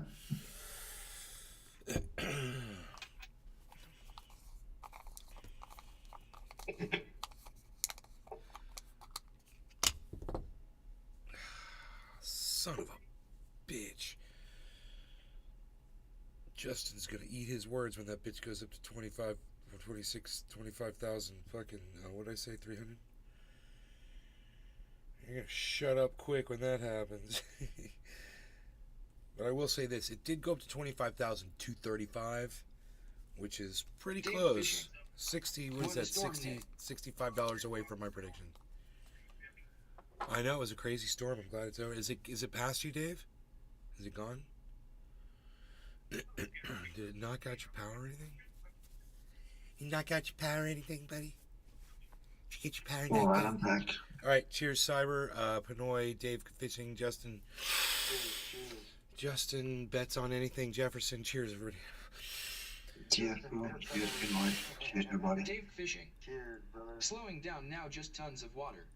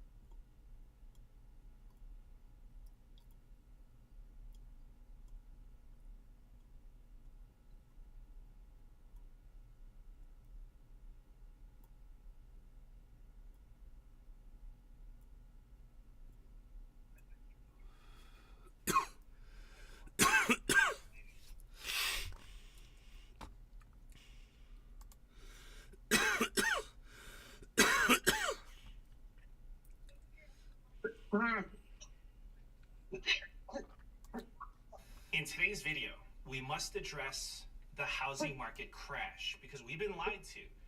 And so many people continue to lie, and I have to put an end to this because it's just spiraling out of control.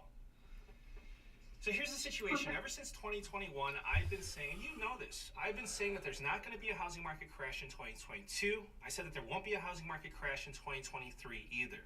So I gave the details. I was very specific about it. I said that the housing market nationally would fall 10 to 15% from its peak. It fell by 11% and then went right back up to record high levels. Damn. Now, I must explain the housing market situation to people that still don't get it. And this includes the fake gurus on YouTube that are clickbaiting people. And I'm going to be as nice and as gentle as possible regarding all of this. So as I said, I predicted the housing market accurately for 2022 and for 2023.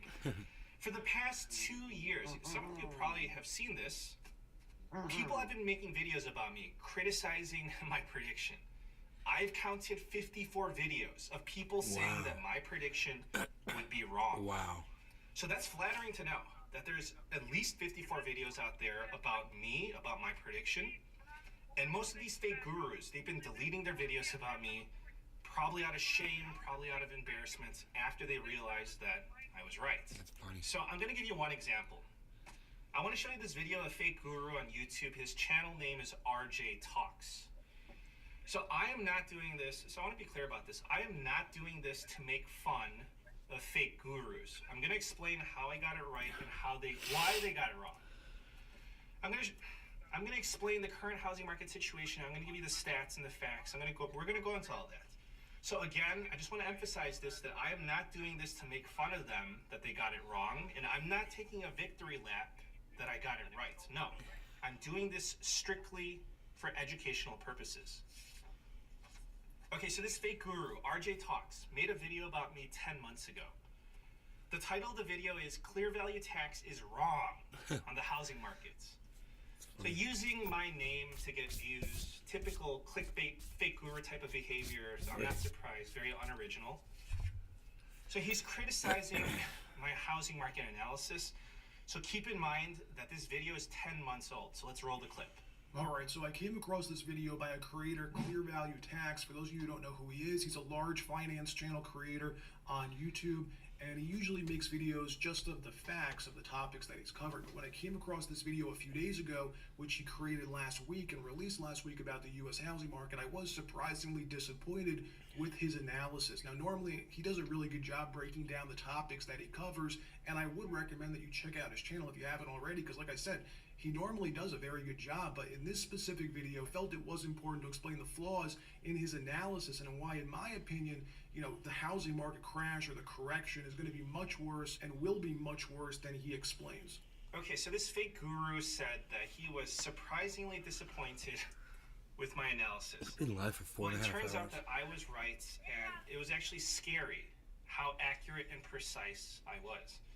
So let's take a look at the headlines in August 2023, so just a few days ago. U.S. housing market recovers, hitting record value.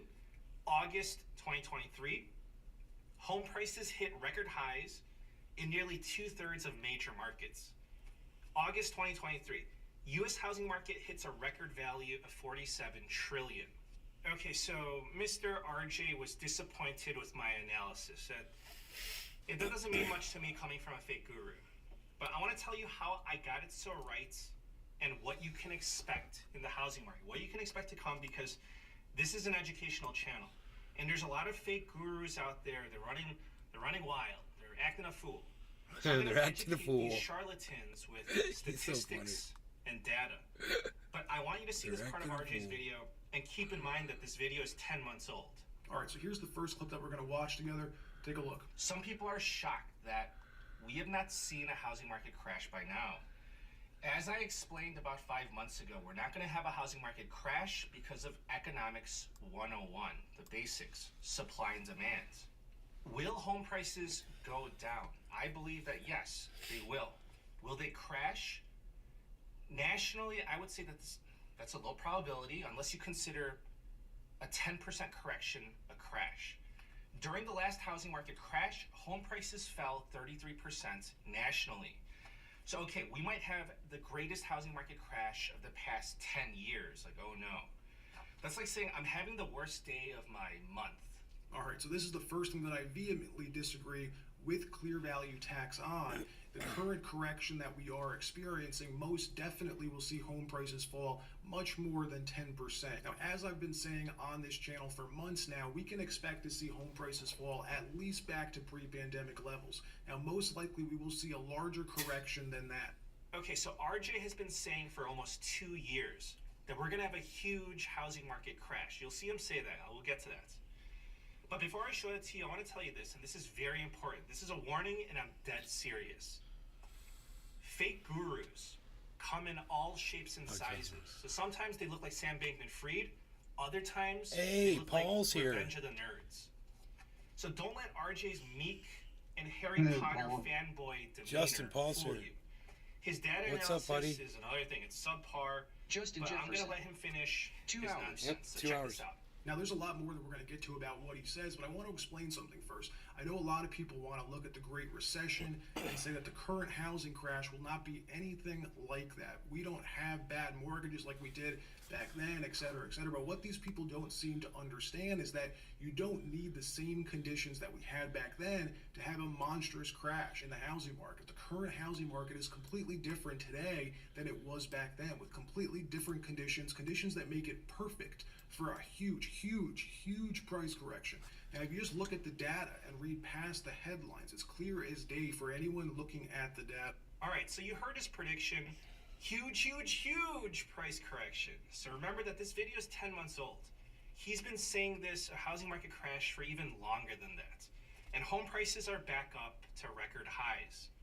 So RJ said that you have to look at the data, it's clear Justin as day. Jefferson. That's exactly what I Paul did. I ain't looked at the allowed data, here. it was clear as This day, is my and I got hangout, it right.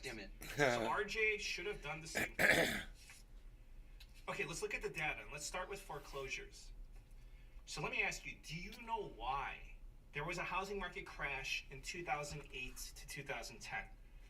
It was because of subprime. However, it all boils down to supply and demand. Economics 101. In 2010, there were 2.9 million foreclosures in that year alone. So I want to put that into perspective for you. In the US, 5 million homes were sold last year. 5 million. So imagine what 2.9 million foreclosures in 1 year will do to supply and demand. If you have 2.9 million foreclosures flooding the market in 1 year, then yeah, you're going to get a housing market crash. So let's see how foreclosures are doing this year in 2023. So we only have the data for the first 6 months of this year. So this chart shows how many foreclosures there were in the first 6 months of each year. This year, 186,000 foreclosures. Compare that to 2010. 186,000 compared to 1.7 million. So the data is clear as day to me. Now, you can make the argument that foreclosures are climbing. Okay, so let's address that. Here's the foreclosure activity leading up to 2010. So the chart goes back to 2005. Right now, we are below the 2005 levels. If we're on a similar trajectory, this housing market crash, it needs more time to build up momentum. Then perhaps prepare yourself for the housing market crash of 2029. So I guess RJ Talks will have housing market crash content for the next 6 years to come. Now, great for him. Okay, so don't forget to set an alarm on your phone or mark it on the calendar. Housing market crash 6 years from now. But I want to explain this to the fake gurus. It's not going to get as bad as 2008, and here's why. So It's foreclosures Josh. are going up right now, Sad right? LOL. They're going up 8% year over year. Wow. But it's even less impressive than you think. Foreclosures have been going up because there's been a backlog of foreclosures. Because if you look at 2020 and 2021, we had the forbearance program. We also had other relief options to prevent foreclosures, and they're working through the backlog. So these people, these fake gurus, probably forgot to account for that in their models. Now let's talk about adjustable rate mortgages. So less people have adjustable rate mortgages. They are a smaller percentage of the loans out there. So this chart depicts adjustable rate mortgages based on loan size. So take a look at the blue line. those are the adjustable rate mortgages for 200K to 400K in value. 54% before the last housing market crash. Right now, it's only at 10%. So take a look at the green line. Adjustable rates on mortgages, $400,000 to $1 million. Before the last housing market crash, 70%. Right now, 17%. Okay, so we covered foreclosures, we covered adjustable rate mortgages. Now let's talk about equity in homes. So currently the average mortgage holder has $200,000 in tappable equity. So essentially more people have equity in their homes. So you can make the argument that it's coming down from its peak. However, it's still above pre-pandemic levels and it's well above pre-crash levels. All right, so what do we know? Foreclosures are near all-time lows. Fewer people have adjustable rate mortgages and people have more equity in their homes. And the lock-in effect. 92% of current mortgage holders have an interest rate below 6%. 5% or less, that's 82% of mortgage holders. 4% or less, 62% of people. 3% or less, 23%. So this is called the lock-in effect, and it affects the supply of homes, and that affects supply and demand. So essentially, people don't want to sell their homes right now. Why would you want to trade your mortgage? If you have a 3% mortgage or a 4% mortgage, why would you want to sell your home and trade for a 7% mortgage? Right now, it's actually 7.5% for the 30-year fixed. And also, in addition to that, why would you want to go for a higher mortgage interest rates and also look for a home when there's limited inventory? That means that there's fewer options out there. So I know that some people here that are watching, you have a mortgage interest rate of 3%, 4%. Some people probably have under 3%. You can ask any of them if they want to trade for a mortgage interest rate of 7%. They would only do it if they really had to. So this is encouraging homeowners to stay put. This means less homes for sale, and this is keeping home prices elevated. So this is because of simple economics, supply and demand. This is something that a fake guru would not understand. However, RJ was right about one thing, that the data is clear. It absolutely is. So initially, I didn't understand why RJ got it so wrong. I was trying to wrap my head around it. But after I saw this part of the video, it's Josh G. This part of his video, Hey, it can all I have made the link sense to this me. video? Sure. So he predicted a huge housing market crash because he was focusing on the charts like a day trader, as if home prices traded around like Dogecoin. It's Josh G. Now, I must show you Thank this you. part of the video. This is where I lost all my respect for RJ. It's cringeworthy, but please watch it for the purpose of financial education. Don't be like RJ. With completely different conditions that make it perfect for a huge price correction. Now, if you just look at the data and read past the headlines, it's clear as day for anyone looking at the data. Home prices ran up so much, so fast during the pandemic, faster than we've seen ever in the U.S. housing market. The overvaluation of homes today in our current market make what happened in 2008 look tiny. For example, the run-up in home prices before the Great Recession, from the end of 2001 to 2007, at the peak before the crash back then, in 5 years, home prices increased 30%. Now, in contrast to that, our current housing market ran up 30% in a little bit more than a year, around 16 months. Between January 2020 and April 2022, 1 year and 4 months, the increase in home prices went up 30% in a little bit more than a year. Now, that's not a normal appreciation in home values. The average home value should increase 3% per year, not 30%. That's the long-running average appreciation for a single-family home nationally in this country. So we 10x that in a little bit more than a year. And it happened due to extraordinary circumstances, not normal home appreciation. Okay, so the problem here is that I realized that RJ is trying to read the charts. He's trying to predict home prices by reading the charts, like a day trader. So that's the problem. And please pay attention, especially if you're a fake guru. I'm sincerely trying to help you. Home prices do not trade up and down like Dogecoin or a meme stock. Home prices are determined by supply and demand. He's saying that home prices shot up 30%. That's too much, so it's got to come down 30%. So you saw it for yourself. That is not data analysis. That is just amateur hour. Okay, so let me break this down for the fake gurus. I'm sincerely trying to up your game. So RJ clearly didn't get the memo that the Federal Reserve printed trillions of dollars and inflated the price of everything. So that's like saying the price of food went up 30% since pre-pandemic. That's too much, and food prices have to crash back down to pre-pandemic levels. No, that's not going to happen. It doesn't work like that. Okay, so 2 years ago and continuously, I accurately predicted the housing market for 2022 and 2023. I'm going to make another prediction for you. RJ will respond to this video by saying that clear value tax is wrong, the housing market crash is coming. So you watch and see. I don't have a crystal ball, but it's just predictable. If you happen to stumble over to RJ's channel for some laughs or comedic value, please send him my regards. Okay, now this is funny. Get ready to laugh. To top it off, from what I've been told, RJ offers a service where he charges money for data analysis on the housing market. Wow. So I guess the sucker is born every day, right? Doesn't even know what he's doing. But who knows? It could just be for entertainment purposes. I didn't read the disclaimers, to be honest. Thank you for all the support. Please subscribe, and I wish you a very nice day. It could just be for entertainment purposes only.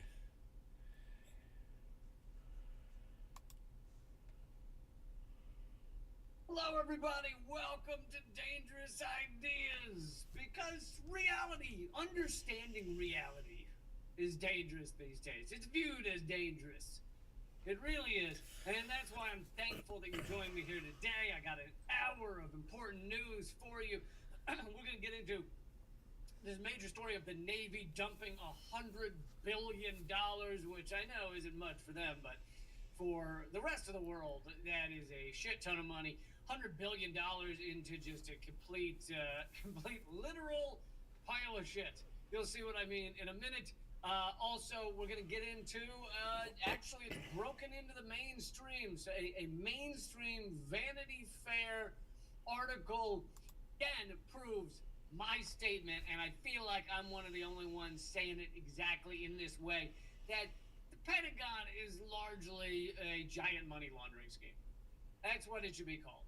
And this is in ProPublica, the inside story of how the Navy spent billions is putting it lightly, $100 billion on a little crappy ship. But this is a literal pile of shit. Why do I keep saying literal pile of shit? Seems like a weird thing to say, right? Well, it's because of a new spelling of literal that I was not familiar with until I started reading this article. This, literally the name of the ship is the Littoral Combat Ship, and it's spelled L-I-T-T-O-R-A-L. Yes, it is spelled different than literal that we normally use to not mean literal, because now when we say, that literally happened, we don't mean literal. We usually mean, it kind of happened, or, you know, dude, you're literally acting like a bear right now. Not literally, dude, he literally shat in my face. I don't mean literally. Then why'd you say literally? Well, it's just a thing we say now.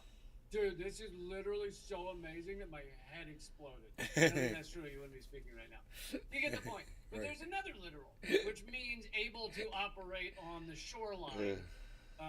So that's what these ships are. They are coastal area, shallower water ships, which is literal. And so the Navy has spent the past 20 years making these literal combat ships, which are literally not combat ships. They are literally piles of garbage for $100 billion. The literal combat ships were supposed to launch the Navy into the future. Instead, they broke down across the globe, and many of their weapons never worked. Now the Navy is getting rid of them. Some of them are less than 5 years old. And like, the Pentagon, which I just said yesterday or whatever, last Friday, that really we should call the Pentagon the largest machine of organized mass human murder. But the Pentagon is a giant money laundering scheme where they take billions upon billions of taxpayer dollars, and I know it's not really taxpayer dollars, they just print all the money they want, but still, of taxpayer dollars, and they just shove it into the pockets of weapons contractors, etc. The richest of the rich get richer, and that's what they do. So when they have something like this, a 20-year effort to make this literal pile of shit boat, the 20-year effort, $100 billion, you may look at it and go, wow, what a failure. And I bet if you saw this on the mainstream media, who knows, maybe CNN actually did a segment on this. Sometimes they do segments on stuff going awry in our Pentagon. It's pretty rare, but sometimes. Well, let's say CNN did do a segment on this. Probably their takeaway would be, this is a waste of money. But the truth is, they're basically getting what they want. Sure, maybe they would prefer to have a very active, wonderful new combat ship for our Navy. But dumping $100 billion into ships that don't even get used, where does that money go? It ends up in the pockets of weapons contractors, the rich, those who are invested in weapons contractors, those who are invested in various contractors connected to our military. That's where that money goes, and they still got it. So when it says, oh, this is a failure of our government, it's a failure of our Pentagon, it's a failure of our military-industrial complex, sure, on one hand, kinda, but for the rich, for the ruling elite, this is still the game. They still won. They still got hundreds of billions of dollars funneled into their pockets. And of course, even this article doesn't say that, but that's why you turn to me. You turn to ProPublica for the nitty-gritty details of an investigation like this, and then you turn to me to go, what the fuck? So, but it is. It's the Pentagon, the military-industrial complex is largely, sure, at times it is the fucking fist of the fascist state around the world of our empire. However, a lot of the times it's just a money laundering scheme. It just takes taxpayer dollars, not really, but you know what I mean, takes taxpayer dollars and says, thank you for those, and now there's 4 rich people over here, and we're going to give it to them. Thank you. You've done your part to protect America. The USS Freedom had its own special place within the Armada. It was one of the new class of vessels known as the Littoral Combat Ships. The U.S. Navy had billed them as technical marvels, small, fast, light, and able to combat enemies at sea, hunt mines, and sink submarines. In reality, the LCS was well on its way to becoming one of the worst boondoggles in the military's long history of boondoggles, of buying overpriced and underperforming weapons systems.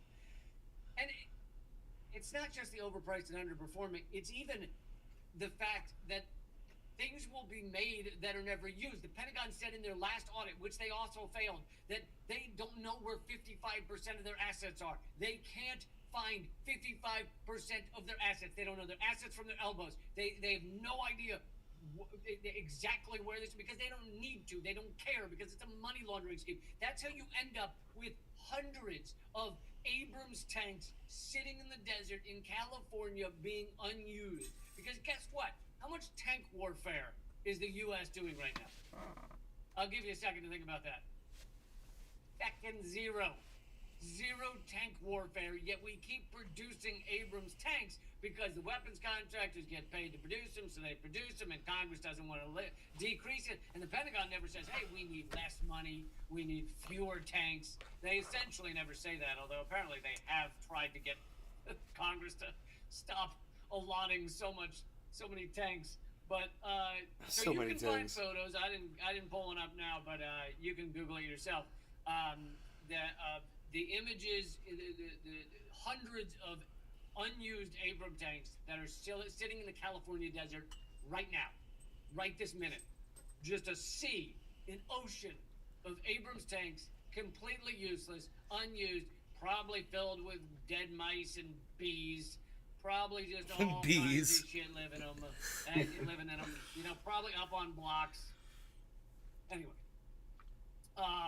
Does sound like a great place to have a theme. Yeah, the reason that Justin Jefferson, desert with you learning anything? Unused Abrams tanks. Yeah, get high out there, and each get your own tank. That sounds like a good idea, right? So then they start to describe one of the ships, the Freedom class ship. A sailor described the engine room as a horror show with rust eating away at the machinery. one of the Navy's newest ships would spend the next 2 years undergoing repairs at a cost of millions. So they get these faulty ships made, finally, after over a decade.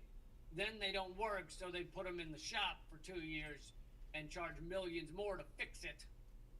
Boy, sounds like a racket, doesn't it? Sounds like someone selling you something that's faulty and then saying, I'll pay, and then saying, pay me to fix it. The Freedom's collapse was another unmistakable sign that the Navy had spent billions of dollars and more than a decade on warships with rampant and crippling flaws. Each ship ultimately cost more than twice the original estimate. Worse, well, and actually, if you take the entire cost of the project, $100 billion, and you divide that by the number of ships, it's actually $3 billion a ship. So even though they now say that each one takes $500 million to make, that may be true. If you actually take the entire cost of the project, the number of ships that have been made with it, it comes out to over $3 billion a ship. Most of them never being used. Not a single one of them has ever seen combat or anything significant. Each ship ultimately, I did that part, top Navy leaders repeatedly dismissed or ignored warnings about the ship's flaws. One Navy secretary and his allies in Congress fought to build more of the ships even as they broke down at sea and their weapon systems failed. Staunch advocates in the Navy circumvented checks meant to ensure that the ships that cost billions can do what they're supposed to do. Contractors who stood to profit spent millions lobbying Congress. Oh, doesn't that sound familiar?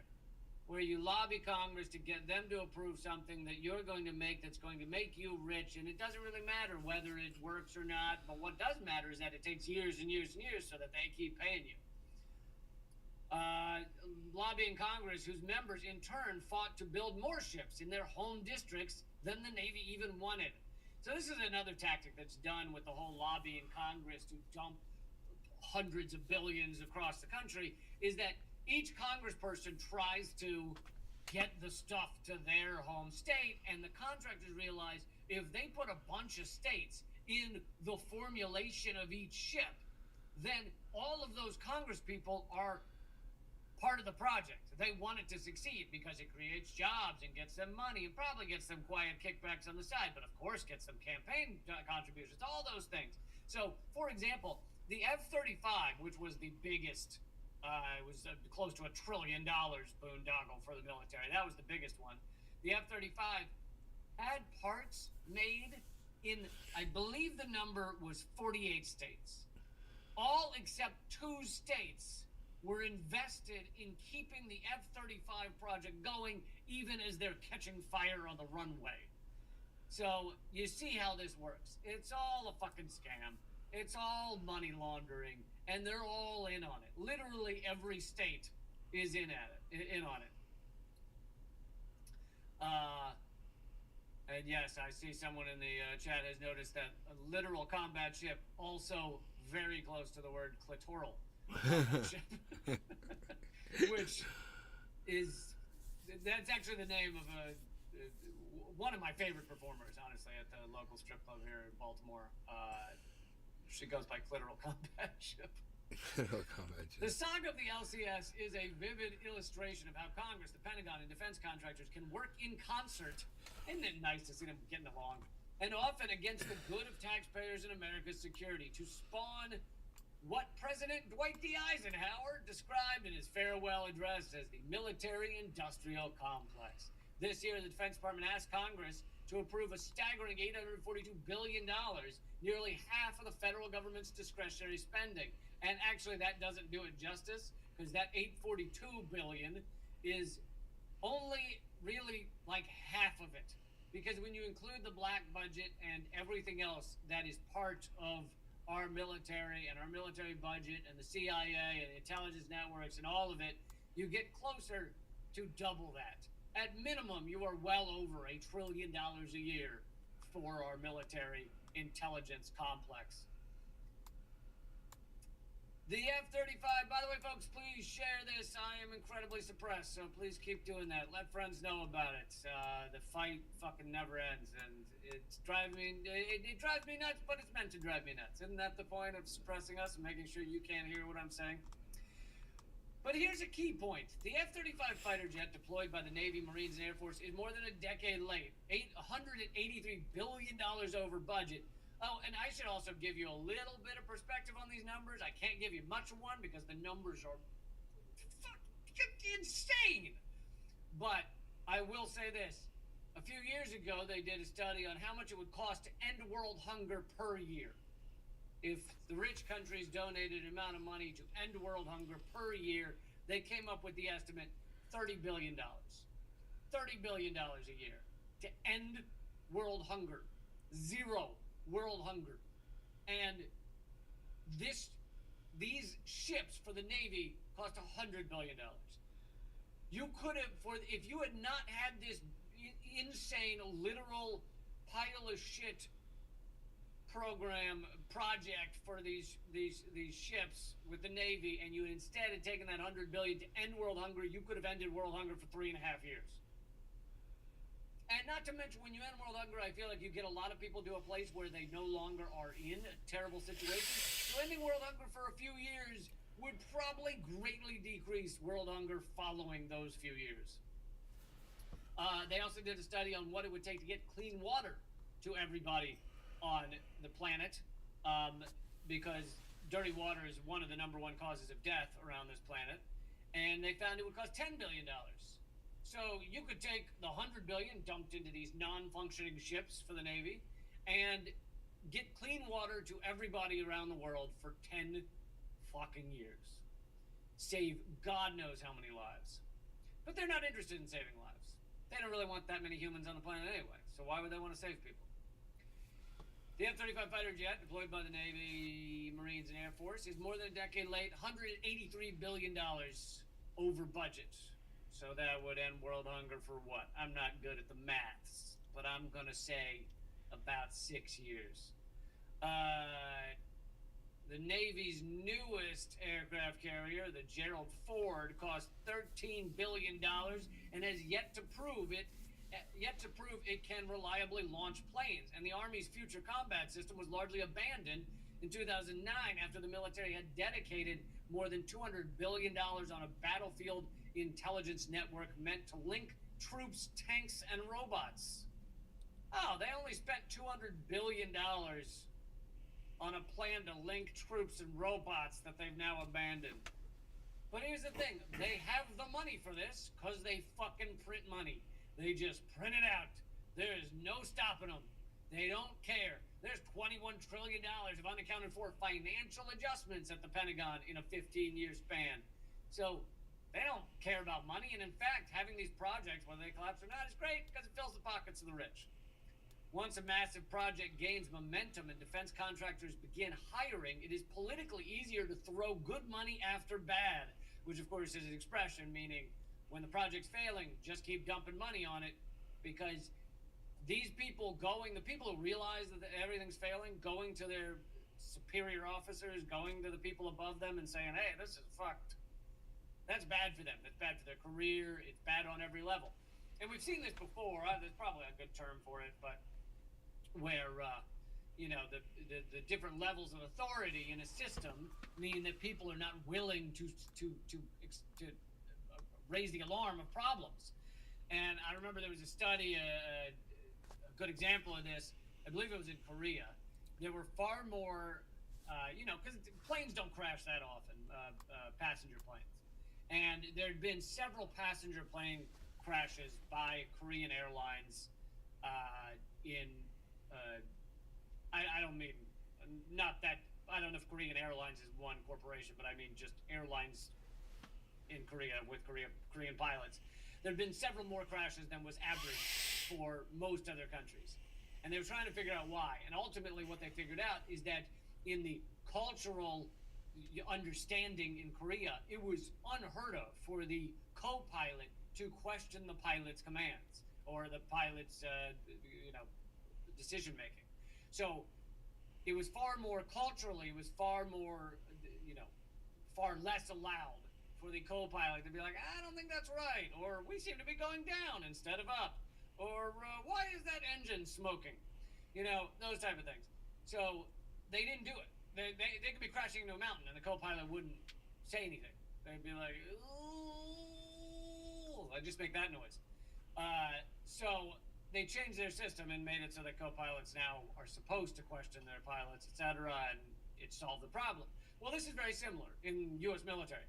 As these systems collapse, as the literal pile of garbage shit, ship, not shit, but yes, as it's not working, as it's failing, as it's collapsing, they don't go to their superior officers and say, hey, we got a real problem here. Instead, they try and make it work. They try and make the superior officer look good. They try and make the new literal ship do well, etc. The article continues, stopping a weapons program in its tracks means people losing work and admitting publicly that enormous sums of taxpayer money have been wasted. Tropical thing. Yeah, why we don't want to BTC admit it breakout. publicly. I mean, it's interesting that now that we have this full accounting from ProPublica, will you see it admitted publicly? Will the mainstream media be doing a lot of segments on this? I feel like it's the type of thing where NBC News, like nightly news, would do like 1 3-minute segment on this, and that'd be the end of it. The Navy has tried to retire many of the literal combat ships, and I'm sorry, I know I've already made the joke several times. I cannot get over the humor of something called a literal combat ship. That doesn't a combat ship, right? That is funny. Like, they don't work. They can't. They're not combat ships. It's they're so not even barely humorous. ships. That in itself is so funny. Like, its name is the literal combat ship, and literally not. You should put literally not a combat ship on the ship. It does give credence to the idea that we live in a simulation. It's too funny. This reality is too funny. Right. All right. I mean, the number one community commons online has been renamed a porn name. Like, people think it's a porn site now. How funny is that? Elon Musk, the Swedish word for worm is Musk. I mean, Elon Worm.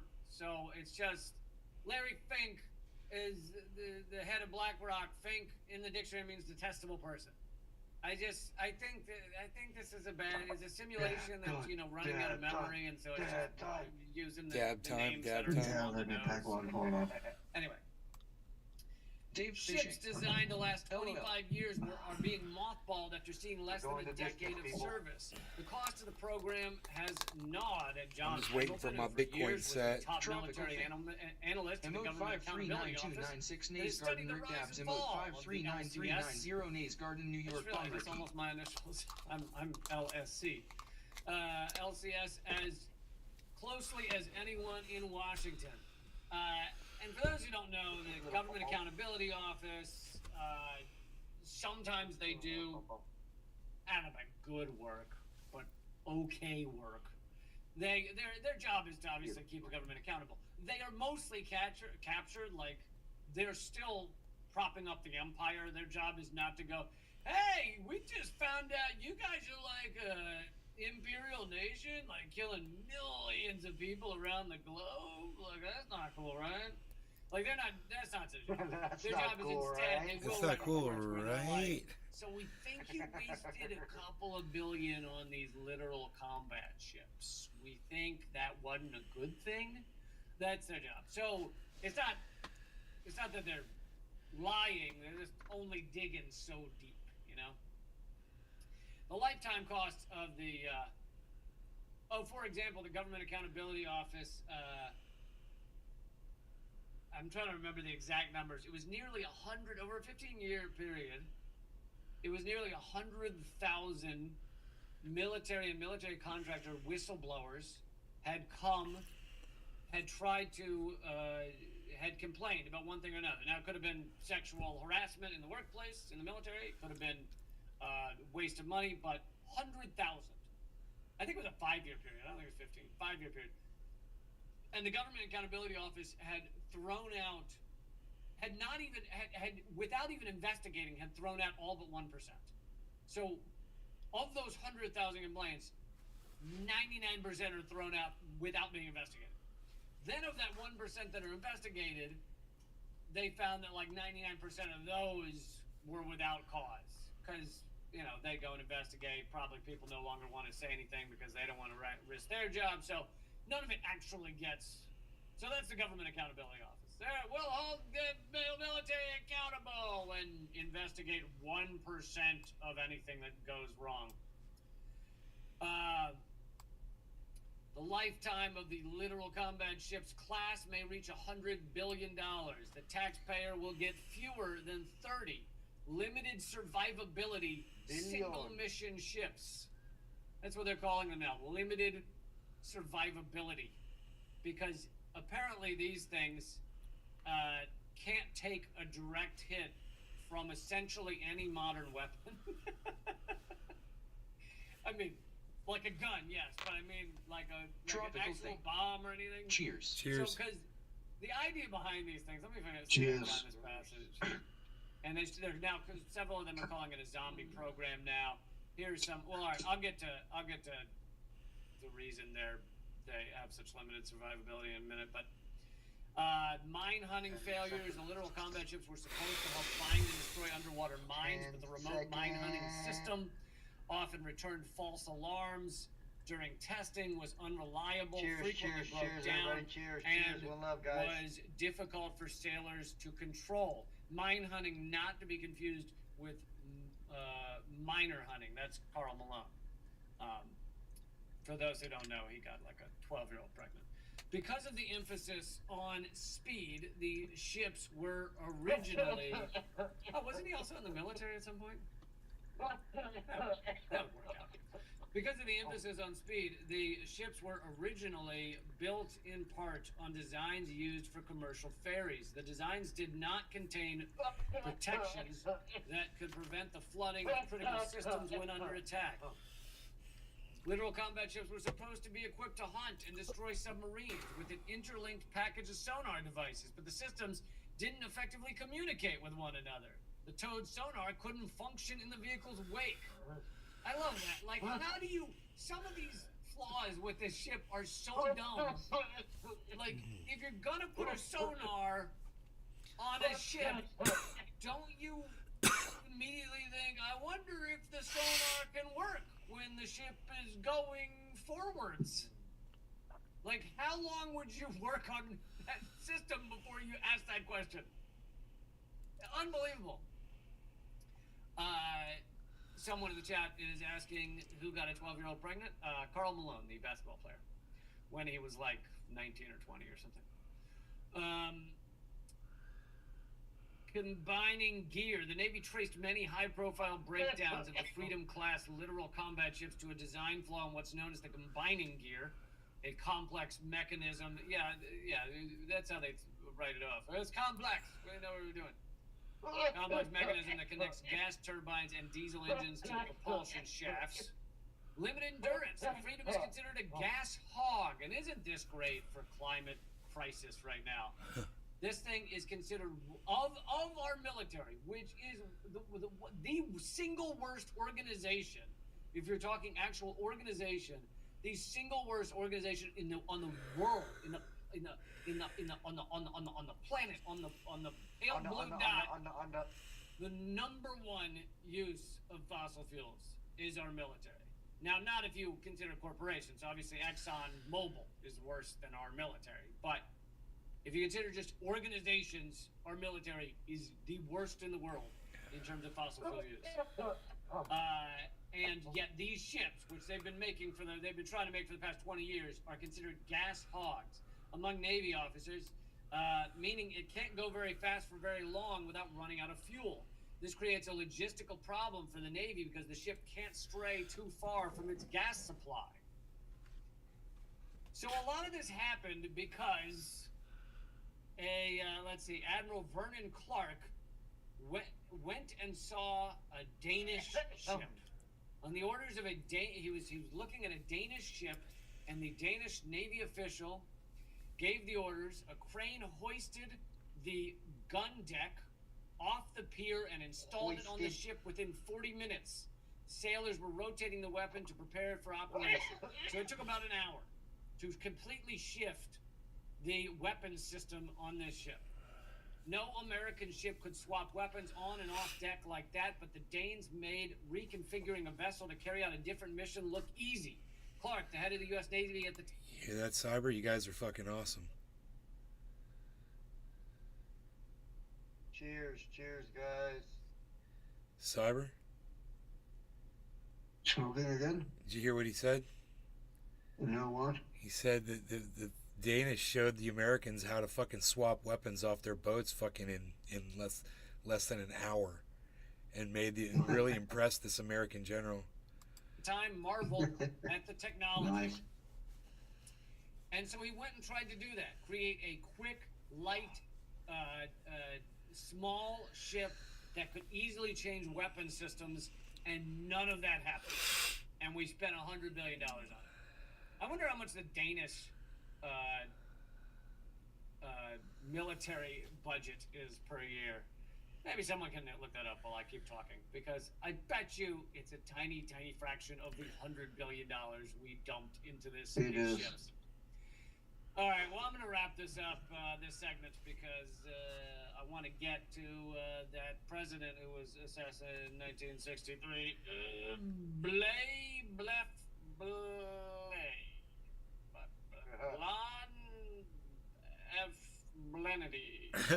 Blef Bleneby. Can't say his name. The algorithm will immediately. Blonde Blef Bleneby. That's funny. But the Bleffany of Southflation. Kind of on his assassination. So going forward, I'm going to refer to him as Macho Man Randy Savage. Macho Man Randy Savage. This is yet again proof of what I've said over and over. The Macho Man Randy Savage assassination. Our military is, yes, it obviously has its huge. Dude, that's so fucking funny. Macho Man Randy Savage. Around the world, designed to it's like, really could you find a fucking name that's any shorter than that, Lee? It's got to be Macho Man Randy Savage every time you talk about the president. Money laundering scheme to dump money into the pockets of the richest of the rich, while people go hungry in our country right now, while our infrastructure is collapsing. Over 50,000 structurally deficient bridges across the United States, water tainted in so many cities, so much housing problems where, yes, you could spend this money to build housing for everyone. Of course, you don't need to do that because there's 17 million empty living spaces. Actually, it's empty houses. Across our landscape, across America. No, I said where is Nick Brown at? Oh, like, okay. You know, a million or a couple of million homeless. So you could give all of them 17 homes. They could each have 17 homes. And then if you count living spaces, well, it gets even higher. But all this struggling, all this harm, all this fucking destitution, and we're dumping $100 million into boats that don't even work because it's a money laundering scheme. All right, maybe I've made that point too many times.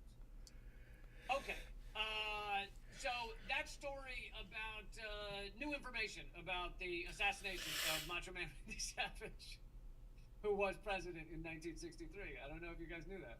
I'm going to cover that at rumble.com/Lee Camp and my locals page. Those are the two streams that are going to continue. I'm also going to link you the latest presidential candidate. Yeah, because he's using that as a code word instead of saying John F. Kennedy. He's using Macho Man Randy Savage to say his name instead. It's his code. Yeah, it's hilarious. I'm gonna go back and hear that again.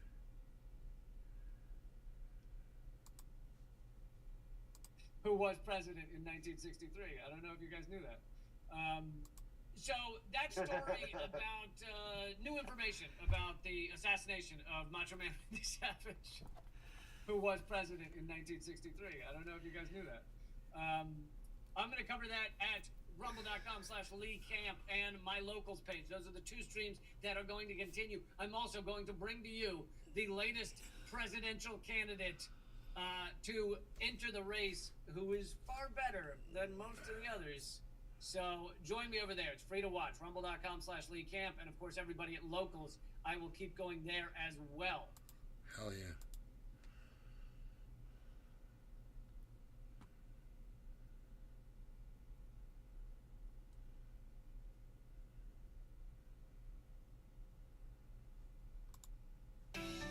wants to make Taiwan part of the mainland, but would prefer not to have to go to war. So instead, China's trying to invade Taiwan's economy. Just when you think the CCP couldn't get any creepier, they're trying to be the world's evilest sugar daddy. Welcome to China Uncensored, I'm Chris Chappell. Taiwan has developed a bad case of Stockholm Syndrome. China's made it abundantly clear that it plans to take over Taiwan. That's practically their catchphrase at this point. What are we going to do tomorrow, Xi? The same thing we do every day, try to take over Taiwan. I'm really not digging this remake of Pinko, Kami, and the Brain. China hasn't ruled out using force either. In fact, it constantly is putting out propaganda showing how the attack would look. Taiwan is already being attacked by 5 million cyber attacks a day, and Chinese warplanes keep intruding on Taiwan's air defense identification zone. The message China is trying to send is that resistance is futile and that Taiwan should just submit. Now, the message they're actually sending is the same as a short guy who buys a fancy car. It's super obvious you're compensating for something. And despite all that, Taiwan has been running directly into China's arms. No, not those arms, thankfully. You see, Taiwan has let itself become completely economically dependent on China. Not only is China Taiwan's biggest export market, but it imports almost as much from China as the next 2 countries combined. That means China is Taiwan's biggest trading partner. This would be like if you made your lunch money by selling items to your bully, only for them to then threaten to steal it back. It's fucking funny analogy. He is funny, man. Some Machiavellian plan on China's part. As you probably guess, it's the second one. When the China-friendly Kuomintang Party was in power in 2010, China got Taiwan to sign a free trade agreement with it. It's called the Economic Cooperation Framework Agreement, ECFA, and it gives Taiwan very, very favorable treatment. The initial agreement cut tariffs on 539 Taiwanese exports to China and only cut tariffs on 267 Chinese products entering Taiwan. To put that in dollars and cents, tariffs were cut on almost $14 billion worth of Taiwanese goods and less than $3 billion of Chinese goods. Because China's so giving and altruistic, you see. Here's an actual picture of them offering the deal to Taiwan. In fact, the deal was so favorable, it's been compared to the way China treats Hong Kong and Macau. And if you know your geography, you'll know those are both part of China.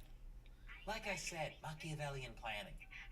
When Taiwan and China were negotiating the deal, it was initially called the Comprehensive Economic Cooperation Agreement, or CECA.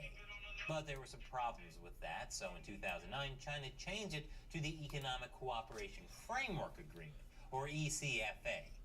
As you can guess by the name change, this was a very controversial deal, and not just because they should have changed it to the superior acronym FACE. Taiwan's Democratic Progressive Party, or DPP, which is currently in power, rallied against the trade agreement.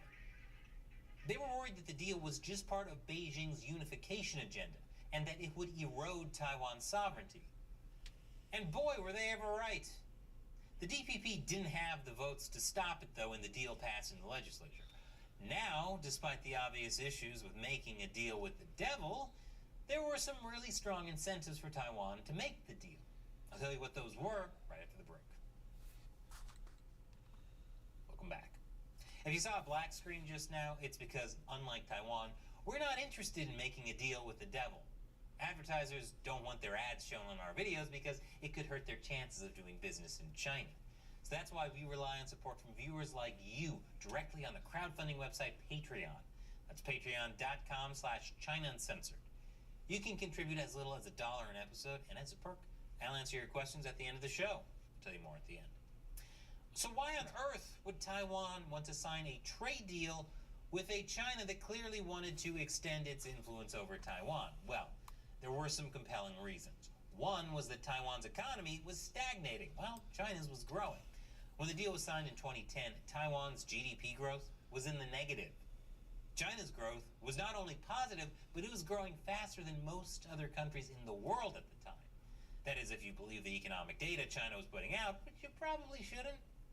China has been known to, shall we say, embellish its GDP data, which should have been a pretty big red flag for Taiwan. that, in addition to this big red flag. Man, why do so many people have trouble seeing this? The other reason Taiwan wanted the deal was because China was shutting it out of other free trade agreements with other countries. If Taiwan had its own free trade agreements, people might start to think Taiwan was an independent country. You see. Taiwan went into the deal hoping to negotiate a spot at the table for free trade agreements, but China wouldn't have it. When asked about free trade agreements for Taiwan after the deal was signed, a Chinese official told reporters, "We'll have to properly handle this issue, and that Taiwan shouldn't worry because the two sides of the Taiwan Strait are family." If you're not versed in CCP speak, allow me to translate. That means no, never, and Taiwan should definitely worry because there's a reason we didn't put that in black and white. Such a beautiful language. Fast forward to now, and things are pretty much as Taiwan's DPP feared. Taiwan's trade with China has increased dramatically, and China is still blocking Taiwan from making free trade agreements. Also, Taiwan's economic dependence on it gives China a huge political and military advantage. For example, after U.S. House Speaker Nancy Pelosi traveled to Taiwan last August, China banned a number of Taiwanese agricultural goods. This was supposedly because they had pests and excessive chemicals, but as my favorite state-run media, the Global Times, admitted, it was really a punishment and a warning to the secessionists in Taiwan. Secessionists? How can you secede from something that you're obviously not a part of? That'd be like Jesse Smollett announcing he was leaving Mensa. Taiwanese citizens who are worried about China's influence over Taiwan would like to see the ECFA abolished.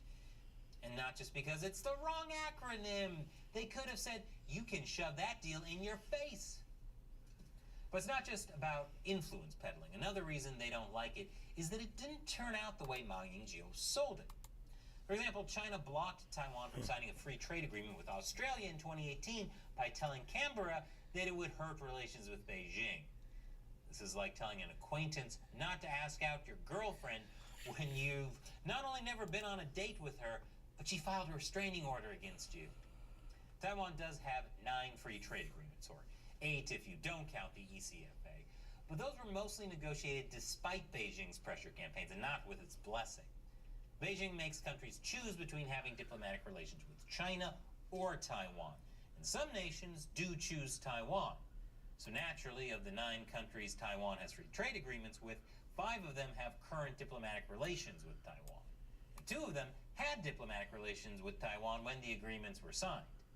The last 2, New Zealand and Singapore, were both signed during a honeymoon period in China-Taiwan relations. Oh, Taiwan, I love you so much right now that I might just let you sign some free trade agreements. According to David Brown, an adjunct professor at Johns Hopkins School of Advanced International Studies, Beijing likely allowed those 2 agreements to happen as a favor to the China-friendly Ma Ying-jeou government, but Taiwan still had to tread carefully. When Taiwan signed its free trade deal with Singapore in 2013, it tiptoed around Beijing by calling itself a separate customs territory of Taiwan, Penghu, Jinmen, and Matsu. Buckfied, what's up, brother? Nation. It was also careful not to call the deal a free trade agreement either. Instead, it called it an economic partnership. Taiwan negotiated a free trade agreement with New Zealand the same year, and just like with Singapore, it worked hard to avoid the perception that this was an agreement between 2 countries. Ma Ying-jeou hoped that signing these 2 trade agreements would pave the way for Taiwan to join blocs like the Trans-Pacific Partnership and make a deal with the Association of Southeast Asian Nations. Spoiler alert, that didn't happen.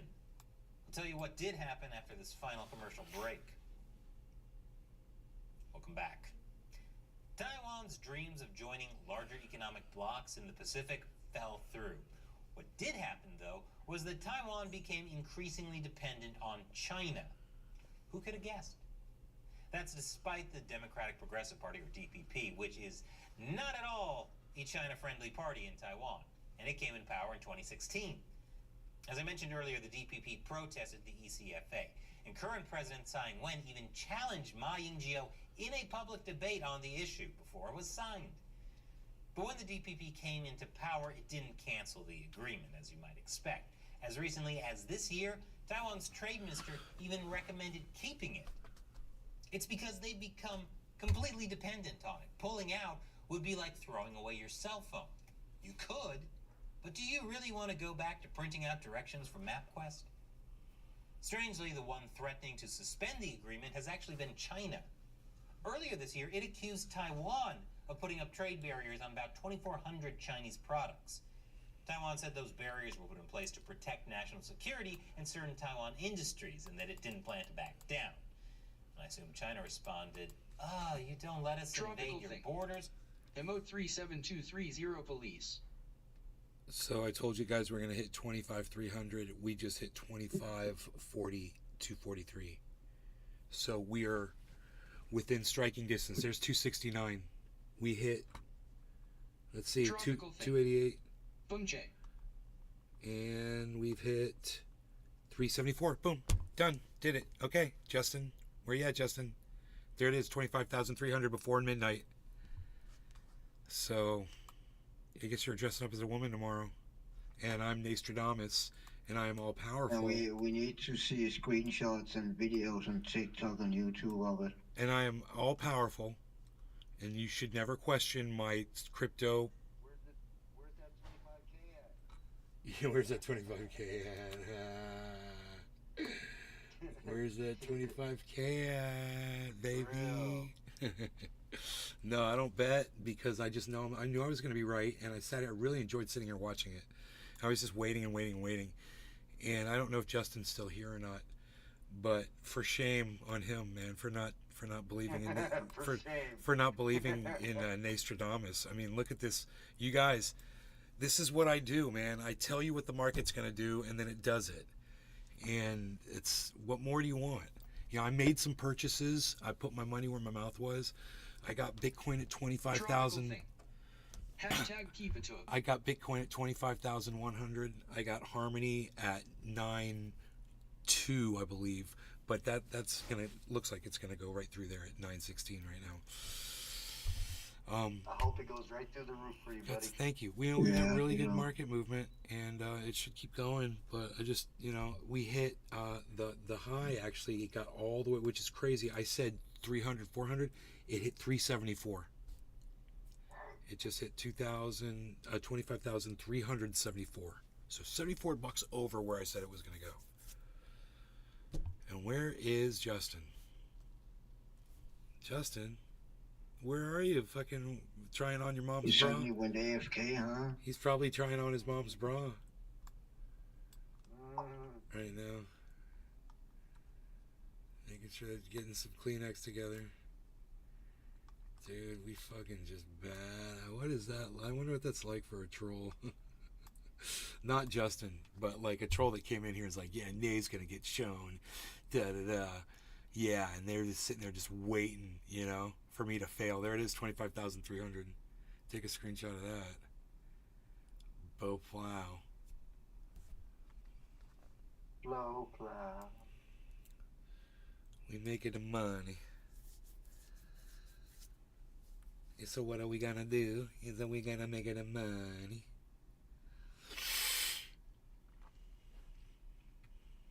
He's gone, huh? Wow, dude. What do you guys think in the chat? Let me know in the chat. Arafat, boom, cheers. Token Tony Z says, "Go baby, go." I got a bong. I got some flower here to smoke. I'd like to hit flower. All right. Hey, my fucking finger, man. I need to get my finger fixed. Cyber, you want to smoke? Yeah, can you give me a little bit of... Yeah, I've just got to celebrate this moment of freaking my Nay prediction fucking coming true, bro. I'm so proud of it. Celebrate the greatness. It's so easy to read these charts, man. I try to teach people. I'm like, it's simple. I need to pay attention too, man. Nothing to it, man. You can just look at the 24-hour charts, and it's really sad they might take this service down. I really enjoy using this one. This one really helps me see where it's going. I mean, geez, dude. We busted right through there, man. Holy shit, 374. That was way higher than my expected. Cheers. I was happy just to be $65 under my mark. I was like, if he was going to be like, yeah, you didn't hit 300, I was going to be like, well, I was $65 away. Oh no, I nailed it. I was dead on. I nailed it. Oh, I like that. All right, and what's funny is it's like settling right around 25.3. I fucking nailed it. I fucking nailed it. Cheers, Cyber. Cheers, Pinoy. Tropical. Cheers, Justin, wherever you are. Or Jeremy. Is it Justin or Jeremy? I forgot. And Arafat and Token. Cheers, bro. Cheers, everybody. And congrats.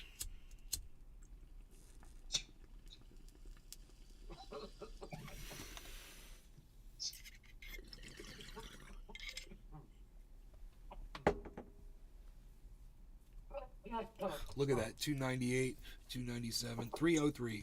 Boom. 304.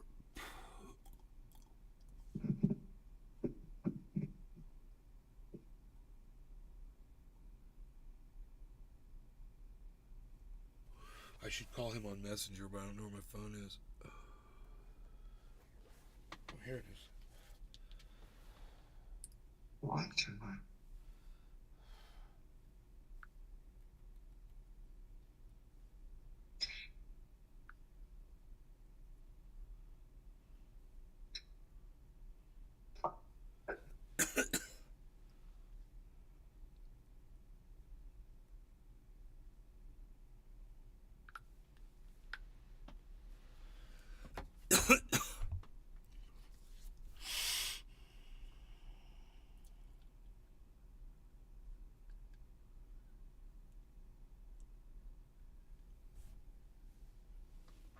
See if he gets it. Justin.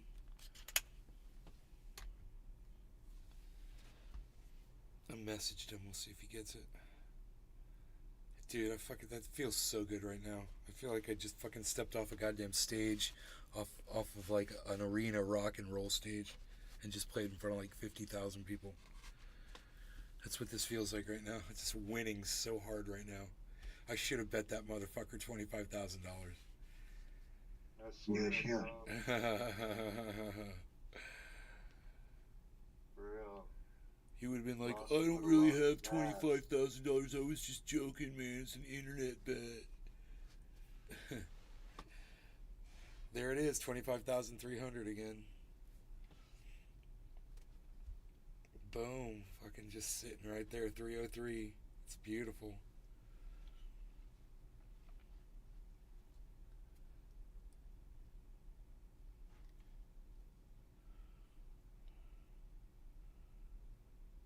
Okay, man. That was the harsh reality of a 5.5 hour live stream too, bro. Fucking point made. Fucking point made, baby. I want to make that really big on screen. Oops. 25. 3. What?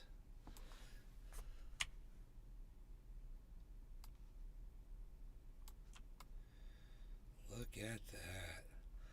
I told everybody I was going to do it. I was all over that shit.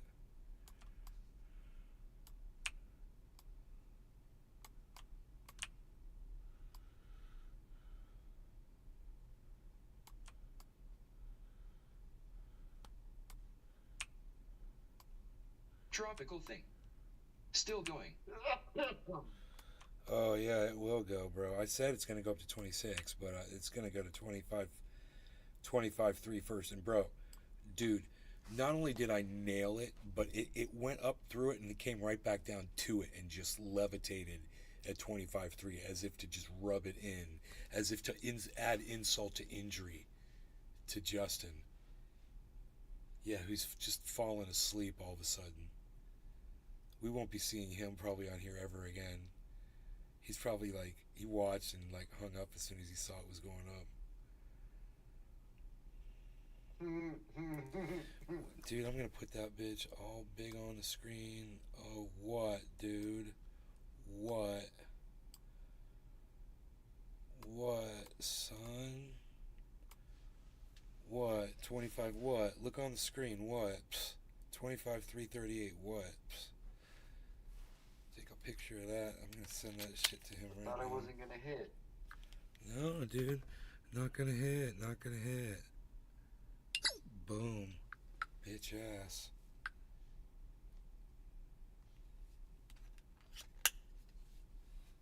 He's told. I guarantee you, he's gonna do it too. He's gonna watch. He's gonna put a bra on and everything. He'll totally take pictures.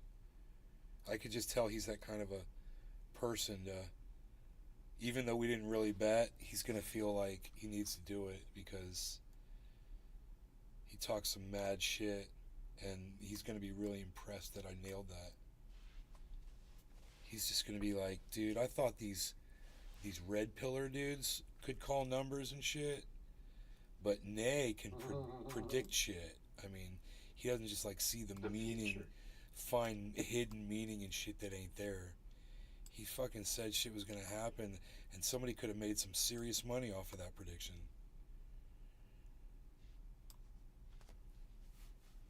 And guess who was wrong about it? Crypto Kid.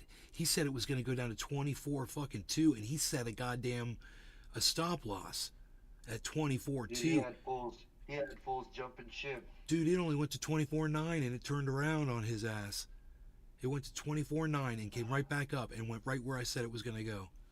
And now look at it. What did I say? 25.3, 25.4. Look, 25.4 right now. Boom. 25.4.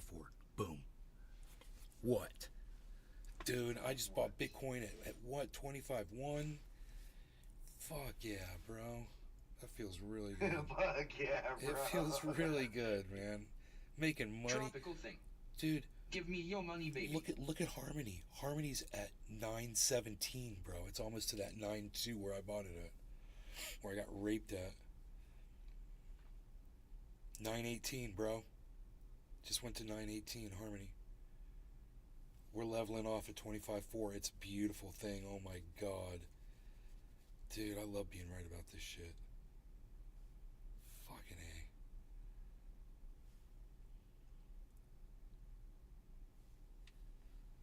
$25.4. Wow. Dude, I mean, when you look at it on the 24-hour,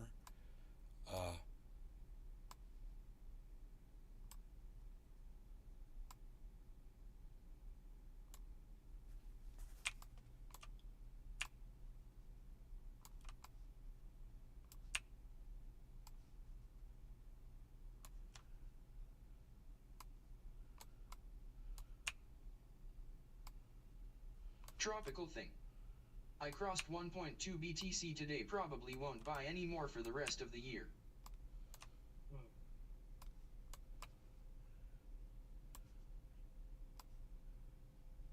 Bro, you own 1.2 Bitcoin? Congratulations, that's phenomenal. So if you just take a look at this, you'll see Bitcoin's now at 25,500, Pinoy.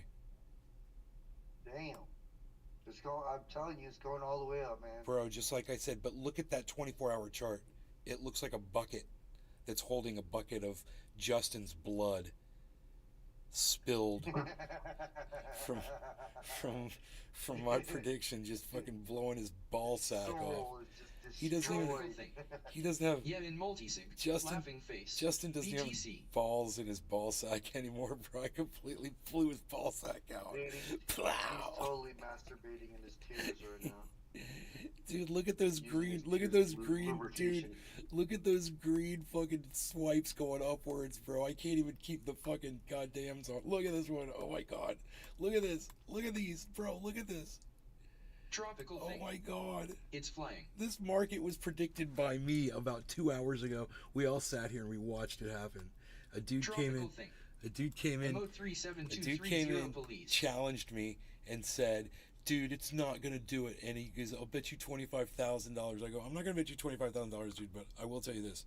I'm fucking Nostradamus, bro. And you don't fuck with Nostradamus. That's exactly what I told him. And bro, I was so confident, bro. It's so funny. Dude, we're about to hit 600, Pinoy. Dude, we hit 680. We already hit 688. Oh my god, dude, I am making some fucking money right now.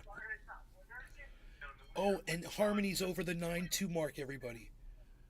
Oh my God, Harmony's at 924. I'm making money on both of my buys. Hell yeah. Dude.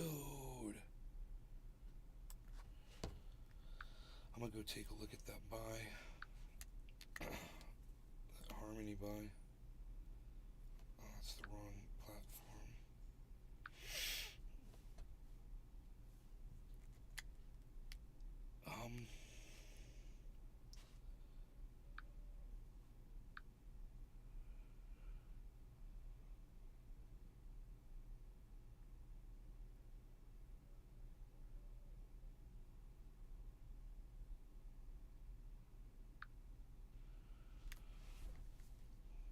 Let me get my glasses on so I'm not fucking squinting at this shit. Let's see here. Dude. Harmony, it says 9, Harmony's at 9.5? No way. It couldn't possibly be. Okay, I got $1,000 of it. I paid $28 fee. And they bought it, when I got it, they got me at, oh shit, dude, they got me at 9.4. So I'm way off. It's at 9.28 right now. It's got to be at 9.39. So 28. When that says 9.39, I'll start making profit off my second buy. But the fucking Bitcoin is making me a shit ton right now. Because I think I bought like $2,500 of Bitcoin or something like that. I don't know what I bought. I bought 2 different payments of it. Somewhere around 25.1. It's at 25.6. So I probably made close to $100 just off of that.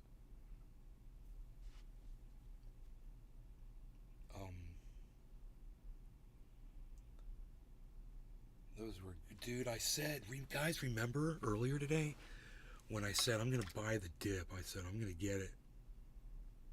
It got down to 24.9.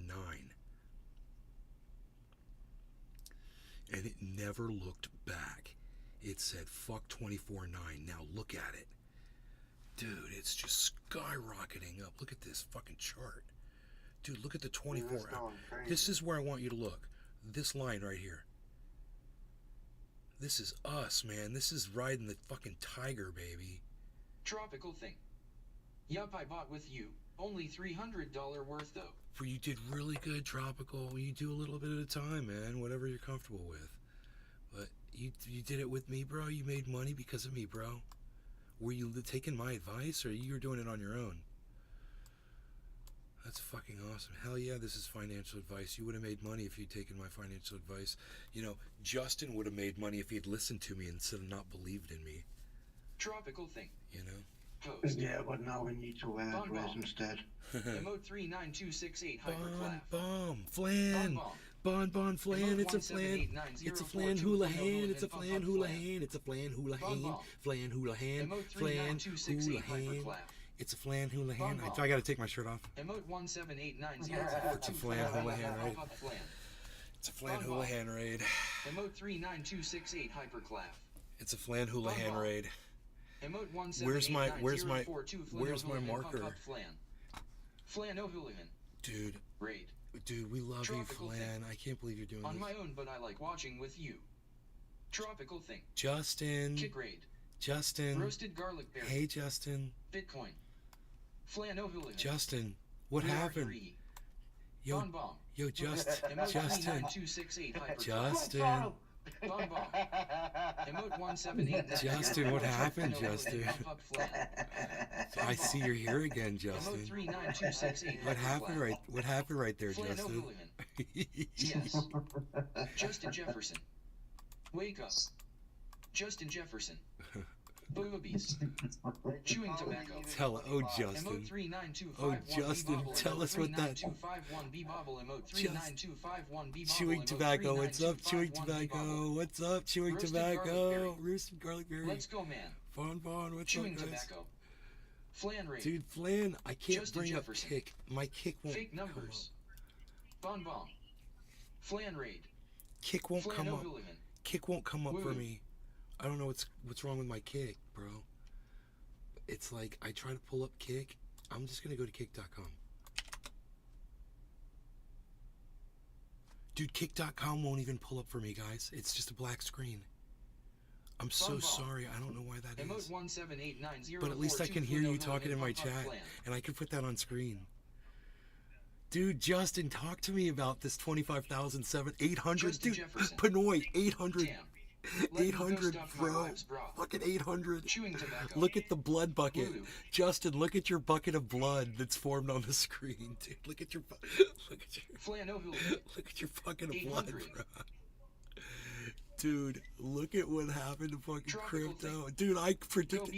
Yo, Flan, I predicted the shit, bro. I was earlier on the show. I was like, it's gonna go to 25,300, maybe 25,400. I said, and then it's gonna go up to 26,000. I go, you guys watch. And everyone was like, it's fucking Nostradamus, bro. They know me, bro. They know I'm always right about the shit. Except for this guy, Justin. He's like, dude, I want to bet you $25,000 that it's not gonna go to 25,300. I said, dude, you're talking to Nostradamus. I said, I don't ever get shit wrong, bro. This shit, I'm looking at the chart. I know exactly what it's going to do. Now, OMG, wow. You should join the stock talk in my Discord. Bro, I call this market like Nostradamus, bro. I'm telling you, I'm all over it. Now, let me get your chat on screen. Hell yes. Bon Bon. Flan, thank you for rating me, bro. 399268 Hyperclav. Tropical thing. 26k incoming. Where's the chat? Stream chat. Since I can't see Kick. Flanovulihan. Bon Bomb, you ready for it, Toad? Yes, dude. Yeah. I'm so glad you're here and you brought all your friends, bro. You just made my night. I took my shirt Chewing off. tobacco. I took my shirt off for you. Flan loves his stocks.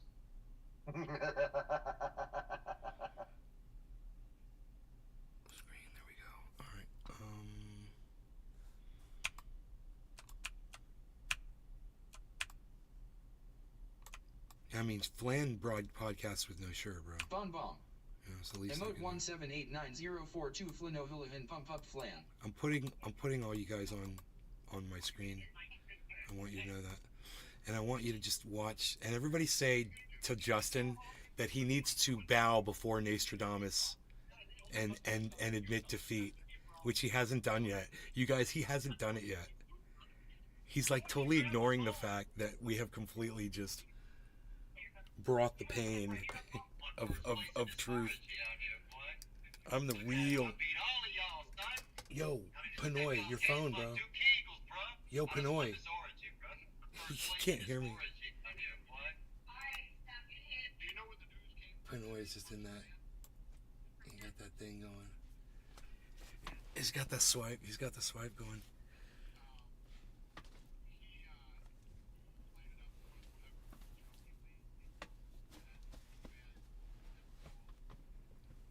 Guys, I'm gonna show you my little exercise that I do here.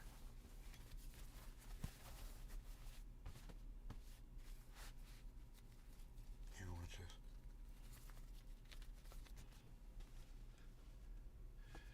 See this chair that I got? I just go back like this, and I lift my legs up like that. That's my exercise right there. See that?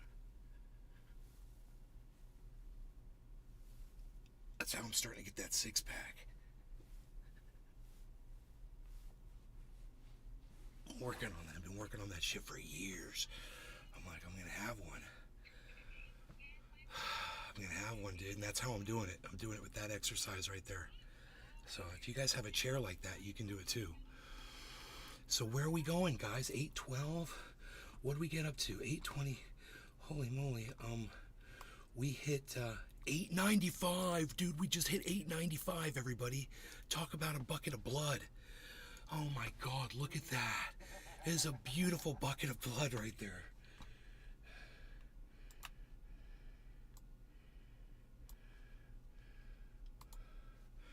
Beautiful. We lost we kind of got Pinoy back here. Okay, over here. There we go. Oh yeah. Justin Jefferson. Deal's a deal. Check the inbox. Okay, bro. Now you just want to send me pictures of you dressed up like a woman.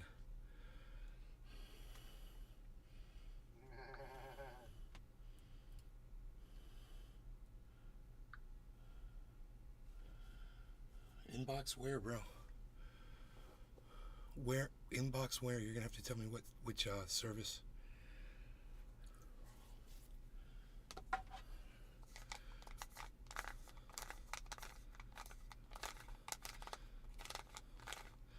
Dude, I can't pull up Kick. I don't know how many people are on my Kick channel.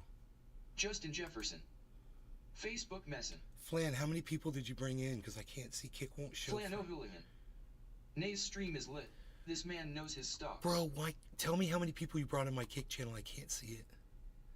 It's so weird. I don't know why it won't load.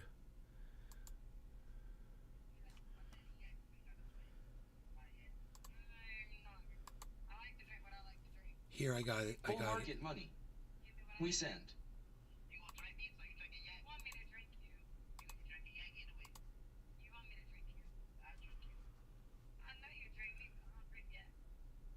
$18. Oh my God, Flan. Flan, I am not Tropical worthy, thing. bro. Thank you so much. 21 people. Thank you guys. Oh my God. You guys, thank you so much for that. Holy shit. Man, thank you, Flan. Thank you, thank you, thank you. You are Flan. Flan is the man. Don't question it. Flan, thank you. I've got 21 watching on Flan Rumble. O'Hooligan. Yes, sir. Dude, I gotta do maths. I have to do the maths. Here. 21 plus 18 plus Chewing tobacco. 9. I love this stream. There's 48. You guys got 48 people watching, man. You guys, thank you so much. Thank you, thank you, thank you. All of you. Amazing. Dab times. Bottom of the hour. It's time to dab. Chewing tobacco. He is worthy.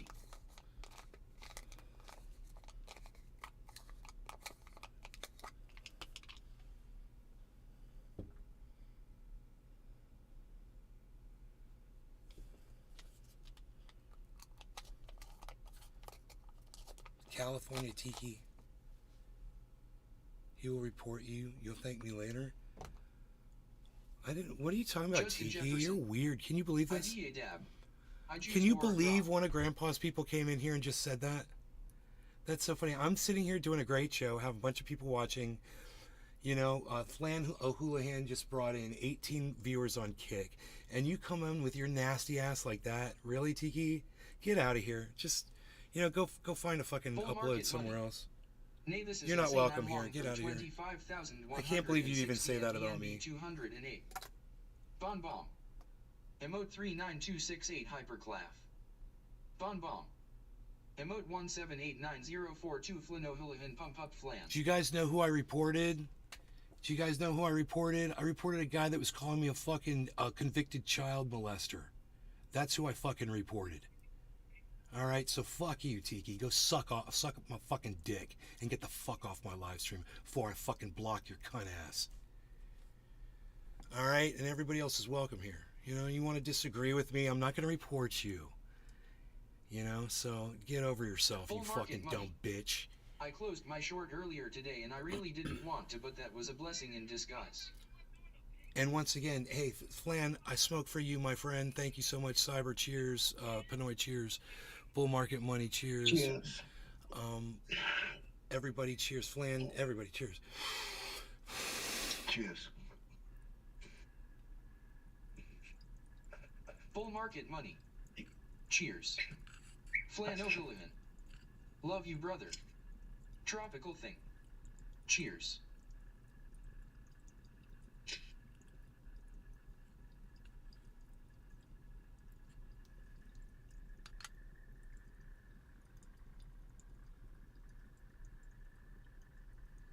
Chewing tobacco. Cheers. I didn't report you for anything. You fucking idiot. What are you even talking about? Unless you're the one that was calling me a child molester on YouTube and Twitter, I didn't report you. What the fuck would I have reported you for?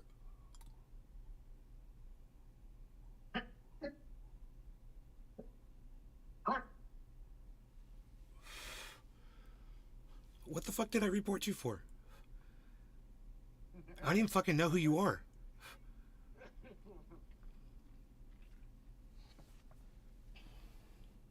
And beside that, if you get reported, you don't know who reported you.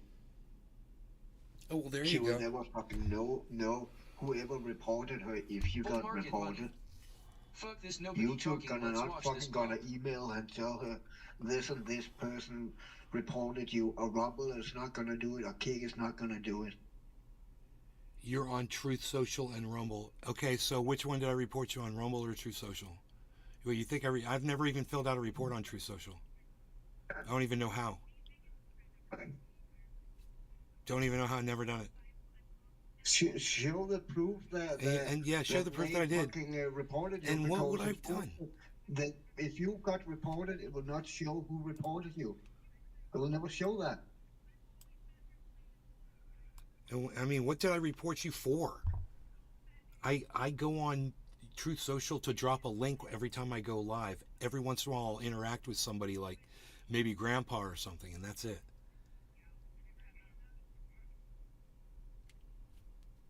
Yeah, I blocked some fucking cunt on the Messenger that was saying, calling me fucking names and shit. And I was like, you can fucking learn to call me fucking, you want to engage me without calling me fucking names. Then we can have a conversation. If that was you, you just got blocked. I didn't report shit. I don't think that was you, though. I don't know who that fucking was. So.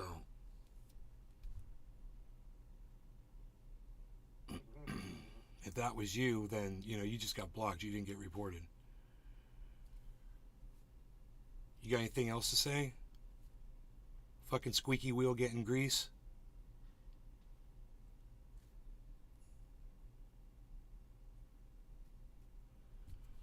Let me know. 20 viewers on Kick. What? You guys that are all here from Flan, thank you so much. Will you subscribe to my channel while you're here, please?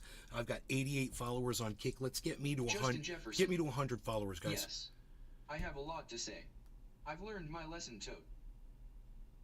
You learned your lesson? Am I Nostradamus when it comes to crypto, bro? Did I have to shame you? It felt good to me, bro. It felt like when I watched that thing turn around and I knew you weren't in the chat anymore, I was like, he's not in the chat anymore, bro. He knows. It's turning around. Flan O'Hooligan. And I just watched Emote it. 1789042 So great. Flan O'Hooligan pump up Flan.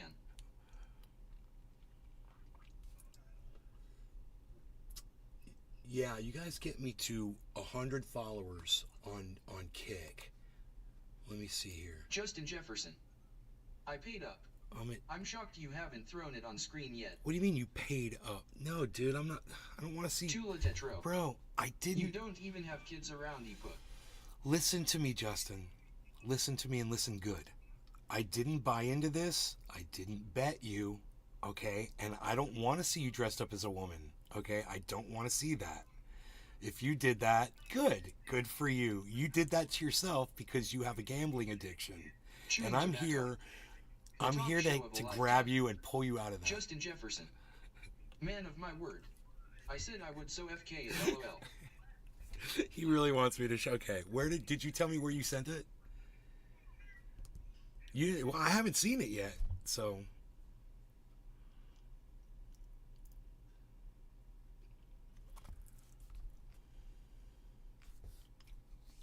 Look at my vaccination shot. Messenger? No, I didn't see it there, bro. I got Messenger up. Okay.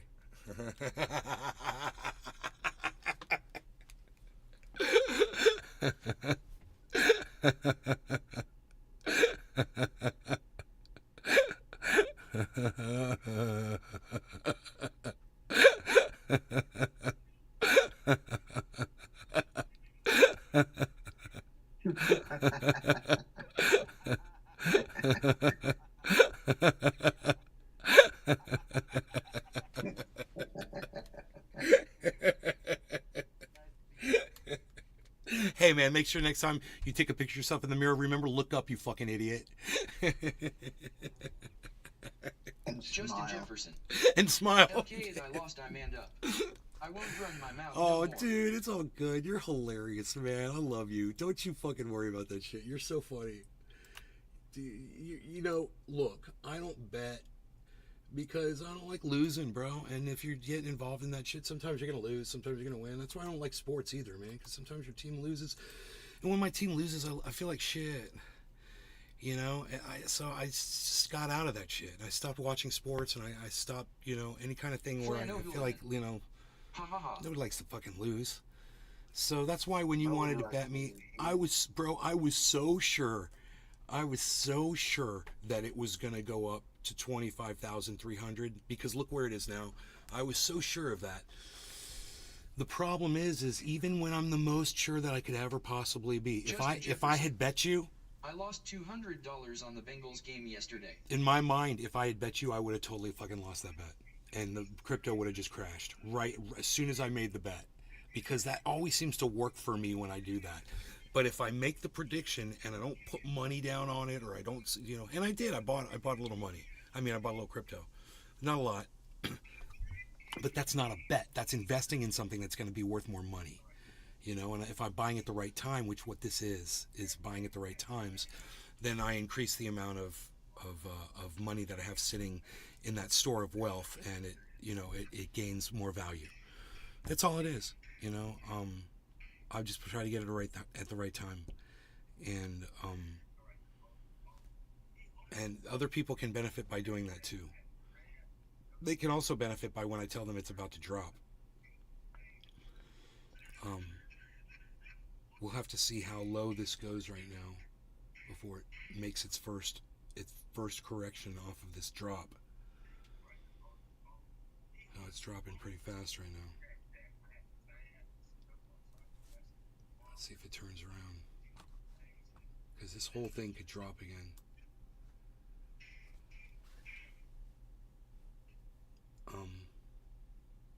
But I've you know, otherwise, man, I've got so much experience at watching this market closely because I've got like a weird fucking knack for it.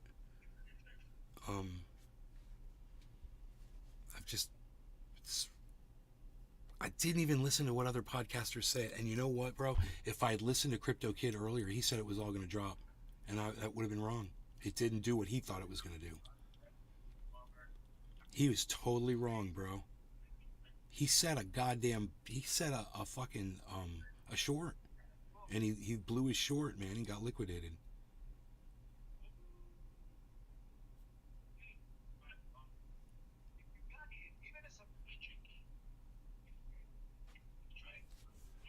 So,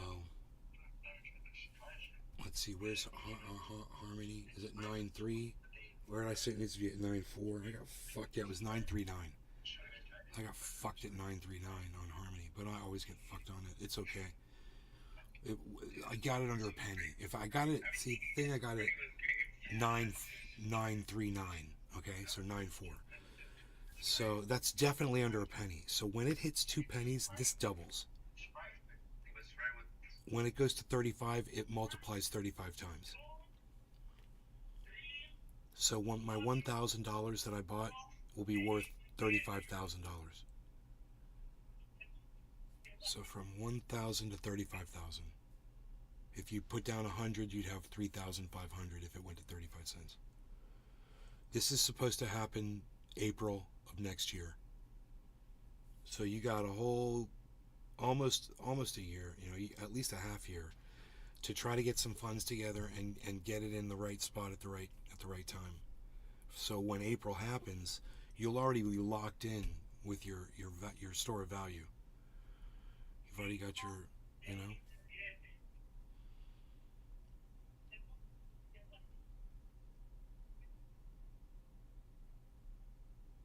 It's reversing right now, guys. That drop is reversing.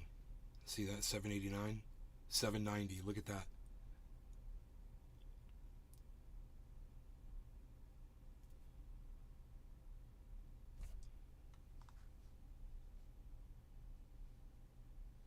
What is she still saying something on there? I didn't see it.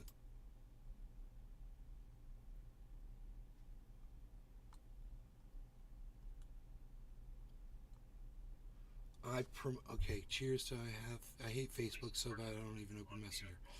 I promoted your Rumble on my True Social and brought you lots of folks. Then you slammed on them and they unfollowed you. I told you that on DM via True Social. Well, I'm doing just fine on my numbers, you know. Whatever the fuck you think you're taking away from me, I'm gaining. Like, Flan O'Houlihan's got 26 people watching on Kick. I'm doing just fine, so whatever you fucking think, you know, whatever. True Social Trumpville, she's crying the blues, she wants her $2. Then you slammed on me in this chat a few weeks ago. You mocked me for believing in God, then you lost more followers. Oh, okay, whatever. Who fucking cares? Who's she and does she know Jelly Roll? Is he special? There is no God.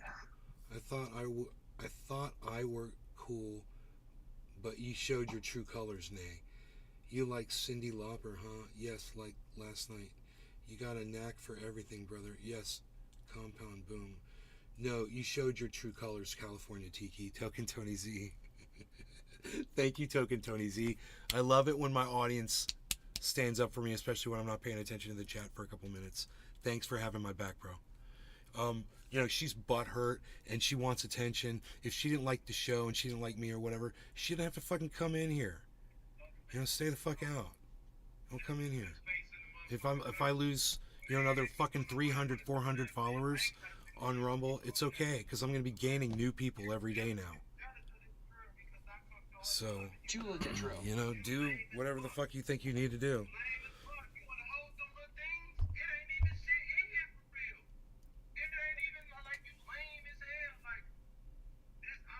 She says I slammed on her for believing in God. Wasn't it more like she was like, was it the Bible verse thing?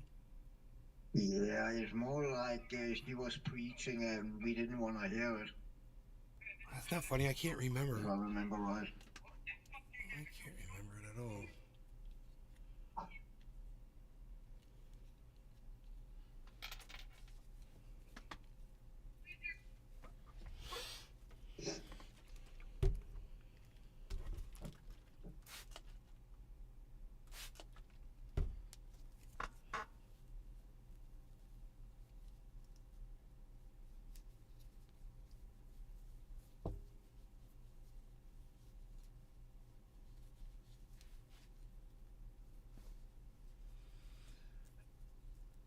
Fuck her, bonsai, Buck Fiden.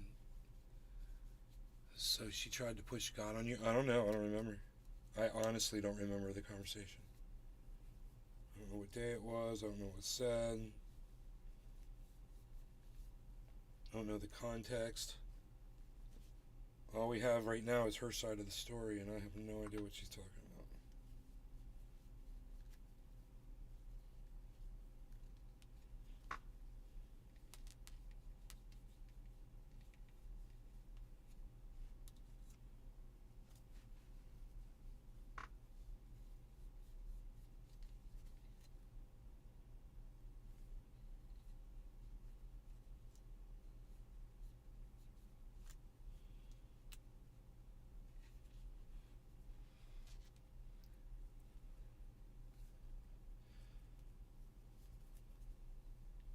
I can't imagine anybody actually trying to push God on me, but I mean, I'm just so unreachable in that department. Good luck.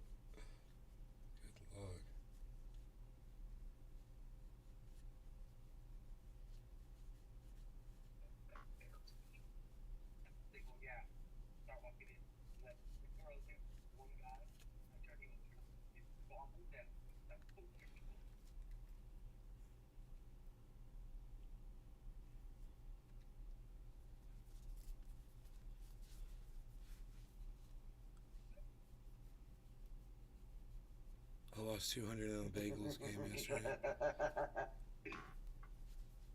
Hell yeah, we're zoning. We're zoning. Justin, you've got $25,000 to bet me on a thing you knew nothing about. And now you're saying you only bet $200 on a football game? Justin Jefferson. Huh.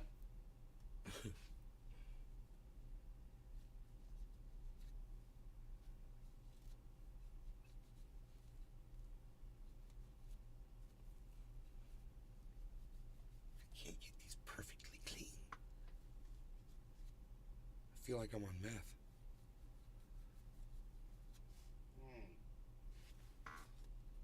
Not satisfied with these. I'm gonna have to resort to paper towels. That'll do it. Paper towels are the ultimate way to clean glass. Justin Jefferson. Yeah, I would have paid up. The pussy wouldn't bet more than $200. Oh, dude, stop betting everybody, man. You're funny. You're so funny. Oh, wow. I wonder what gets splattered all over this motherfucker. Was this from the coffee? The coffee spill, you think, maybe? It's crazy. It looks like just tiny little speckle splatters. Tiny little speckle splatters.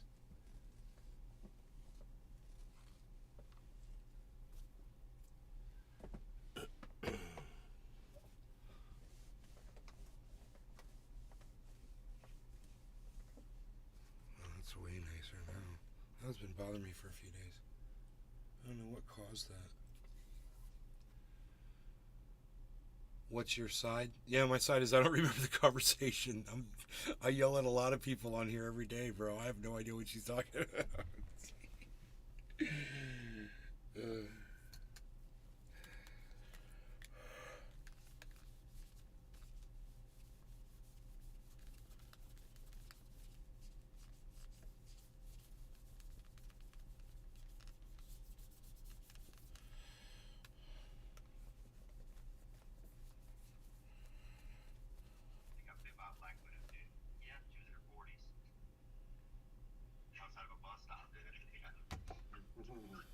There's the bounce. There's the bounce we wanted to see. That is beautiful. So we've got a step forming at 25,800 basically. Justin Jefferson. Be nice to your audience, Benny.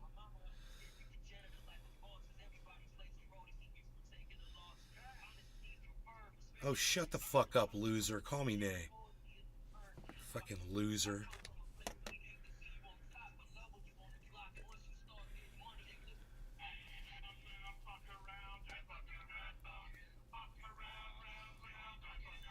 I fuck around, get around, fuck around. Pinoy fucks around, forgets to put his mic up when he's listening to stuff on the sound, and he makes a lot of noise. Pinoy makes a lot of noise. You don't hear. Justin Jefferson. Of the audience, Peanuts. Dude, you're a little bitch. Are you kidding me? You're my audience. You understand? Yeah, I guess you don't understand. This is a troll, bro. Okay? I'm not going to be nice to you because it says it on a piece of paper. I'm going to shame you, and if you keep it up, I'm going to take that picture and I'm going to put it right on the main screen. And me and Pinoy and the Bitcoin, we're going to get really small, and the picture of you wearing your mom's bra, that's going to be really big, and under it I'm going to put Justin Jefferson wearing his mother's bra because he lost a bet because he didn't have faith in the Nostradamus, in the ultimate crypto whisperer. That, something like that I think would be perfect. So you better just let it fucking go, all right? Trust me, bro, this ain't what you think it is. Not at all. Justin Jefferson. See how he treats people to tune in every show, LOL. Bro, not everybody comes in here and bets me $25,000 against something that I told them was definitely going to happen. No, D. Usually they're just like, yeah, whatever, and they just hang up. They don't find out that I actually got that shit right. But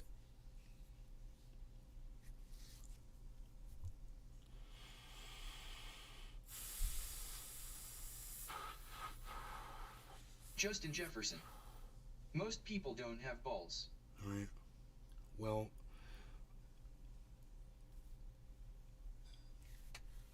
betting just to me isn't a sound way to increase your wealth. I mean, you said throw a number like $25,000 out there, bro. I don't know what kind of money you're sitting on, but even if I lost Aaron 25 Bradley. grand over something No stupid teeth. like that, Now, THAS with especially those over toxic me euphoria. being a dumb ass who thought I knew what the fuck I was talking about on something that it's 50-50 you told me. It wasn't fucking 50-50. You know, but you're literally that, you literally you convinced yourself of that. I mean, whether or not you actually have $25,000 available or that you'd really give it up over something that you said on a goddamn live stream. I don't know you.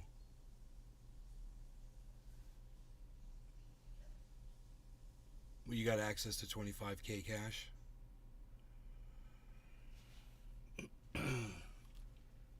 That you would just throw out like that? You must have a lot of money, right? You're a millionaire? And if you're a millionaire, how much money do you have liquid? Justin Jefferson. I was winning for a while, and yes, I did pay up. I own 3 businesses. Dude, you were never winning. You lost as soon as you fucking as soon as you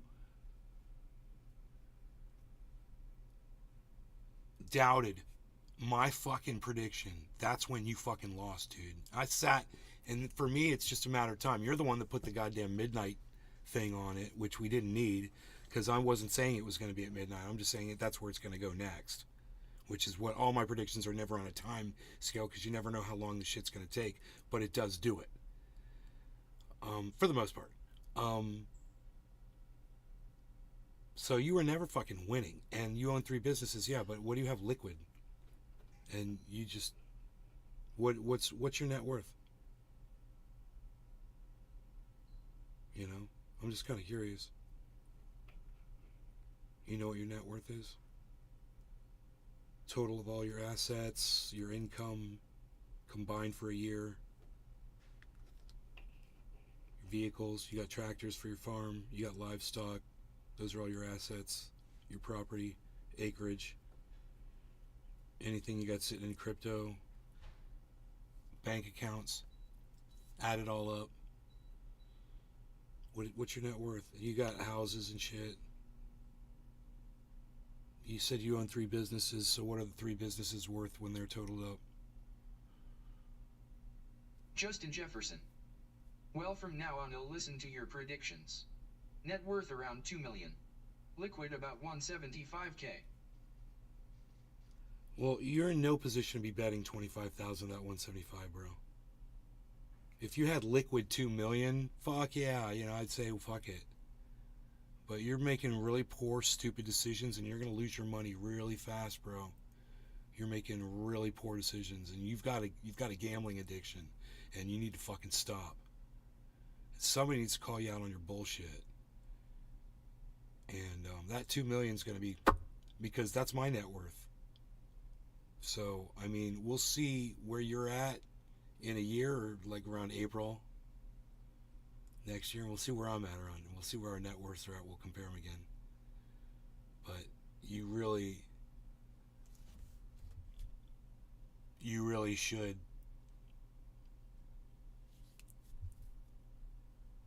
get off that gambling addiction, bro, because it's gonna fucking wipe you out.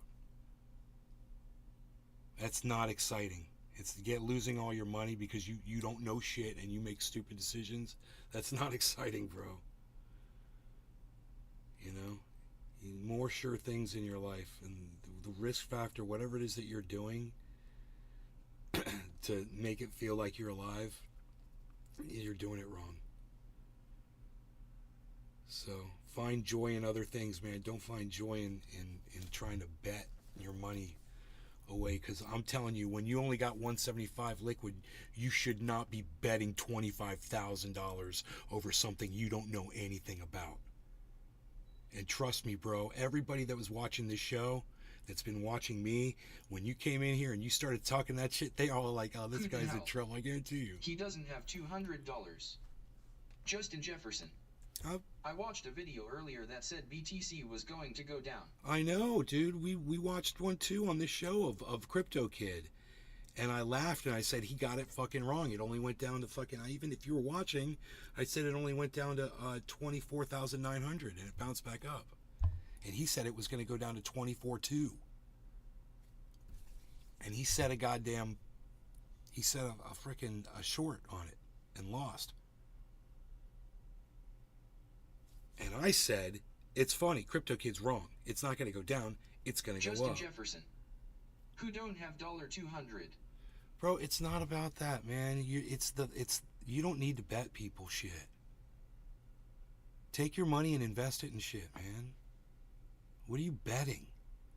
You know, buy gold. You know, buy crypto. Buy something that's going to go up in value. You've got money like that, you should be investing it so it increases, and you're throwing it away by betting shit. And if you're telling me you're worth $2 Justin million, Jefferson, I own properties. yeah, man, but the properties are only so good if you're doing something with them, or you know, properties aren't going up that quick in value. It's not like there's someone on the property fucking with a money machine throwing money at you from it, right? I got property that pays me. You know, my net worth is just going to keep going up and up and up. I'm in a sick business, you know, and what I'm doing with crypto, that might even do something too, but I'm not even looking at that.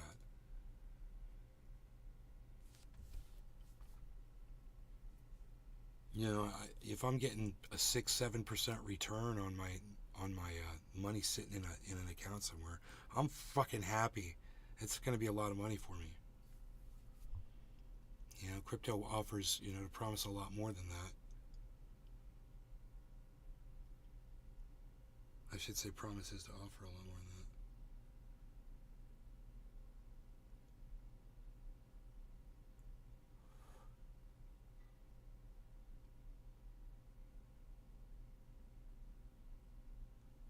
Tropical thing. BTC to the moon. What Token Tony's he just said about you betting 25,000 when you're 175 liquid?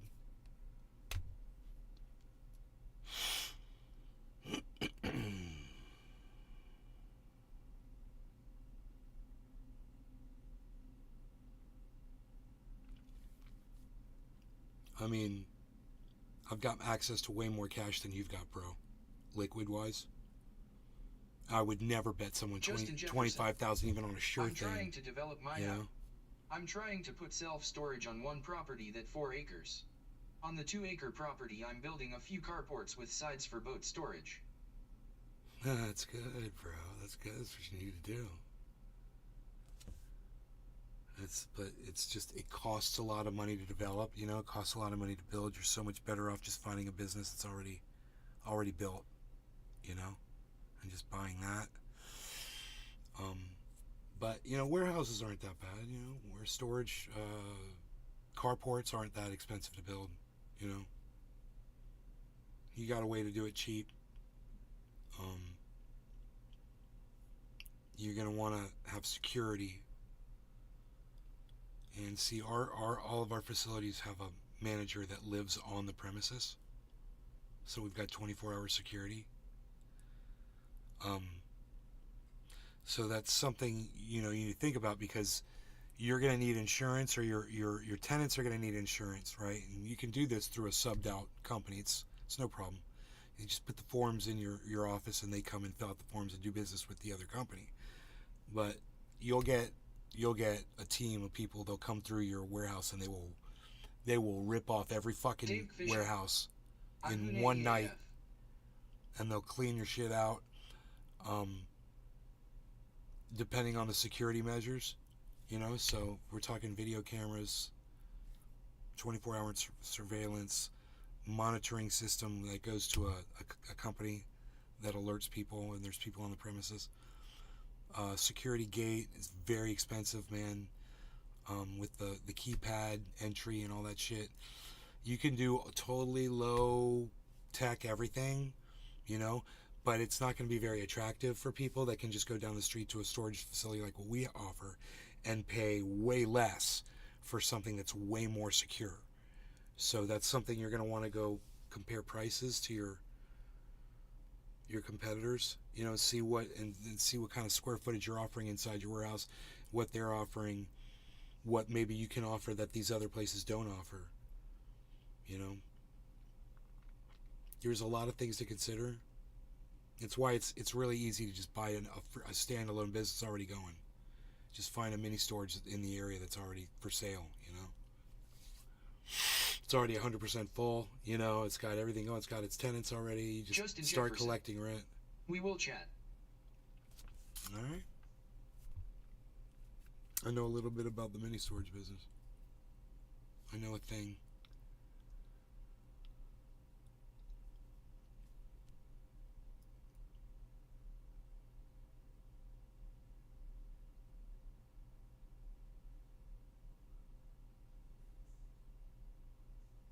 Dave Fishing. Kangaroo mini storage. Kangaroo mini storage, yeah, exactly. Dave Fishing. Kangaroo.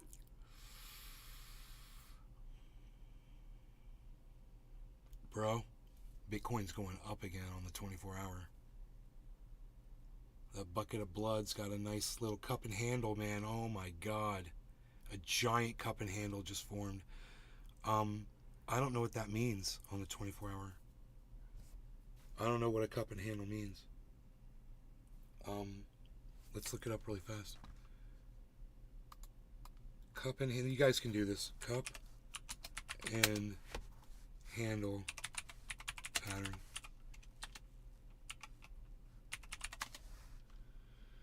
Okay, there's the cup and handle. We got it. That's it. Oh god, it's gonna go up, guys. You guys. So we're going. I said we're going to 26,000. Yeah, we're going up, man. We're going up. Almost as deep as the fucking cup, bro. Tropical thing. Cup and handle normally bullish. Dude, almost as deep as the cup. It's gonna, bro, it's gonna go up as deep as that cup above it. Holy shit, dude. So you calculate the distance from the bottom of the top right now, and then just add that, and that's what it is. So 24.9 to 25.9, so it's going to go up $1,000. That's it. That's as easy as it is, guys. So your next prediction should be 26,800, guys. That is your next prediction. 26,800. So if you bought $100 of Bitcoin right now, when this thing goes, and it should go pretty quick, you will make $10. Maybe not $10 on $100. You'd definitely make some dollars. You probably wouldn't even be enough to pay for the fee though of purchasing the Bitcoin. But once it goes past that, it'll pay off. So there it is. There it is, guys. A cup and handle results in a bull charge upwards, and it goes up. And all the ones I'm looking at, it's cup, handle, boom. So look at this: 25,888, 25,894, 898, 910, guys. 25,917, 25,921. 25,932, 25,931. See, I call this shit live on the show. 25,936. I didn't even know what a cup and handle was going to do. I just saw a cup and handle. 25,958, 955. Dude, we're about to hit 26,000. Have we already hit 26,000?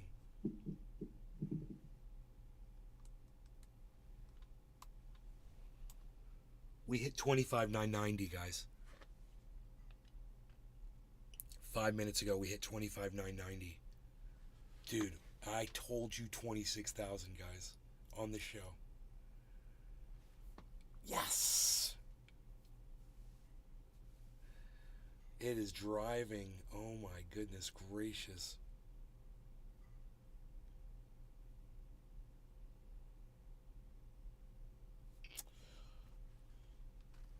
cup and handle hasn't formed on anyone else. It's just Bitcoin finished it first. And now Ethereum is going to finish it. Oh my goodness gracious, guys. 9:30.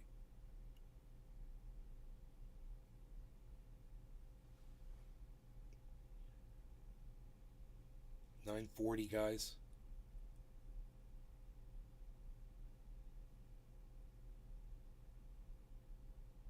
$9.43. Holy shit.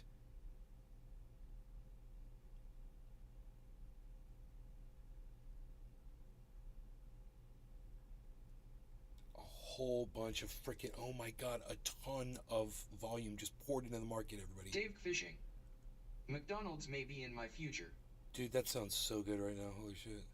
I already had dinner. I'm good. 25,906, 25,907.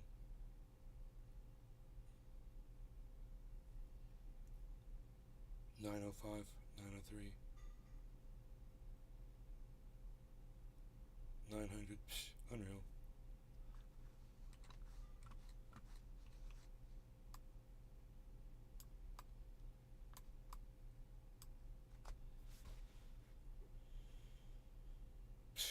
Unreal. Come on. This cup and handle completed.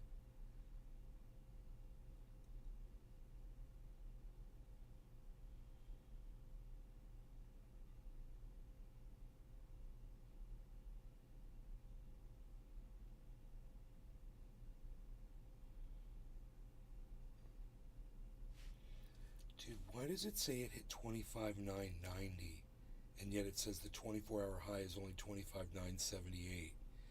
That's fucking weird.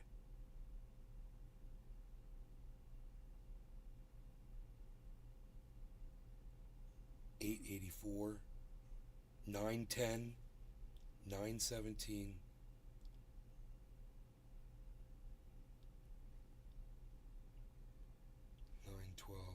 $9.15, $9.21, $9.36, $9.33, yellow marker, $9.18, $9.17.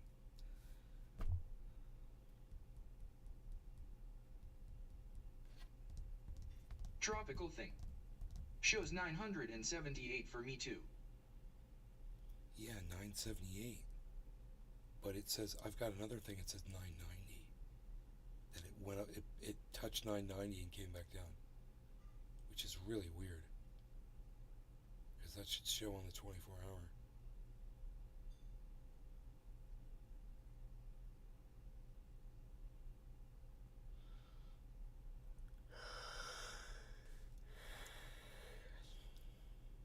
God, dude, this was so awesome.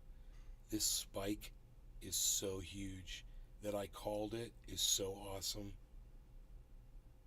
Oh my god. That I bought crypto in the dip before it went up is awesome too. Justin Jefferson. Keep putting it in my face. I'm not, dude. You put it in your own face, man. This is what we talk about on the show, bro. It's not about you. Stop making it about you, bro.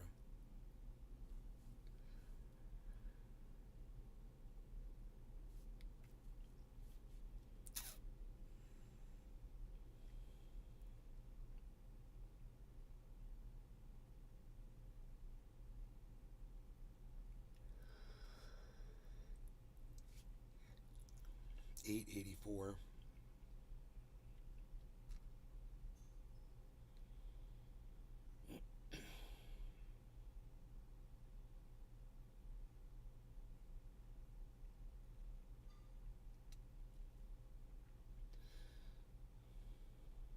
Justin Jefferson.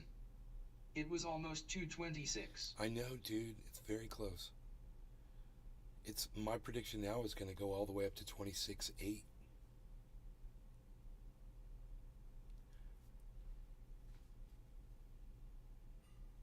It's going to go up another $1,000 because of this cup and handle.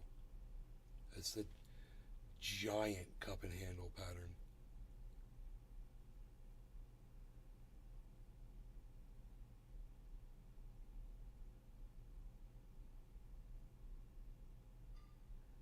Justin Jefferson. Wanna bet on that LMFAO? Dude, you don't want to do it. It's totally going to do it. It's just, this is the way the market works, bro. And I'll explain to you why when you see these patterns. Because people can look these patterns up, and they see a cup and handle form, and they'll be like, well, what does the market do when a cup and handle form? And it says, oh, it goes up. So then what people do is they see the cup and handle Fed forming, interest rate decision next week. and they start purchasing crypto, anticipating that it's going to go up. That increases the value. It's a self-fulfilling prophecy. That's why this works. It's really hard to fight that.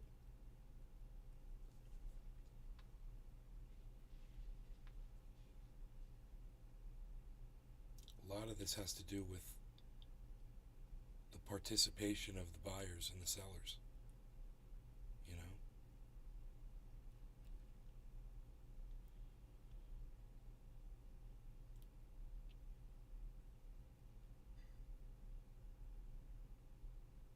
I think a lot of people are holding on to their Bitcoin right now in offline wallets too.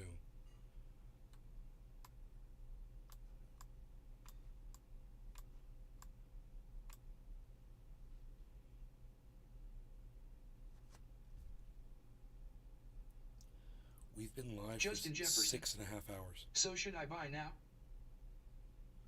Should you buy now? What you want to get some Bitcoin? Like Harmony would be great to buy now.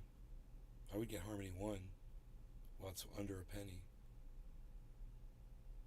It's at 9.31. They got me at 9. Justin Jefferson. 9.39. Yes. Yeah, it's going to go up, and it's going to have in April. So this should be double by then. It should be up to 50,000 when it goes into the halving. So if you were to buy like $100 of it now, then next year that would be worth $200, hopefully. Be a really good investment, you know. 500 goes to 1,000. You know, 1,000 goes to 2,000. If everything holds up, it's not for sure. Everything can crash. The government could ban crypto. You know, it's not regulated yet. So, you know, there's a lot that can go wrong. It's very risky. But, you know... Justin Jefferson. No, I want to buy the whole coin. You want to buy an entire Bitcoin right now? It would have been better if you had bought it at $24.9. Because now it's at $20. Now it's up $1,000. You would have made $1,000 if you had bought that Bitcoin when I was telling my audience to buy earlier today. It could go back down. It's possible. It could retrace. It all could drop out. You might wait. What I recommend you do is you just buy a little and see what the market does. If you really want to buy an entire Bitcoin, I would think about getting like $500 worth and just wait and see. You buy the 500 and see if it just immediately the value drops, because sometimes it does. And then if it drops down to 25,100 again, I would say buy it at 25,100 where I did. You know, because it's going to go back up eventually. It's going to take time, but we got lucky tonight. This was a big spike. So this is not common for it to jump like this.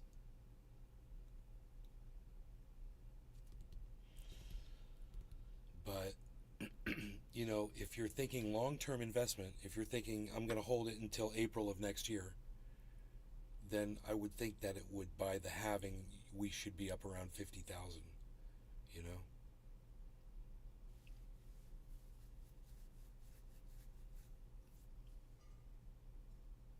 But Harmony would be a way better choice. For, you know, Harmony's only a penny. Tropical thing. HODL forever. So let's say you were buying $25,000 worth of Bitcoin. Okay, and then it's worth 50. So you made a Bitcoin, you made $25,000. So now you got 50,000. Let's say you took that 25,000 and bought a Harmony One coin at a penny. That would go from 25,000. Let's say it goes to 35 cents.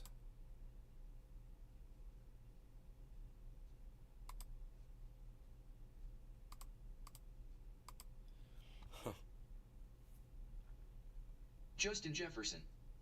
In 2015 I traded a Mustang for 3 Bitcoin. They were worth 1,000 each then. I sold them. If I had held into them, man. $875,000. Your $25,000 would be worth almost $1 million if you bought $25,000 worth of Harmony and it went to 35 cents, which it did before already when Bitcoin went to 69,000. In 2015, I traded a Mustang for 3 Bitcoin. They were worth $1,000 each then. I sold them. Yep.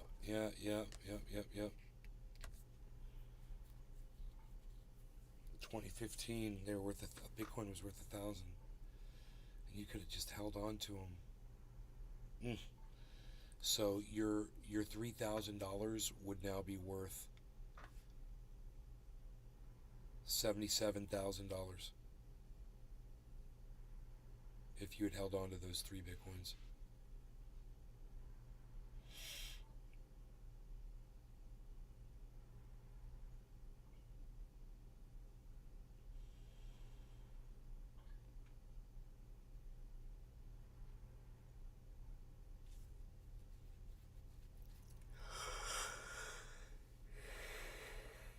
Justin Jefferson. I was young, dumb, and had 2 babies in diapers working in a factory. Oh, no shit. That's crazy.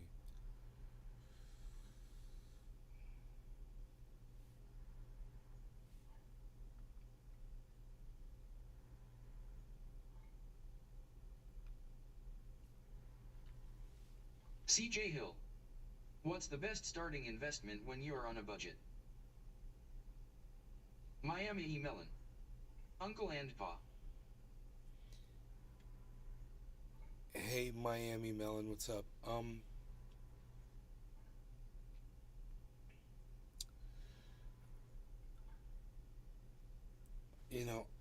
gonna recommend Harmony for everybody because of the potential. There's just way too much potential there, man.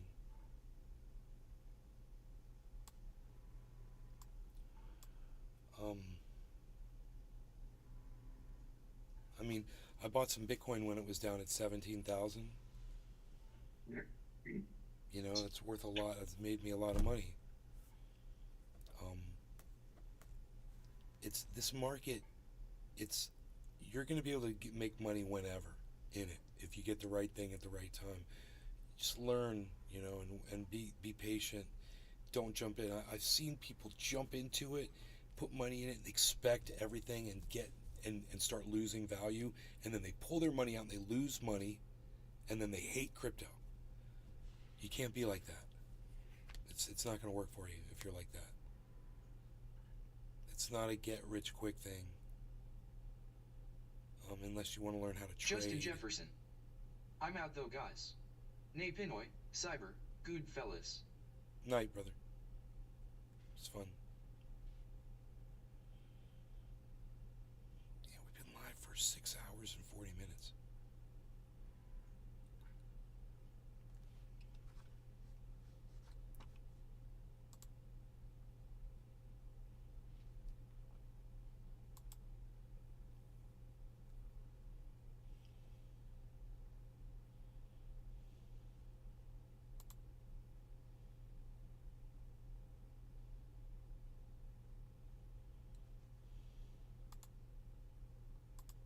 Come on, you fuckers.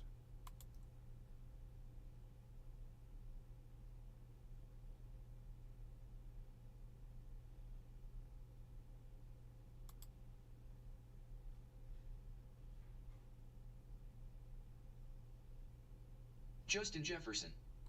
CJ Hill penny stocks like Harmony are eat. Later.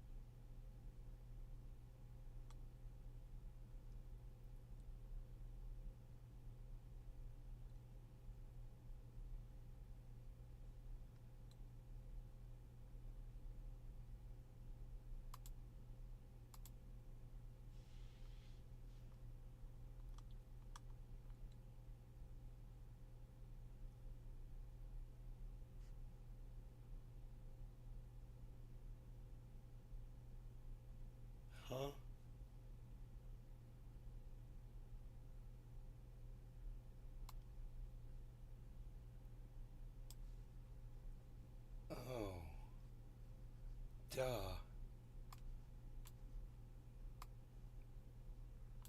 was like, what the fuck, dude? There we go.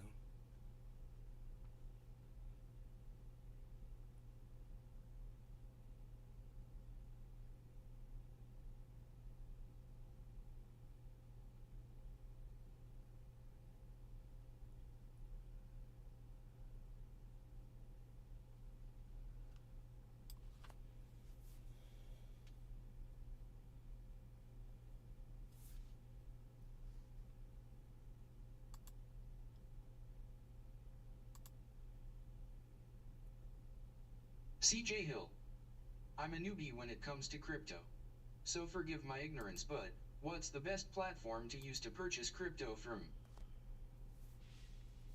You know, I would look at crypto.com and Coinbase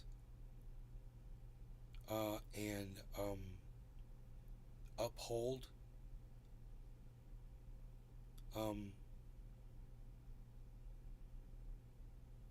Those are pretty good.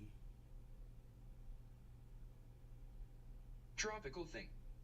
Cash App for Bitcoin lowest fees. And Cash App for Bitcoin for sure, man. Cash App. Yeah, I'm sorry, I forgot that one. Cash App. Everyone should have Cash App anyway.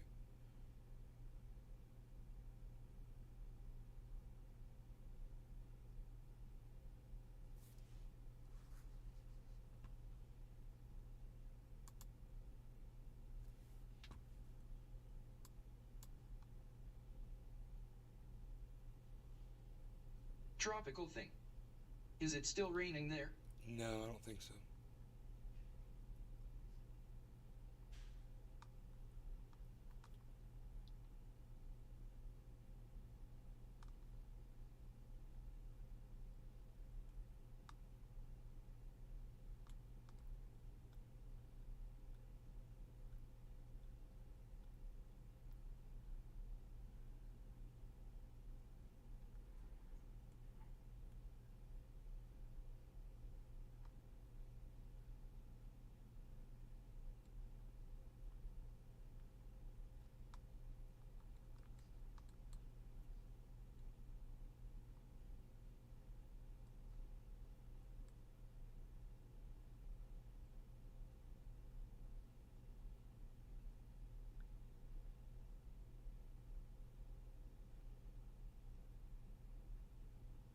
CJ Hill. Avid Cash App user already, so that's pretty convenient, lol. Yeah, bro, you should go buy some Bitcoin. I mean, it's up now, bro, but I think it's going to go up to 26.8, man. So if you bought some right now and it went up to 26.8, you'd make a little bit of money. Or you could wait and see if it drops again, but me personally, man, I don't think it's going to drop. It's been down for 24 hours. It's time to reverse. It just made the reversal. Now it's going to stay up. Now I think it's going to drive upwards. I don't know what the target is, but you know, I'd be looking for a Carl the Moon upload. He's probably put one up. We can look and see.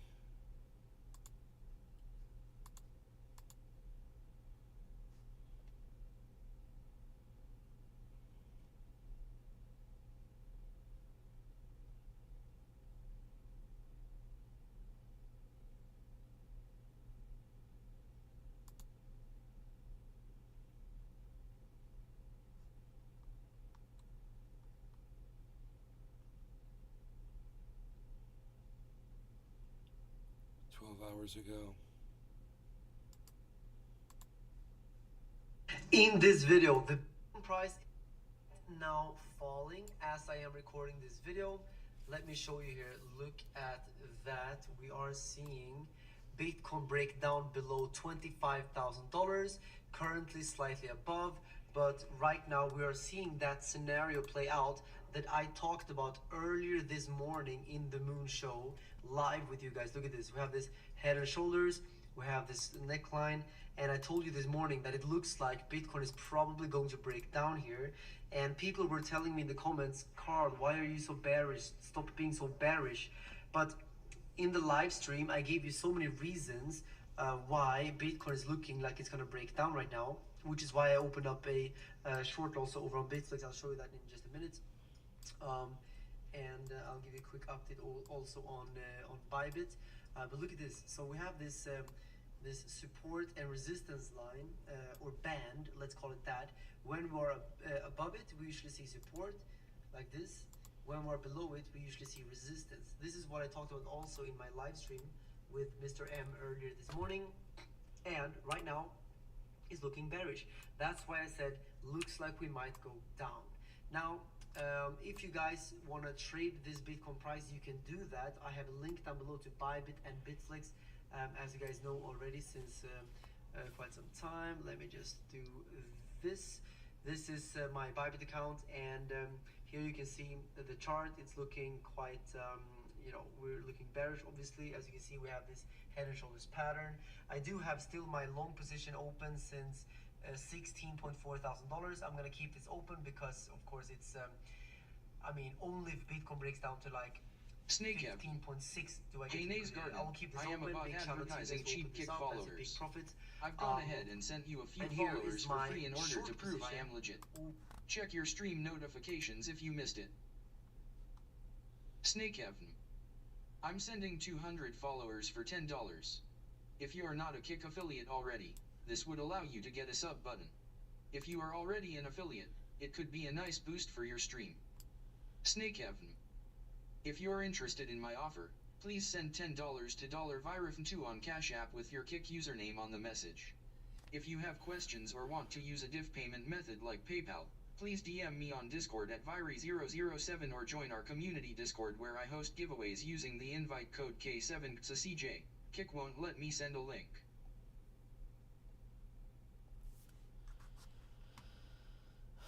Over on Bitflix. Many people have been asking me about this short position and if they should open up one as well. And I saw in the past few days that many of you guys have actually been shorting now. Tropical thing.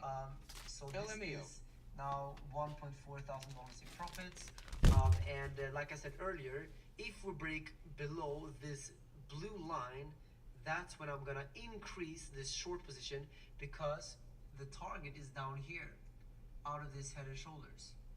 You know, let me quickly show you that once again. Look at that. We take this, take the top to the neckline down like this. That gives us a target of $22.6 thousand. That could still happen. If you want to put in a short position on 22.6, link down below. If you deposit $100, then you get $10 free into your account, and there's also some giveaways going on, dude. Over on Bitflix, where you. He totally got that wrong, and I totally got it right. I'm better than Carl the Moon, and I'm better than the Crypto Kid. I beat both of them on this prediction. What more do you guys want? I remember when I started watching crypto, people were like, dude, have you ever watched Carl the Moon? I was like, no. I started watching him, started learning a lot. I learned a lot from him. But he didn't get this one right. I did. Tropical thing. 22K. Emote 53958 Nays Garden Sophistica. 22K. CJ Hill. Could you expect anything less from the based god? Dude, it says there's 26 people watching on Kick. Come on. Dude, who are my... Everybody in Kick hit a number 1. If you're watching on Kick, press number 1. How many ones can I get in my Kick chat? How many ones can I get in my Kick chat? It says there's 26 viewers. 15 on Rumble. How many ones can I get in Rumble? And on the YouTubes and the Facebooks, everyone give me one. Tropical thing. Tropical. 1. Okay, tropical thing. 12 people there. So according to this, there's dude, I need my calculator again. This is crazy. This number of people watching, this can't be right. So it says it's 26. There's no way. Play Peter Guitar Jam. 1. 12 plus 15 equals 53 viewers, guys. And only one person pressed 1 on Kick. Only one person pressed 1 on Kick. It says there's 26 viewers. Not only one person could press 1. Oh, yeah. Bam. 1.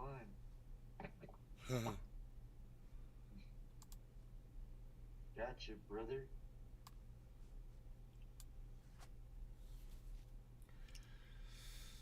That is 1, 2, 3. You guys, it's so weird, man. That's how many people. Thing. Bots. I don't know, dude. It's YouTube, between YouTube and Facebook, 12 viewers. On Rumble, it says 16. On Kick, it says 26. I refreshed the page. It still says 26. But it's not it. It's just showing how many people came to my show. It's showing the highest number of people that were there. That was when Flan came in, and they all left. Flan and all those people are gone. Flan O'Houlihan, are you there? See, he's gone, man. They're all gone.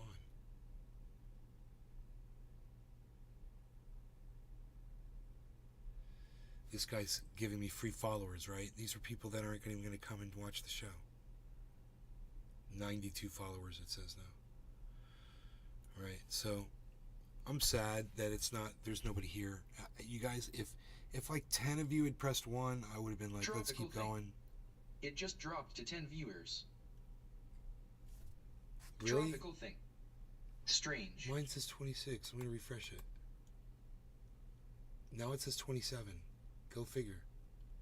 Only one person hit 1. No, I think it's that guy's populating. I think this guy's populating my server with bots. Just like Tropical Thing said. Dave Fishing. What's the point? 1. What's the point? You know, populating my servers. I mean, you're not helping me. Except you're prolonging the show to go 7 hours because I thought there was a bunch of people watching. Actually, I wanted to stay because I wanted to you know, show you guys this prediction come true on crypto. It's really exciting to see that.